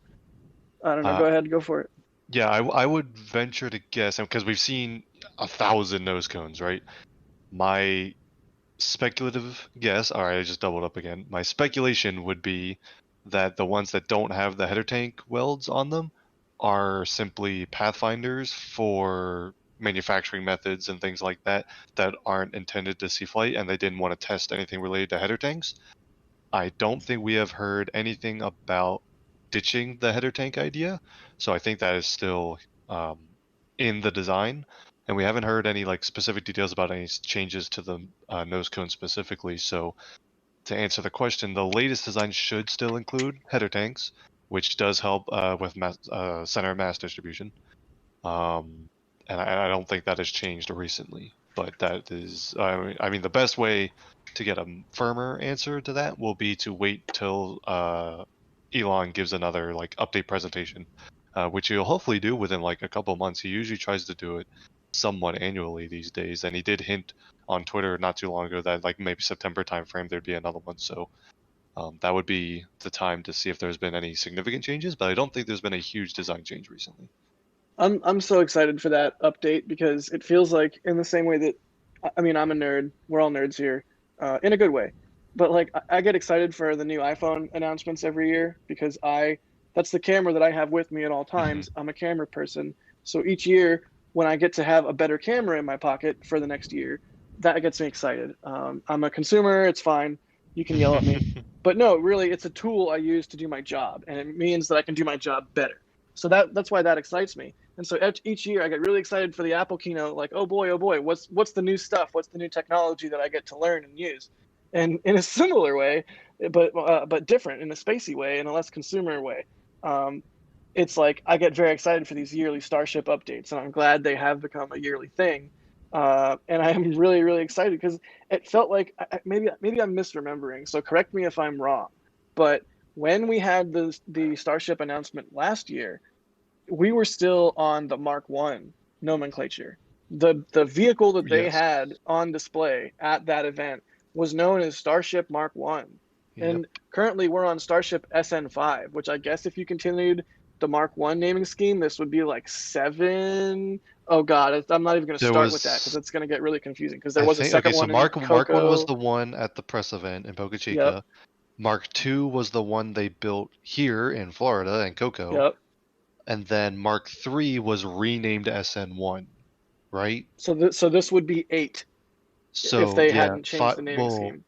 well, no, because Mark III became SN1, so it should be the SN5 should be the 7th Got it. Okay, so my in the point in all row. that is not to just be super confusing. I apologize, but is to just say that we had the equivalent of, you know, the keynote of the year telling us what the future is going to be for the next year of this architecture, and then like a month later or whatever it was, Elon on Twitter, you know, makes a large change, and it's a naming change in this case in my example, but Right. it just goes to show you, like, almost immediately after last year's event, I was like, I need more info, give me more info. And thankfully we've been getting a deluge of it, you know, from Elon on Twitter, which is really nice. But a full-on presentation, a meaty presentation with details, you know, how are they going to do Eclipse? How are they going to do this? How are they going to do tanking? How are they going to do fueling?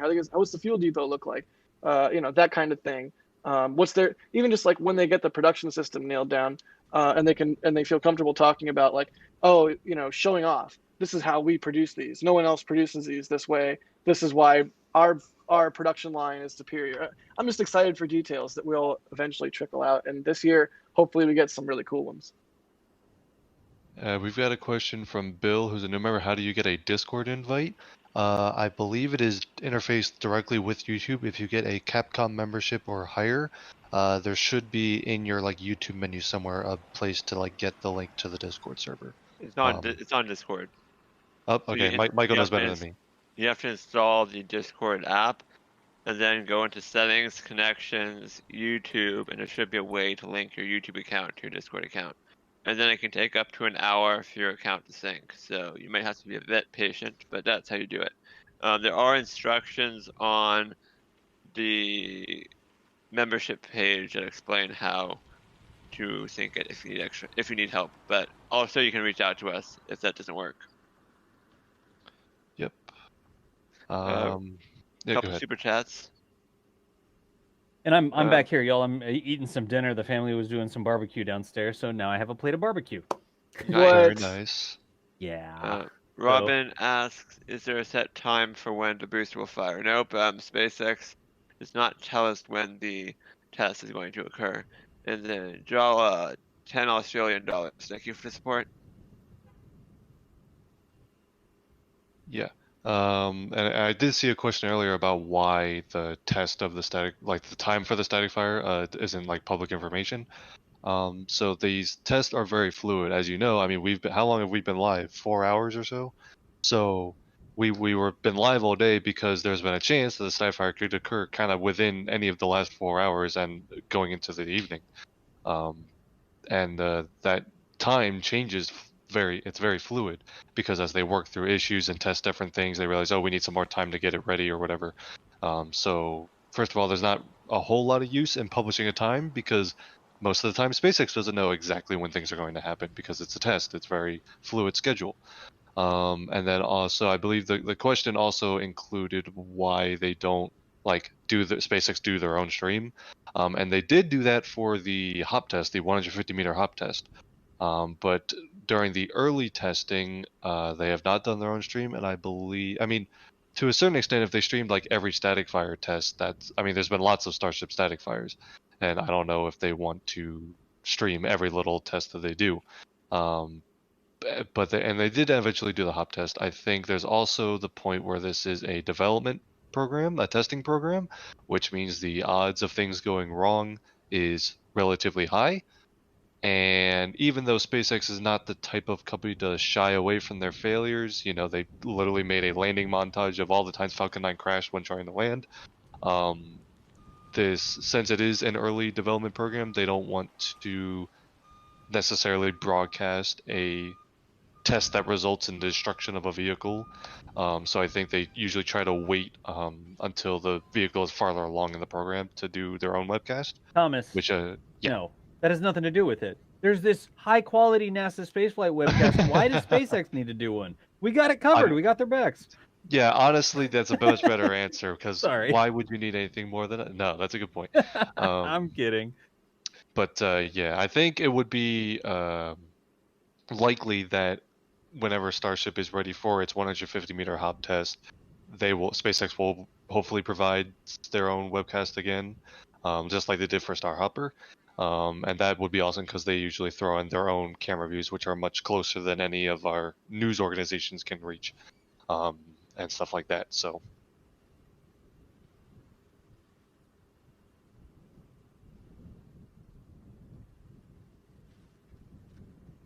Wheelie says, my test super chat ignore. Well, I have not ignored. I'm going to thank you for your super chat. Thank you for the support. Hang on, I Yeah, gotta everybody in chat say hi to Wheelie98 there. Everybody in chat say hi to Wheelie98. Wheelie98, what's up, Wheelie? How about we actually like display it on the screen too? I mean, we can ignore it that way. I got to get this one from Daniel Stein real quick. I'm stuffing my face, but I'll answer this one. Got to ask, is it Texas barbecue or Carolina barbecue? Ooh. It is Texas barbecue. I don't have any of this vinegar pulled pork nonsense in my house. It is actual brisket from a place that does a Texas-style barbecue here. So, yeah, I go home every chance I get and eat real barbecue, not this North Carolina stuff. That's weird because I know you are where you live. I would imagine Carolina barbecue is much more prevalent, so I was surprised by that answer. But brisket all the way. So well, he is born from and bred in Texas, Texas, though, Thomas. Born and bred in Texas. Oh, right, of course. Yeah. So you're indoctrinated in the proper barbecue. Yes, that is exactly right. Plus, it's in the spirit of Boca Chica anyway. Watching the live stream and eating this barbecue, it's almost like being there. You've angered Mike Deep. You've angered, but he says these are fighting words in chat.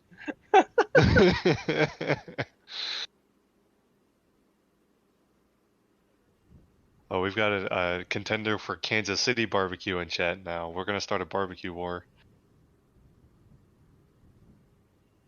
It's not a bad war because honestly, in the end of the day, it just means you eat a lot of barbecue. That's true. A very valid point. I'm gonna This be one was over here delicious, eating my but barbecue. So I'm jealous of your barbecue. I'm just gonna say it. The stream, like we're gonna be done with the stream, and all the various social media ad networks are gonna be just blasting me with barbecue ads. I posted a picture in the members Discord if anybody wants to see my delicious plate of brisket. Nice. Well, I would do that, but then I'd get hungry, and that would be a problem. Just the kind of perks that you get from the member Discord. Pictures of Das's dinner. Stacking Time asks, NASA Spaceflight, why does SpaceX use Boca Chica, Texas, instead of McGregor? Ooh, good question. Well, they do use McGregor, Texas for some things. Raptor engines, which are built in Hawthorne, California at the SpaceX HQ, are shipped to McGregor first, and that is where the engines are test fired initially. So Starship development does go through McGregor. But as far as the vehicles themselves, the reason they are doing that in Boca Chica rather than McGregor, there's actually a couple of reasons. The primary being Boca Chica will eventually be the Starship launch site when they go to orbit. Or at least one of them. So they need all of the Starship supporting infrastructure in Boca Chica anyway. Might as well conduct your test programs down there. It's also a very remote area, and I believe there was some developments because originally they did the F9R and the Grasshopper programs at McGregor, and there was at one point an F9R flight that was terminated during flight because of a valve issue or something. And I believe they kind of wanted to shy away from potentially blowing up more rockets at McGregor, so they added a different site at Boca Chica for flight testing of Starship. So that might have been a factor as well, but for the most part, it's Boca Chica will not just be the Starship test site; it will be the Starship launch site when it goes into regular operations. So.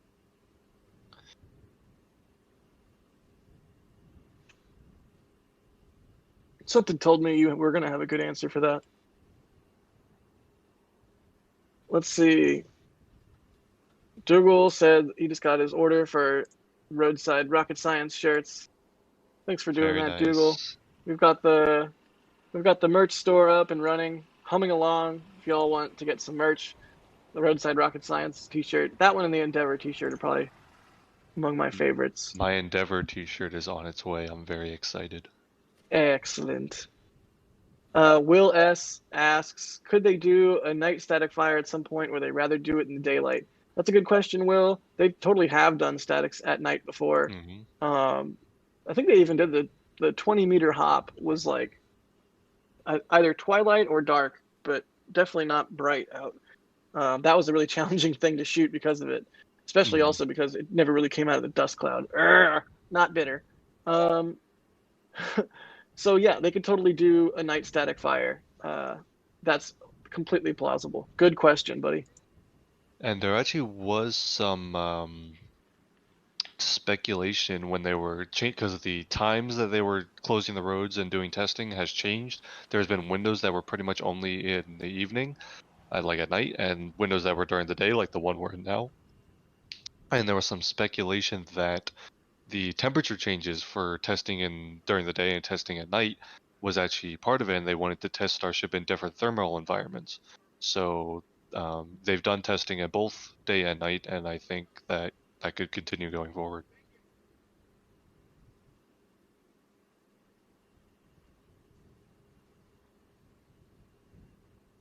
I don't know if this is a question you would know the answer to or not, Thomas, or maybe Michael. Earth Launch asks, what steps does SpaceX go through with the FAA to get the green light for launching into space? Obviously, you don't have to talk to the FAA to launch a model rocket. But you do, though, depending on the size of the model rocket, right? Yeah, it depends. I mean, if you're launching, a small Estes rocket up, 20, 30 feet, don't need to close down any airspace or anything for something like that. But yeah, amateur. In fact, we actually had, or Jack, you'll remember, we were talking a couple days ago because a random space operations airspace restriction appeared out in like Is that Nevada the or drone? something. Sorry, is that the drone on the right in the air? It Yeah, looks that's like the it, drone. yeah. It's Oh going yeah, that straight up. definitely is. Yeah, That's good the eye. Continue. SpaceX drone doing some inspections. Yeah, you're good. But Jack, if you'll remember, there was that airspace restriction out in like Nevada or something that was labeled space operations, and none of us really figured out, like, there was no spaceports out there. And I think it ended up being like an amateur rocket launch that was going to go high enough that they actually needed to close off some airspace. So yeah, it's mostly a function of altitude. As far as Starship goes, there's airspace restrictions even for the static fire tests. I think that is mostly because of the potential for a large explosion if something goes wrong. But so there's that, and then the airspace restriction gets higher and higher in altitude as the vehicle actually plans to fly, then do hot tests and things like that. And then once they go to space, they will do pretty much the same things that they do when they launch from Cape Canaveral or Vandenberg. And that will be airspace closures along the planned flight path. And that's obviously to keep any aircraft out of the way of their vehicles. So they will do that. And then there's the extra step when you want to fly people on board, especially commercially. I don't know if this step is actually necessary because when NASA certifies Crew Dragon to fly their astronauts, I don't know if the FAA is actually involved in that. But if they ever want to fly commercial passengers, I believe that the FAA actually has some jurisdiction there, even though it's spaceflight, not necessarily aviation per se. I would have to look into more of that, but it's mostly airspace closures is like their big involvement there.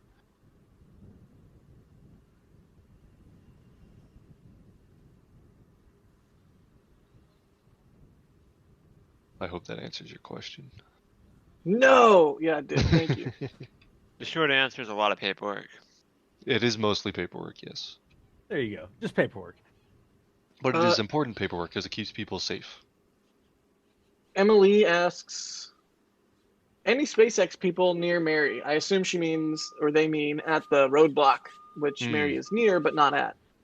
Past tests that seem to indicate if anything was happening. So we can ask Mary in our back channel if there's anybody or any employees or anything accumulating at the roadblock from her vantage point if she's able to see. Good question.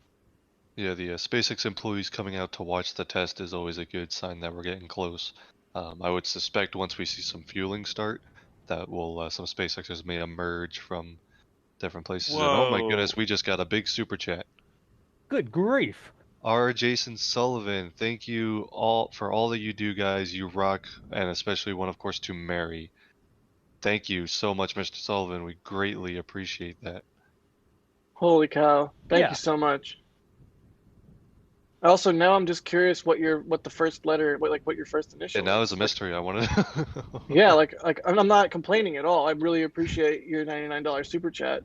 Well, I'm curious. Like Richard, Jason Sullivan. That's not epic enough. It needs to be like Rambo, Jason Sullivan. So it needs to be something like really, really epic. Thank you, man. Really seriously, thank you. We're gonna take that and just plow it back into the field of our channel and do what we do more and better and with further conviction. Somebody said it's not really a super chat. That's like an ultra chat or hyper chat or something. There you go, Giga Chat. There you Giga go. chat, nice. That's only appropriate given our subject matter. And by the way, Mary did say in our back channel that there are no SpaceXers currently looking towards the launch pad, so not imminent to testing, but that makes sense considering we haven't really seen fueling even start yet. We'll check back again once fueling gets underway. We talked about this a little bit earlier, but I don't think you weren't on yet, Thomas. So let's get an answer from you on the record. Okay. If you had the chance, would you go to Mars on a Starship? Ooh. Okay. See. So, all right. So there's two. All right. There's two different versions of the question. Is the question, would I move to Mars permanently or would I visit Mars? Well, okay. So the original question that we were all talking about earlier was a one-way, and I'm totally like, nope, I probably wouldn't go one way, not unless I was older and Earth was just totally housed from climate change, which hopefully doesn't happen. But And Mike in chat says answer incorrectly and you get sent to Mars. Appreciate that, Mike. But yeah, for the sake of this question, which is just if you could go, would you go? And you can put whatever on the end of that you want, whether or not that means there's a return or not. I'm gonna say yeah, there's a return, and I would go. Yeah, well, okay, so I would absolutely go to Mars, definitely temporarily. Especially if I could go work at a Mars colony, help support it, support the mission, do science. I would definitely do that. And as an aerospace engineer, that's kind of where I'm going at some point, maybe. Fingers crossed. I should probably finish school before I get ahead of myself. But yeah, I definitely temporarily. But when you talk about going permanently, I mean, I would want to know. Does my family come with me? Because I don't want to. If my family doesn't want to leave Earth, I'm not going to leave my family back here.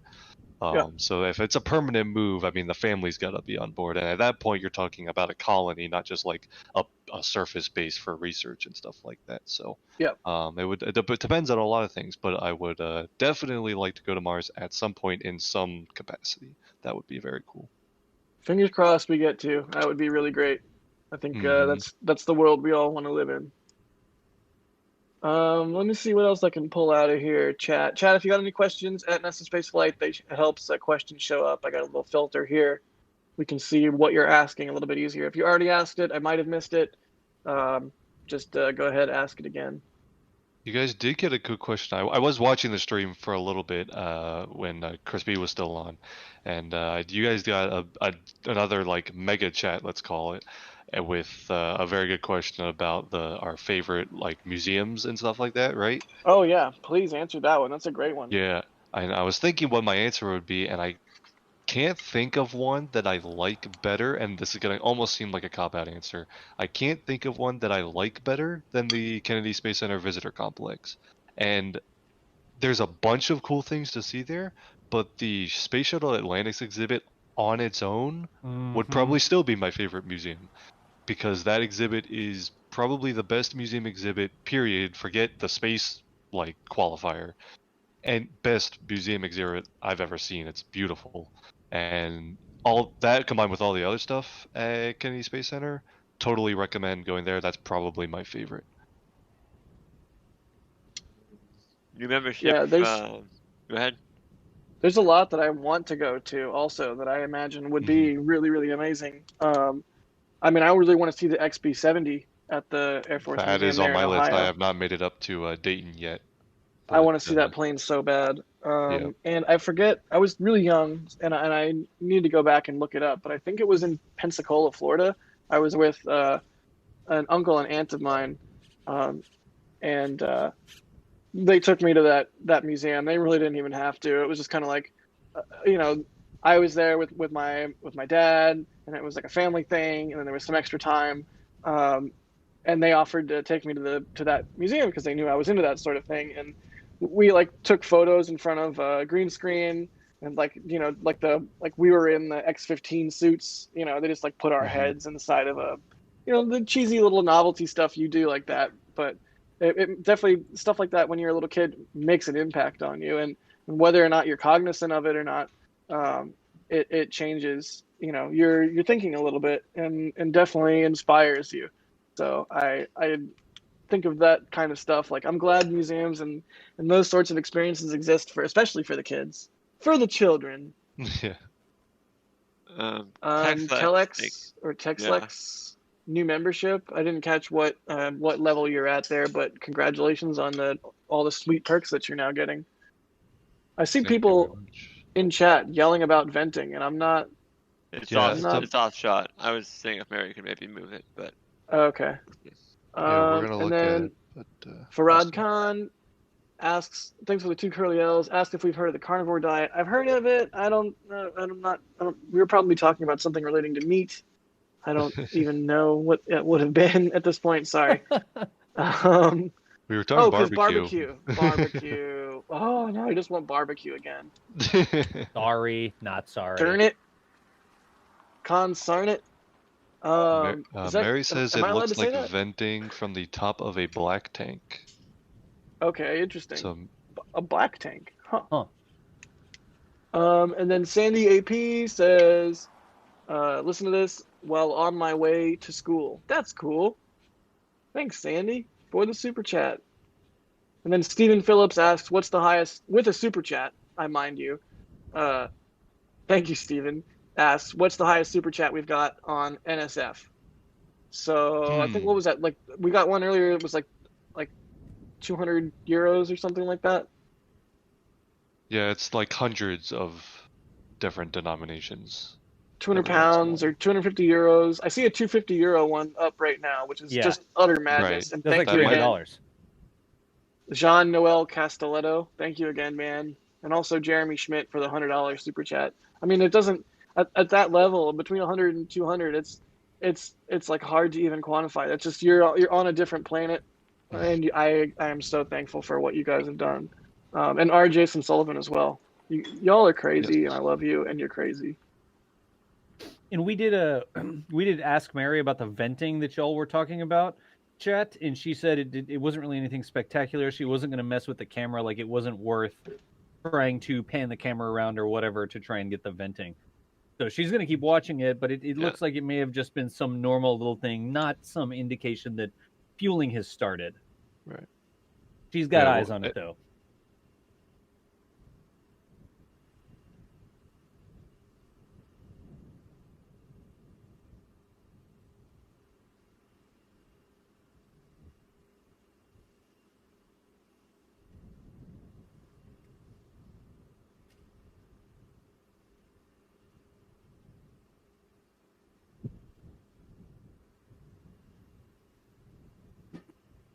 Yeah, if you see any venting from the vehicle itself or the propellant lines leading up to the tank to the Starship, that will all very much be in frame. So once venting that is significant and noteworthy starts happening, you will see it on this view. So Yeah, and we've seen enough of these. We can tell you when it's actually something that's progressing towards some sort of test. What we've seen so far, that's why we check in with Mary.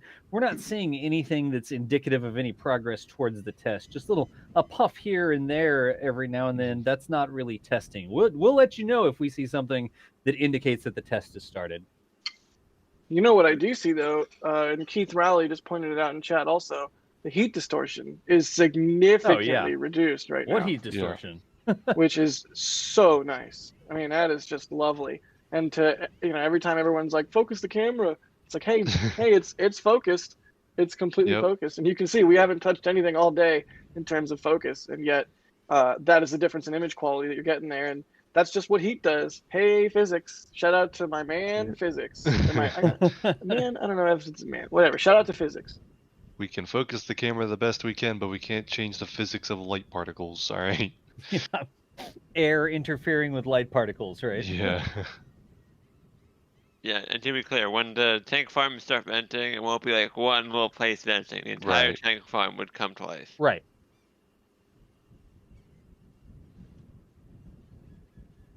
So we'll keep watching, but they have until 8 p.m. with the current window, which sometimes gets extended, but looks like they have about an hour and a half with the current window to get this test completed tonight, if they're able to do so. But the pad has been cleared for quite a while now. So we're not really sure what's happening. We're just standing by and waiting to see what happens with all of you.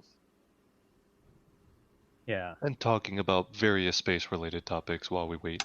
And barbecue. And barbecue.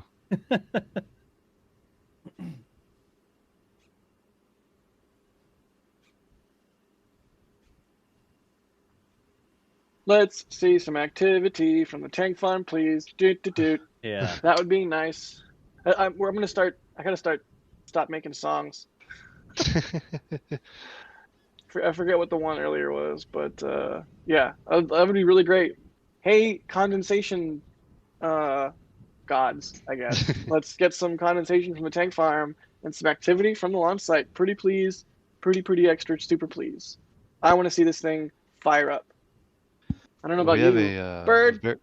Burb. Lots of birds. We have Wow. a very important question from a super chat here. Tao wants to know if you could take only one Blu-ray movie to Mars, what movie would it be? The Martian. See, that's what I was gonna Oh, say. That no. feels like the obvious choice. It's the worst possible choice. Or is It's the like- answer you have to make a new movie called The Earthling and watch The The Earthling on Earthling. Mars while people I mean, on that- Earth watch The Planet Martian. Earth is what you should really take. Oh, It's there you Planet go. Earth. There you go. That works. Perfect. No, The Martian is like a Um, survival guide. Oh, that But is it's true like- though.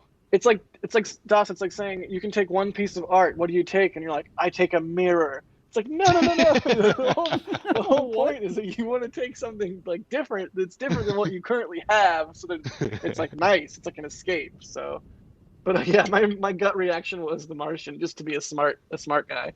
Mike said, is taking the Martian to Mars like wearing the shirt for the band you're seeing? Yes. Yeah. Don't do it. Just don't do it. That's funny. So funny. If you had the chance to interview one person from the early days of spaceflight, who would it be and why? Probably Neil. For me, I'd probably just go with Neil. I don't know if that counts as early days enough. I think yeah, because he flew the X-15 and stuff, right? Like, I would definitely call that early days. Neil was a human. He was a real awesome human, and he was a real human in the sense that he wasn't like, and what do I know, you know? But he wasn't open to being used as propaganda or as like a figurehead. He just wanted to do the job, do it as well as he could, so like complete the mission and go on about his life. And you know, he wasn't a glory hound, and he wasn't anything other than a really hard worker. So I'm super into Neil Armstrong. I don't know. That's probably my best answer right off the top of my head. Anyways, what do you guys got? Lay something on me. I think my initial thought would actually be Gene Kranz. Can I answer Gene Kranz? Sure. That's a fantastic answer. I would love to talk to Mr. Kranz. That's still possible. That's true. Like that. Yeah, that's a thing that can happen. That's a thing that can happen. Yeah. I don't know what people will think about my answer, but I'd love to talk with Werner von Braun. Like, That's also a good answer. the original. I just wanted to hear from his whatever you think about history and that sort of thing, you know, things that people do, whatever. I'd love to hear his vision for the STS, the actual space transport system, Yeah. which was never just a shuttle. It was shuttles to take up people, and then long-range nuclear rockets that would connect together and take payloads all around. Like this whole thing, I'd love to hear that explained. Like give that guy a chalkboard and a piece of chalk and just let him explain what his vision for that is. And I know there's a bunch of controversy surrounding that, but it really would be You can see fascinating. venting right now on the far left. So there you go. Oh yeah, Oh, there yep, is a little venting. bit. There you go. Yeah, no, Von Braun's a good answer. And I remember there was once I was a different Discord server had like a Kerbal sort of competition going. Yep. To build the entire space transportation system, not just the shuttle, like in Kerbal. And yeah, reading about that kind of concept for how true space exploration of like the entire solar system was going to be enabled by like a shuttle and like a nuclear tug and stations and all, it was incredible. It's so cool to read about that stuff. And think, like optimistically, like, oh, what could have been, Yeah, what had happened if we hadn't won the moon race, basically, like would Right, we have yeah. kept pushing towards Mars? So yeah. Anyways, I know that's sort of a controversial sort of answer, but I think that'd be cool. But there was venting over there, y'all. You saw a little bit of venting lower left-hand corner of your screen. Seems to have subsided mostly, but not feeling like that's indicative of fueling, though. I mean, I see No. just a It will little be bit. very obvious when fueling is happening. If you're Yeah. not sure, the answer is no, I think. Yeah. Yeah. I thought of one. I don't know enough to know if this is controversial or not, but I mean, if you're gonna go with Von Braun, I'm gonna say Jack Parsons might be cool. There you go. JPL fame.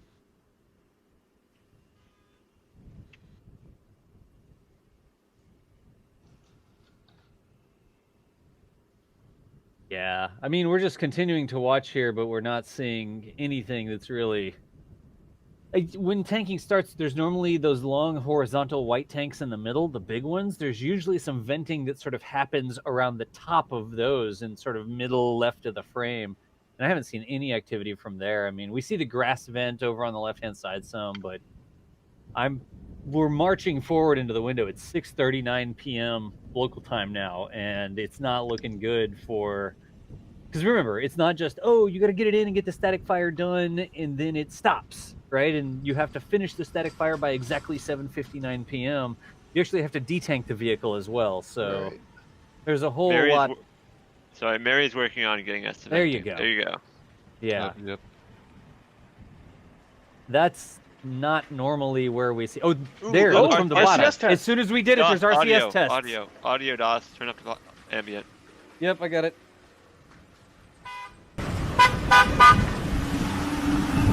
Okay, all good. And to be very clear, that's not the vehicle venting, that's actually its RCS thrusters firing. Right. Yeah, those are not vents, y'all. A bunch of people yelling vents, but those are RCS thruster firing. Those are not venting. It's an RCS test. Balance that audio out a little bit there. And that's why every time everyone's like, turn the camera a little bit left, turn the camera a Yep. little bit left. And it's like, Yep. well, the second we do, something is going to happen on the right side of the frame that we just framed out. So that's a thing we just experienced. No, actually, those thrusters make noises like honk, honk, honk, honk. Yeah, exactly. Noise of the thruster firing. But that is, I mean, now that we can look a little bit further to the left there, thank you, Mary, we definitely a lot of venting coming from that area. It's not abnormal though. That just seems like normal tank farm activity to me. Although Yeah. look at that vertical leftmost tank. It just has two massive We've vents seen that coming off before. the midsection of it. That looks super Oh cool. yeah. You I know don't know when that we've I've seen seen that that before? We've Have seen we? that before. The double, it looks like a bull snort, right? Yes. Yeah. And if I'm not mistaken, previously when we saw that, it wasn't a good sign for us. It was sort of a we're done Oh. sign. Is that a detanking sign? It may be. This last time we saw that, I'm pretty sure that was like a detanking, because it's like this Well, big volume. They coming out haven't like tanked at first though, right? So there's not anything to detank right now. yeah, I mean, they could have. We don't know. Yeah, I don't know. I don't know.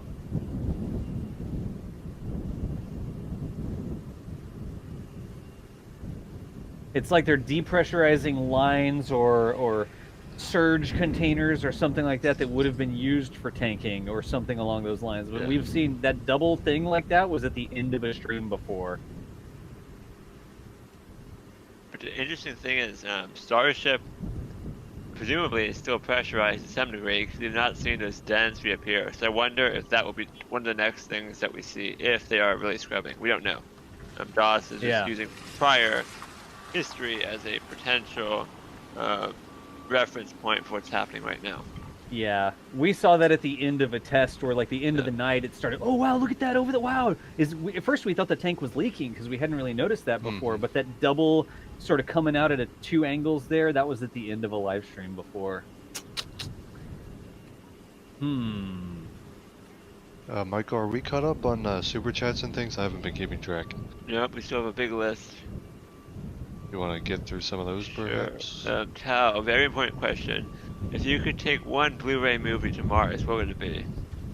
We did that one. We both said The Martian simultaneously. Yeah. So somebody didn't clear the queue. Thanks, guys. I don't have the panel up, so that might have. I don't know if that was me or not, but It's okay. No hard feelings. I'm just joking. Mr. Gamer, thank you. David, looking to the future, Starlink is public. Would you be a subscriber? Of course. Everybody for agree? Starlink, yeah. Yeah. I would. I mean, as long as it beat whatever my local internet price and speeds would be, 100%. Yeah, I mean, it can't be worse than Comcast.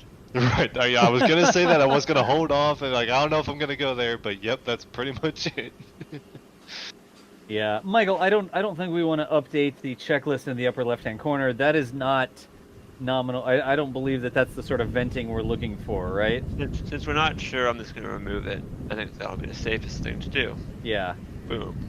I mean, it's clear something is venting, but if you ask me, that's not the sort of venting that is, oh, we're going to start pushing fuel around. That's like, yeah. Yeah, the entire tank farm again should be venting if they were preparing to fill the vehicle propellant. A couple more super chats. I don't know if anybody got all these or not, but Gene Krantz is one of my heroes. Yep, definitely a good call. And I think that's pretty much it. Thank you all for the support. We really appreciate it. Yeah. Thank you to everyone who does super chats and memberships. That all of that money goes towards improving our Boca Chica content, new equipment, things like that. So we greatly appreciate it. And noted, no more songs. And no more songs. No more songs. Now we're back to The Martian with all of the disco music. Yeah. Chad, I did bring the ambient audio up just in case there's more thruster firings. We haven't been listening because it was all cars honking and stuff like that, but let me know if you can hear us okay over the ambient audio. Some bird noises in there, a little bit of wind, but if there are more RCS tests, we want to catch those if we can hear them. That's really, really cool that we've finally seen one of these vehicles do an RCS test. I don't think we've seen that yet. Not for SN1, 2, 3, or 4. SN4 did, yeah. Oh, never mind. I'm going to mute myself. Bye. So I just put the timestamp of the RCS busters on the ticker. So that was at 6:39 p.m. local time. So if you look at the top of your screen, there's a clock. You can use that when you rewind your timeline for live stream to find when that happened if you want to get a replay of it. Yeah. Cool. Thanks, Michael.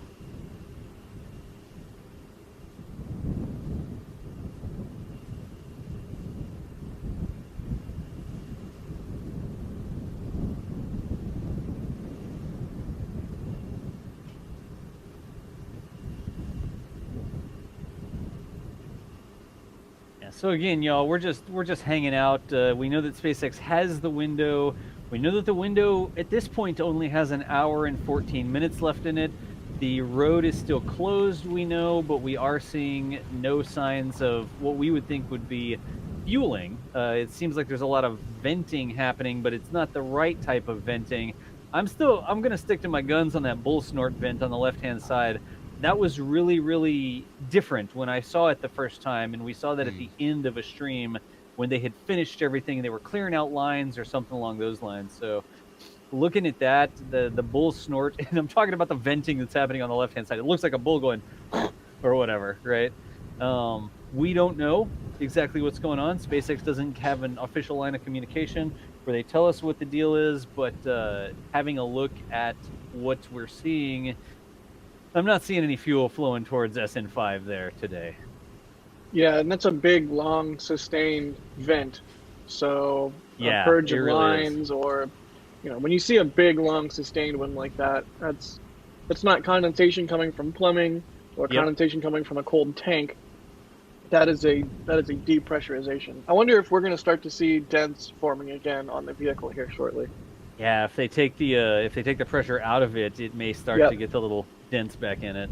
I wonder if we'll actually see SN5 vent when that happens. Oh, that would make sense. like what Mary saw yesterday by the road.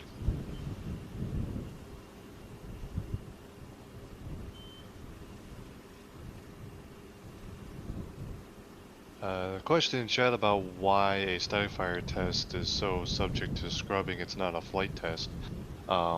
It's the point of a scrub is to protect all of your equipment and the vehicle from any potential malfunctions, and lots of things can go wrong when you start a rocket engine.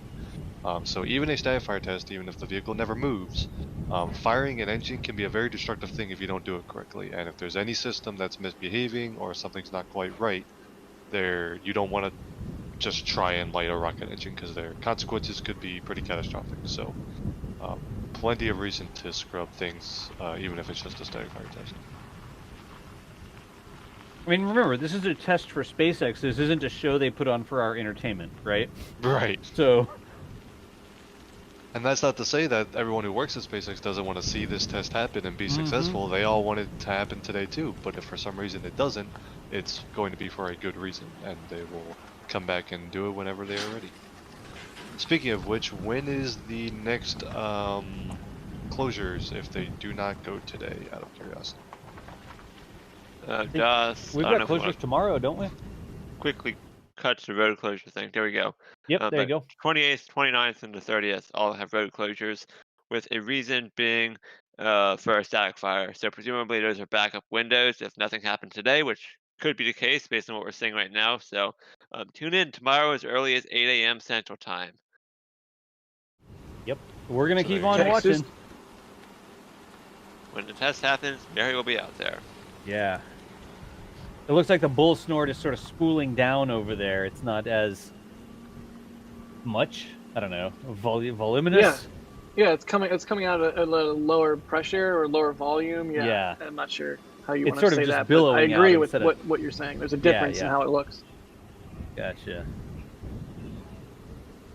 And still no dents in it. I'm watching for those dents to perhaps reappear. But that was a good point. Like, I would expect the to see some venting from Starship Actual, like from the vehicle itself. Yeah, the old vent and dent. That's what we're looking for next. The old vent and dent. It's like the bump and dump, but it's the vent and dent. Yeah, exactly. First you vent, then you dent.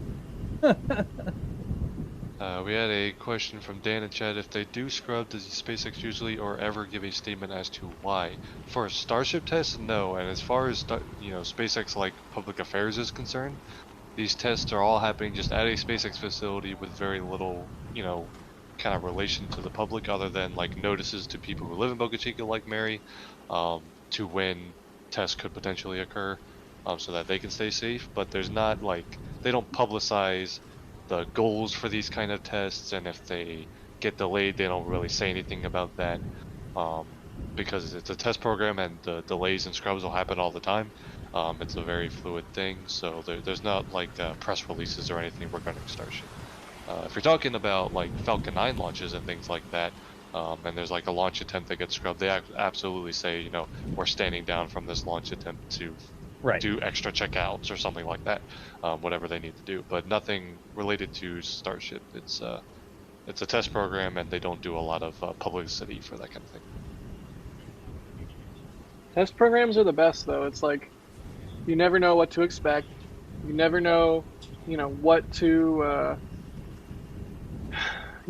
what you're gonna see. It could be a wild success. It could be the first time something has ever happened. It could be the first time anyone has ever seen what you're seeing. It could also be a catastrophic failure, hopefully, obviously, with no one harmed. That's kind of the fun of what we're doing, and that's kind of why we're all addicted to watching these tanks hop. Yeah. Hop, tank, hop. Has anyone done a kid's book? Like instead of hop on pop, like some kind of like Starship hop, like kid's book? That needs to exist.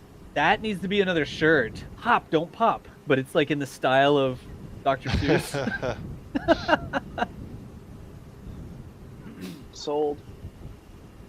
There's so many good ideas here. Yeah, we're a veritable gold mine.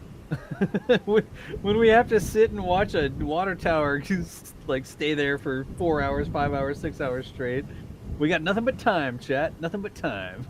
Or maybe when we're just sitting here staring at tanks, we think any idea is a good idea. True.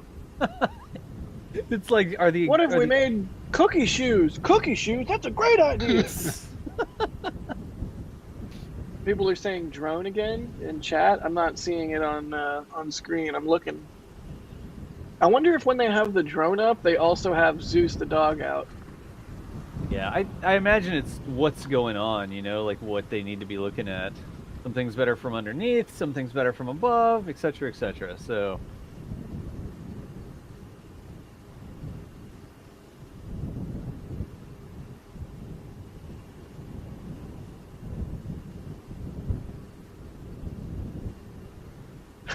Michael Wilkes in chat says a TV advert for an annoying kid's toy where they constantly say, "You can hop it, you can pop it, hop and pop." That's amazing. The new hop and pop grain silo. What hops 150 meters? There's some sort of kids game like Hungry Hungry Hoppers, and they have to hit a button to gather methane or something. Like, I don't know, like Hoppy poppers. And whoever tanks their hopper the fastest, it like flies off. That would actually be a really cool game. Doss, you got super quiet. Yeah. I did? Yeah, you sound like you're you're like cutting talking out a from 2 rooms away. How about now? Same. Largely unchanged. That's odd. My voice on the server seems to be okay. Let me see if there's something I can disconnect, cutting out a reconnect here. bit.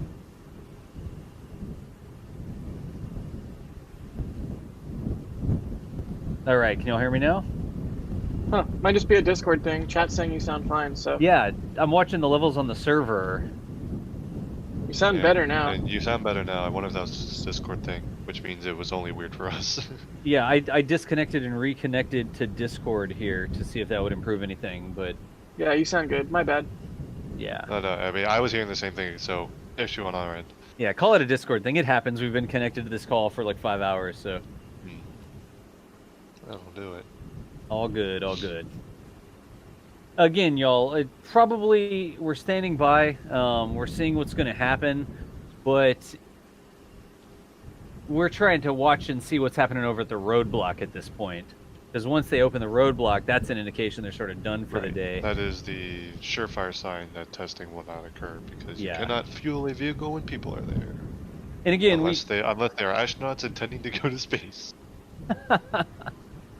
I mean, we're watching it, and I know that there's venting happening from different locations. We did see an RCS thruster test, which is sort of exciting, but we're not seeing anything indicative of fueling. So I know that a lot of people are getting excited about something coming out of this vent or that vent.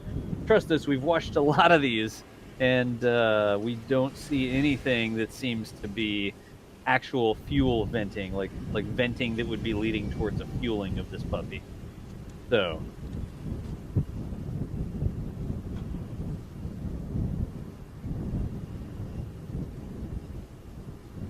And Mary's, we're talking to the back channel over here. Mary is looking around, and she's got eyes on the roadblock, and there seems to be some activity at the roadblock. Not activity like SpaceX watching, because a lot of times when something's going to happen, a bunch of SpaceXers will come and stand out to the roadblock to watch. That's sort of our insider information, is whether or not SpaceX people are watching at the roadblock. And she says that the roadblock sort of looks like they may be moving the barriers. So again, we'll wait until we hear exactly right. I know a lot of people are super excited because there's a little bit of vapor coming out of a little hole somewhere, but none of this looks like anything that's leading towards a test here. I mean, and you can't blame anybody too. You sit here and you watch a tank for what, 5 hours. You see a little bit of vapor coming from somewhere, and you're like, "Oh my God, the world is ending! The sky is falling! Everything's on fire!" This is what we've been waiting for. Yeah, exactly. So. And to reiterate, the road closure is scheduled, or I guess, is it the road closure or the beach closure that goes till 8? I think it's a road closure. Whatever closure we're basing this on. Both. That's both. Thank you, Michael. Yeah, because you can't get to the beach without the road. Right, yeah, okay. Yeah. That does go till 8 local time, so they have about an hour left. if they're still testing they want to do tonight.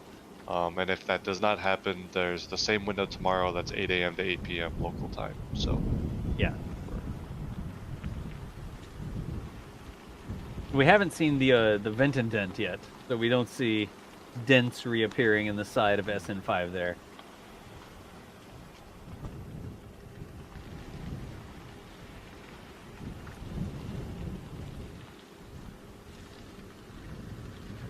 Do they need to reissue the residence notification? I imagine that if they're going to do a test tomorrow where the residents would need to be warned, they would reissue that, because each one of them has a date on it.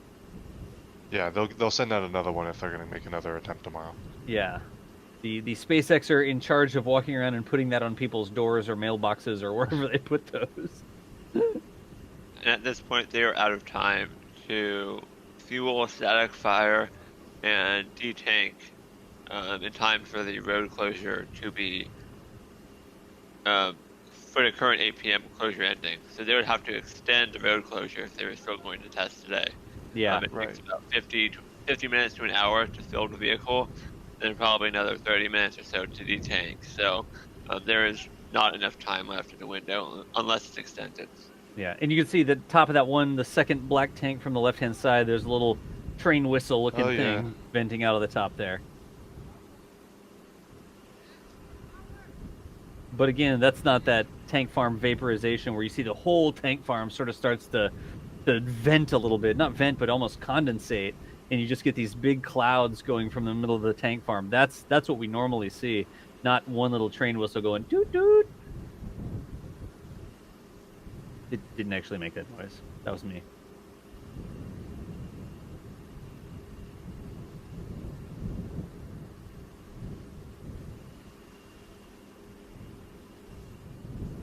Yeah, Hank. We see the information from Hank there. Hank said, suggest you purchase a scanner, monitor the SpaceX comm frequencies. SpaceX does not publish anything on public channels that are accessible to people with scanners. We've been out there with a scanner. Yeah, right, Jack? Jack knows about that. Tried it. Yeah. Doesn't work. Yeah. A good idea. Almost as if somebody would have thought that before, and we did try it, right, Jack? Yeah, and I'm not saying it'll never work and it's impossible, but I've tried it for the 20 meter hop. I tried it for the 150 meter hop. I try it every time I'm there. The only time it's ever worked is with a crane crew. It was an outside crane crew, I assume, anyways. And yep, they're just using a default business frequency. So, like if you just bought a set of walkie-talkies for your business and just turned them on and used the default frequency, like, so I highly doubt SpaceX will be broadcasting anything of interest, unencrypted, in the clear, even just analog. It'd probably be digital and trunked, and it'd be great if it was possible, but unfortunately. I mean, maybe listening to the sheriff would be fruitful if the sheriff is chatting and saying, like, okay, I'm going to open up the road now, but I don't know what the legality of that is in Texas or elsewhere. And yeah, so there's that. And then we'd see him open up the road too. But... yeah, and then in that case, you're not really learning anything. You wouldn't see with your own eyes. Yeah. And there was a question about how many engines are needed for the 150 meter hop, and it'll just be the one that they're hopefully planning to static fire either today or later. Just one Raptor for the 150 meter hop test. Yeah. Mary actually said in the back channel that it's a sheriff's deputy that delivers the notice that they get on their door. So it's not a SpaceXer like I had guessed. It is a deputy. So we'll be looking for the deputy to make their rounds tomorrow and hopefully give us another piece of paper that is our golden ticket to sit here and watch these tanks. And yeah, I think a car just drove by behind the camera, y'all. And a question, if we're going to be streaming tomorrow, if there's a Starship test to be streamed, it will be streamed. Yep. So, yeah, as long as we get indications that stuff is happening, you can be sure that we'll be live here at NASASpaceflight. Anytime we get those road closure notifications, I'll be here in the studio getting everything set up, making sure we're ready to go in advance of the road closure. And then I'll sit here and watch. We'll talk with Mary. She's out filming. She's listening to stuff. We check with the whatever information, if a closure is canceled or something like that. Just we bring all of our resources to bear to see if there's a live stream that we should be doing for you. But we'll be ready. We'll be waiting if there's something to show. That's for sure. Yeah, the grass is venting. Look. Yep, Mary points out, and you can see in the bottom left of your screens that vent that's over in the grass there is venting. Now, interestingly, the grass venting is something that sort of is a precursor to fueling operations sometimes.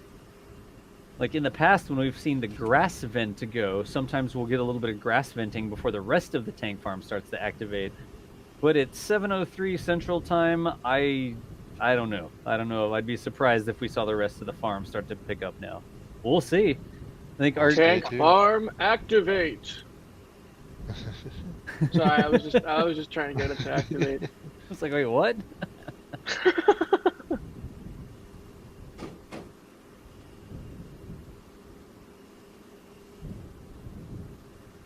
Sorry, Thomas. What were you going to say? Something actually important? I don't think I had something important to say. I hope it. Clearly, it wasn't important because I can't remember what I was going to say if I was going to say anything. So. Yeah, it would be nice if that grass venting was indicative of the tank farm starting to pick up again. But yeah, I think you're right, Das. It's probably not the case given the timing of everything. And like Michael said, no time. Yep. Well, we'll hang out here until they open that road. I mean, the road opening is really the confirmation that they're done for the day, right? So we'll keep on watching that checkpoint and see what the deal is.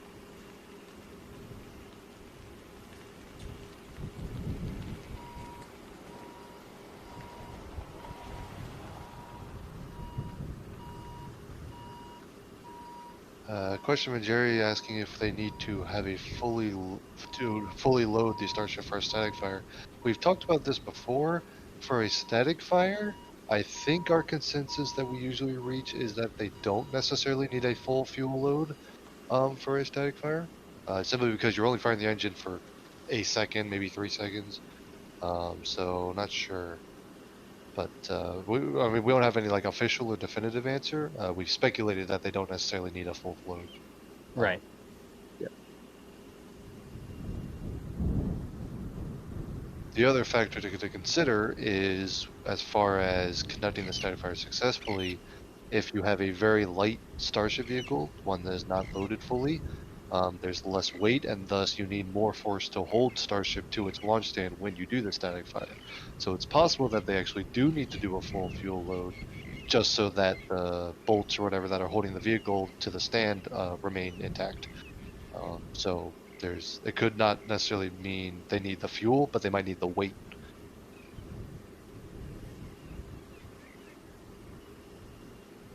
A roundabout answer of saying we don't know for sure. There could be reasons to go yes or no. There you go.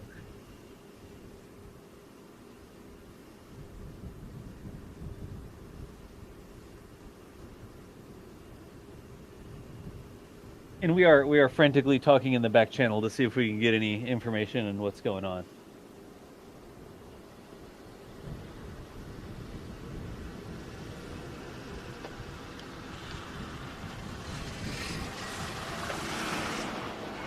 Another vehicle driving by. Jerry does point out that if weight was the issue as far as fuel load, that they could have just made the mass simulator heavier. So that is a valid point. Although I guess if that mass simulator is also relevant for flight testing, like you don't want to necessarily change the mass simulator for a static fire and then put a new one on for a hop test. So mass simulator might be exclusive, like not weighted or whatever for the hop test rather than the static fire. But I don't know. That's a good point. Yeah. And you can see everything sort of spooled down again. No grass venting. Yeah, the bull snort is like a trickle now.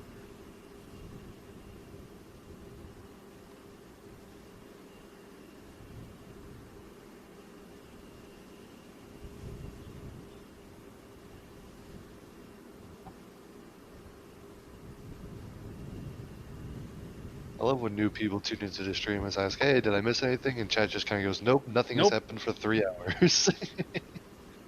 That's pretty much it. And yet, Nothing 8,000 visible people still happened. watching. That's a good point. There's things happening behind the scenes that we can't see. We can only see the really exciting stuff. And somebody asked, why can't we just get on the CB and ask them? SpaceX does not provide any sort of direct channel for media that way, so there's would be nice. literally nobody that we can call or get on the CB with and say, hey, what's up, SpaceX? Got any statement on what's happening out there at Boca Chica? Like, that's not something SpaceX supports.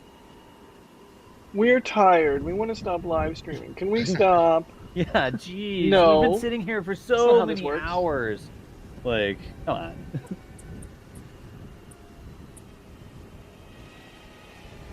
And don't get me wrong, I understand that it can be frustrating. You sit there for X amount of time. Not everybody has 5 hours to sit and just watch. I mean, I completely get it, but the tests aren't in our control. This isn't something that has a known predicted outcome. If it had a known outcome, you could just watch the VOD the next day and see the 30 seconds that were the static fire, right? But we don't know the outcome. This is us sort of sitting here, hanging out, answering questions, just more experiencing this as a community than like, now the news, here's a 10-second soundbite on what SpaceX did, right? That's not our bag. Forklift guy drove by.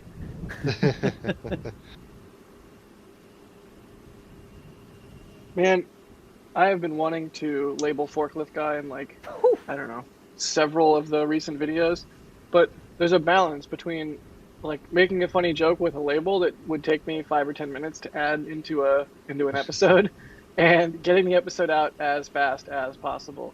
Right. So, if you're wondering where forklift guy has been in recent daily updates, oh, he's there. Just keep your eyes open. But yeah, it's just a little bit tricky to get everything labeled as rapidly as possible and get a video up every single day. But maybe keep your eyes open, and we'll see some more appearances in the future. Good old forklift guy. Just think of it as a Where's Waldo game. You gotta find the forklift guy in every Boca Chica video. Exactly.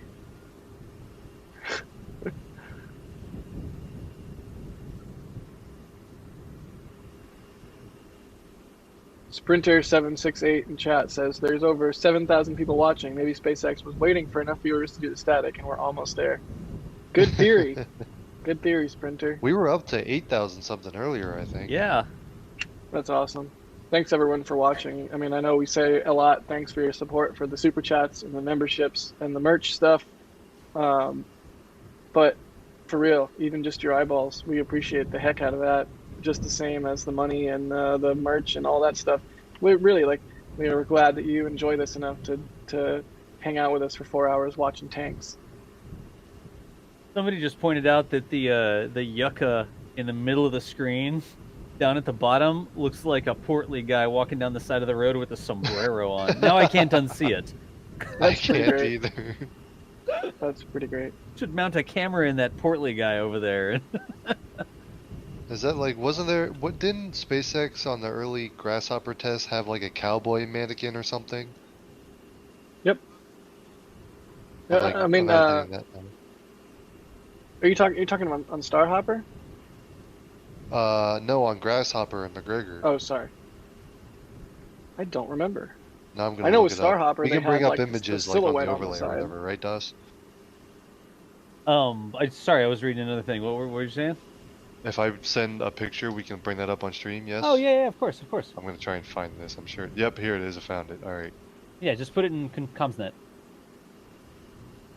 In a control center? Yeah, that'll work. There you go. Oh, nice. Yeah, that was on that, so that's that's basically the Falcon 9 equivalent of Starhopper. Or, I guess, yeah. Yep. Here, I'm just going to put it Yeah, in the that's always how I real quick. explain it to people. So they're landing these things, right? Well, they want to land their next things, so they had to do the same thing they did to learn landing with the first thing with the next things. And everyone's like, oh! Yeah, there you what go. that is. Okay. So they had a little So, yeah. cowboy mannequin on Grasshopper, which was the predecessor to F9R, which was the predecessor to actual landed Falcon 9s. I wonder if we'll see something similar on the Starship hoppers at some point. It's weird. It's a weird association I have, but when I see a rocket and a cowboy hat, I just immediately think Tony Bruno or Tory Bruno. He's kind of got That is the true. the market cornered there, I think. Yeah, for real. Although his hard hat. His cowboy hat is also a hard hat, so it's extra cool. Yep. Yeah. The maximum amount of cool. Somebody just asked, is there an attempt still on the table? It's 7:13. The window that we are aware of closes at 8 o'clock. Could potentially be extended beyond that, but it's not looking likely that there will be a test today, that we've got this far into it. We saw some signs that we think were depressurization of the tank farm, like they were spooling it down instead of spooling it up. And we saw an RCS thruster test at the bottom of SN5, but we haven't seen any signs that they've been really pumping fuel in earnest into this thing. So it looks like we're running out of time here. Yeah, we're basically right now looking for the telltale sign that it's 100% done, which would be the road opening up again and people returning to the pad. Right. So we're holding out just in case, but it's not looking likely, folks. Yeah. Yeah, I mean, at this point in the window, if they were still going to be firing, I mean, I might have even have expected them to fire already and been in the detanking process. So definitely seems like, I mean, with only 45 minutes left in the window. It's definitely, like, it's just sort of a lackadaisical pumping. It's not in earnest, it's lackadaisical. So... This lighting and lack of heat distortion would have been so perfect for a static fire, though. Yeah. I was watching earlier and I'm like, no, hey, this heat distortion. Update. Mary is saying that it looks like vehicles are lining up to head to the pad. Well, that's what we said. The telltale sign would be that, so... Sad trombone. Nice. So I mean, not hopefully, but it seems pretty likely very shortly we'll see cars start to roll across the bottom in the left-hand direction. Which is you'll not see them going to the pad from this view. Yeah. So NASASpaceflight over there pointed out we're 12 subs away from 98,000 subscribers. So wow. Y'all, if you're not subbed, it's free and helps. You won't miss cool things. There you go. I think I'm rubbing off on Chris B. Y'all. It really does make a difference, though, and it's cool to see those little milestones tick by. So yeah, smash that sub button if you haven't already. I mean, if you're here and you're watching and you're not subscribed, I don't know what you're doing.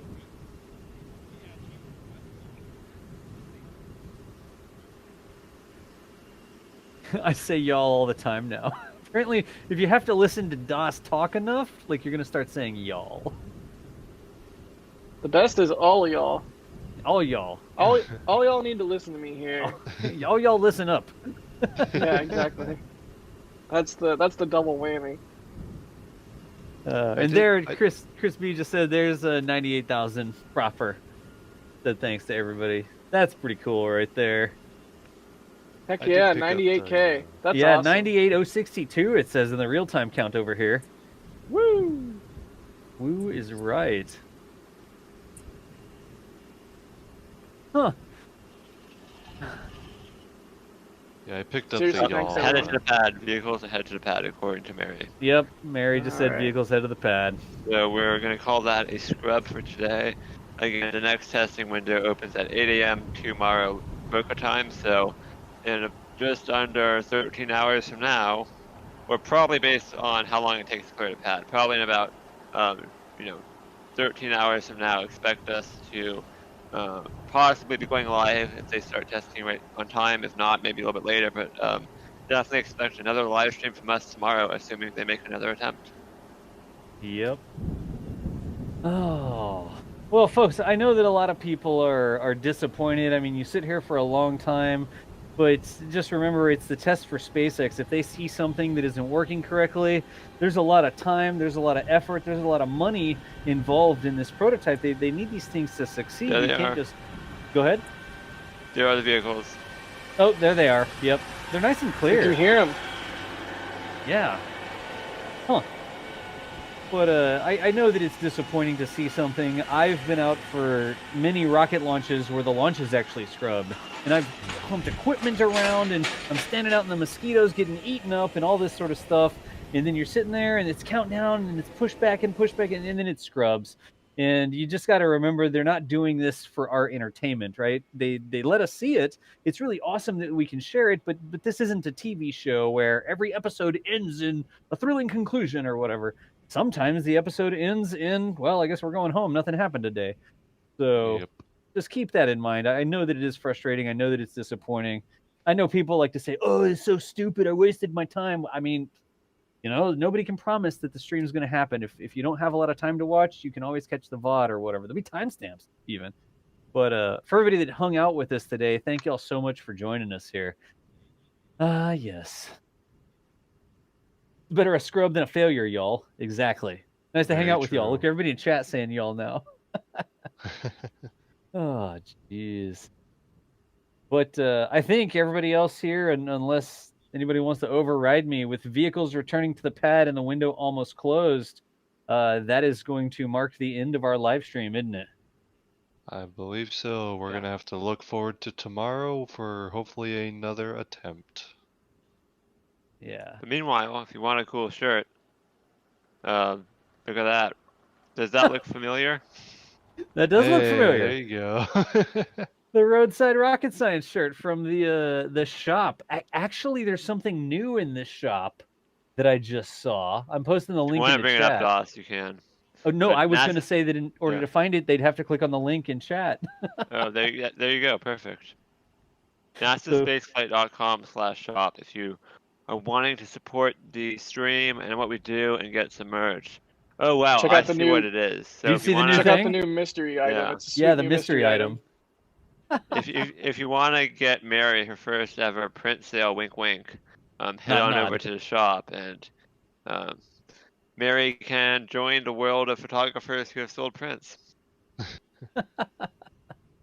So one more time, folks, we did sit here. We watched for over 5 hours. We've been live for 5 hours and 15 minutes here, and we did not see the static fire we were hoping to see. So if you're just wondering what's going on, that was SN5. We were hoping that SpaceX would get to a static fire today. We don't know what happened, but we did not see a static fire. I think we could all agree on that. We did not see a static fire. That we did not, for sure. Yeah. Window opens tomorrow morning at 8 a.m., like it says on the screen there, and we're going to do the same thing we always do. We're going to keep eyes on it. Mary, Boca Chica gal, is out there. She'll be seeing what's going on, filming what's happening at the construction build site, all that sort of stuff. And if she sees something that is indicative that they're shutting down that road and potentially doing a test tomorrow, you can bet that we'll be here to live stream it for you. But for today, I believe that we're just about done here, aren't we all? Yep, Yep, that's about it. Yeah, so let's sign off. Everybody introduce, or not introduce yourself, de-introduce? I don't know.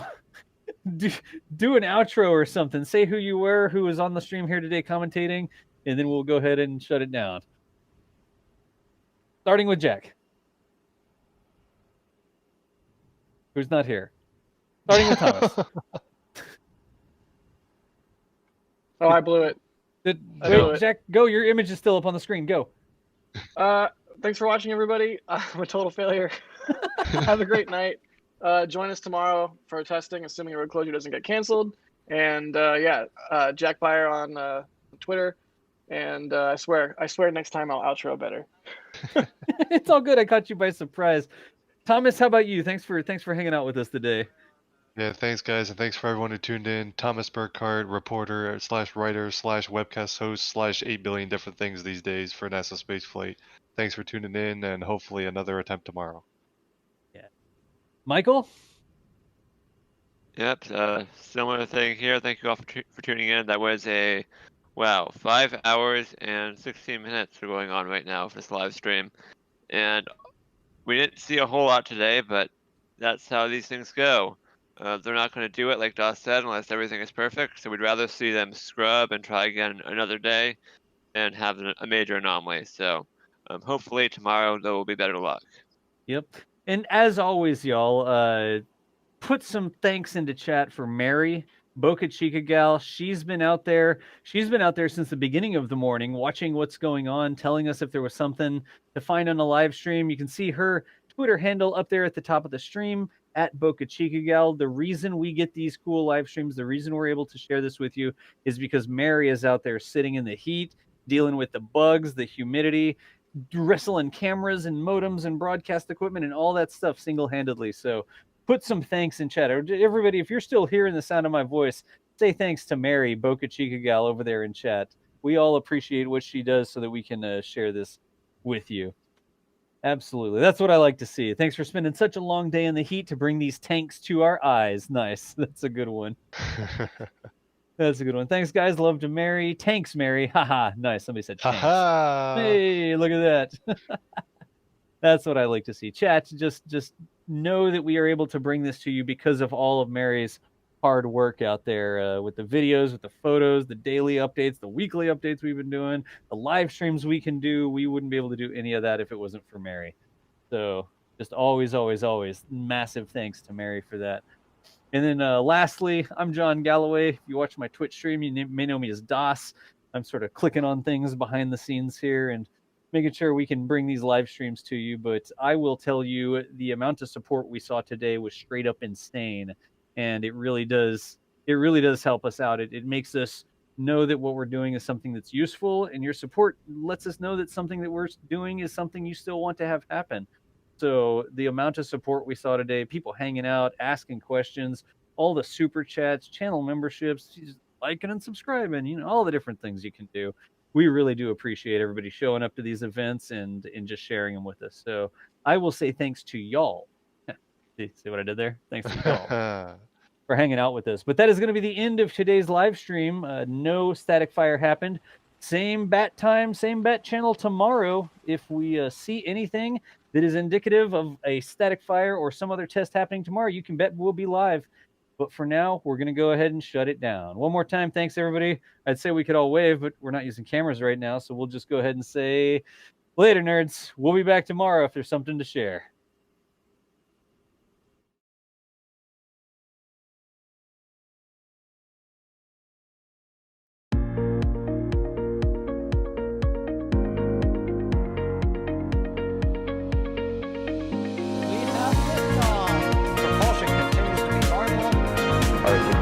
Pressure looks good.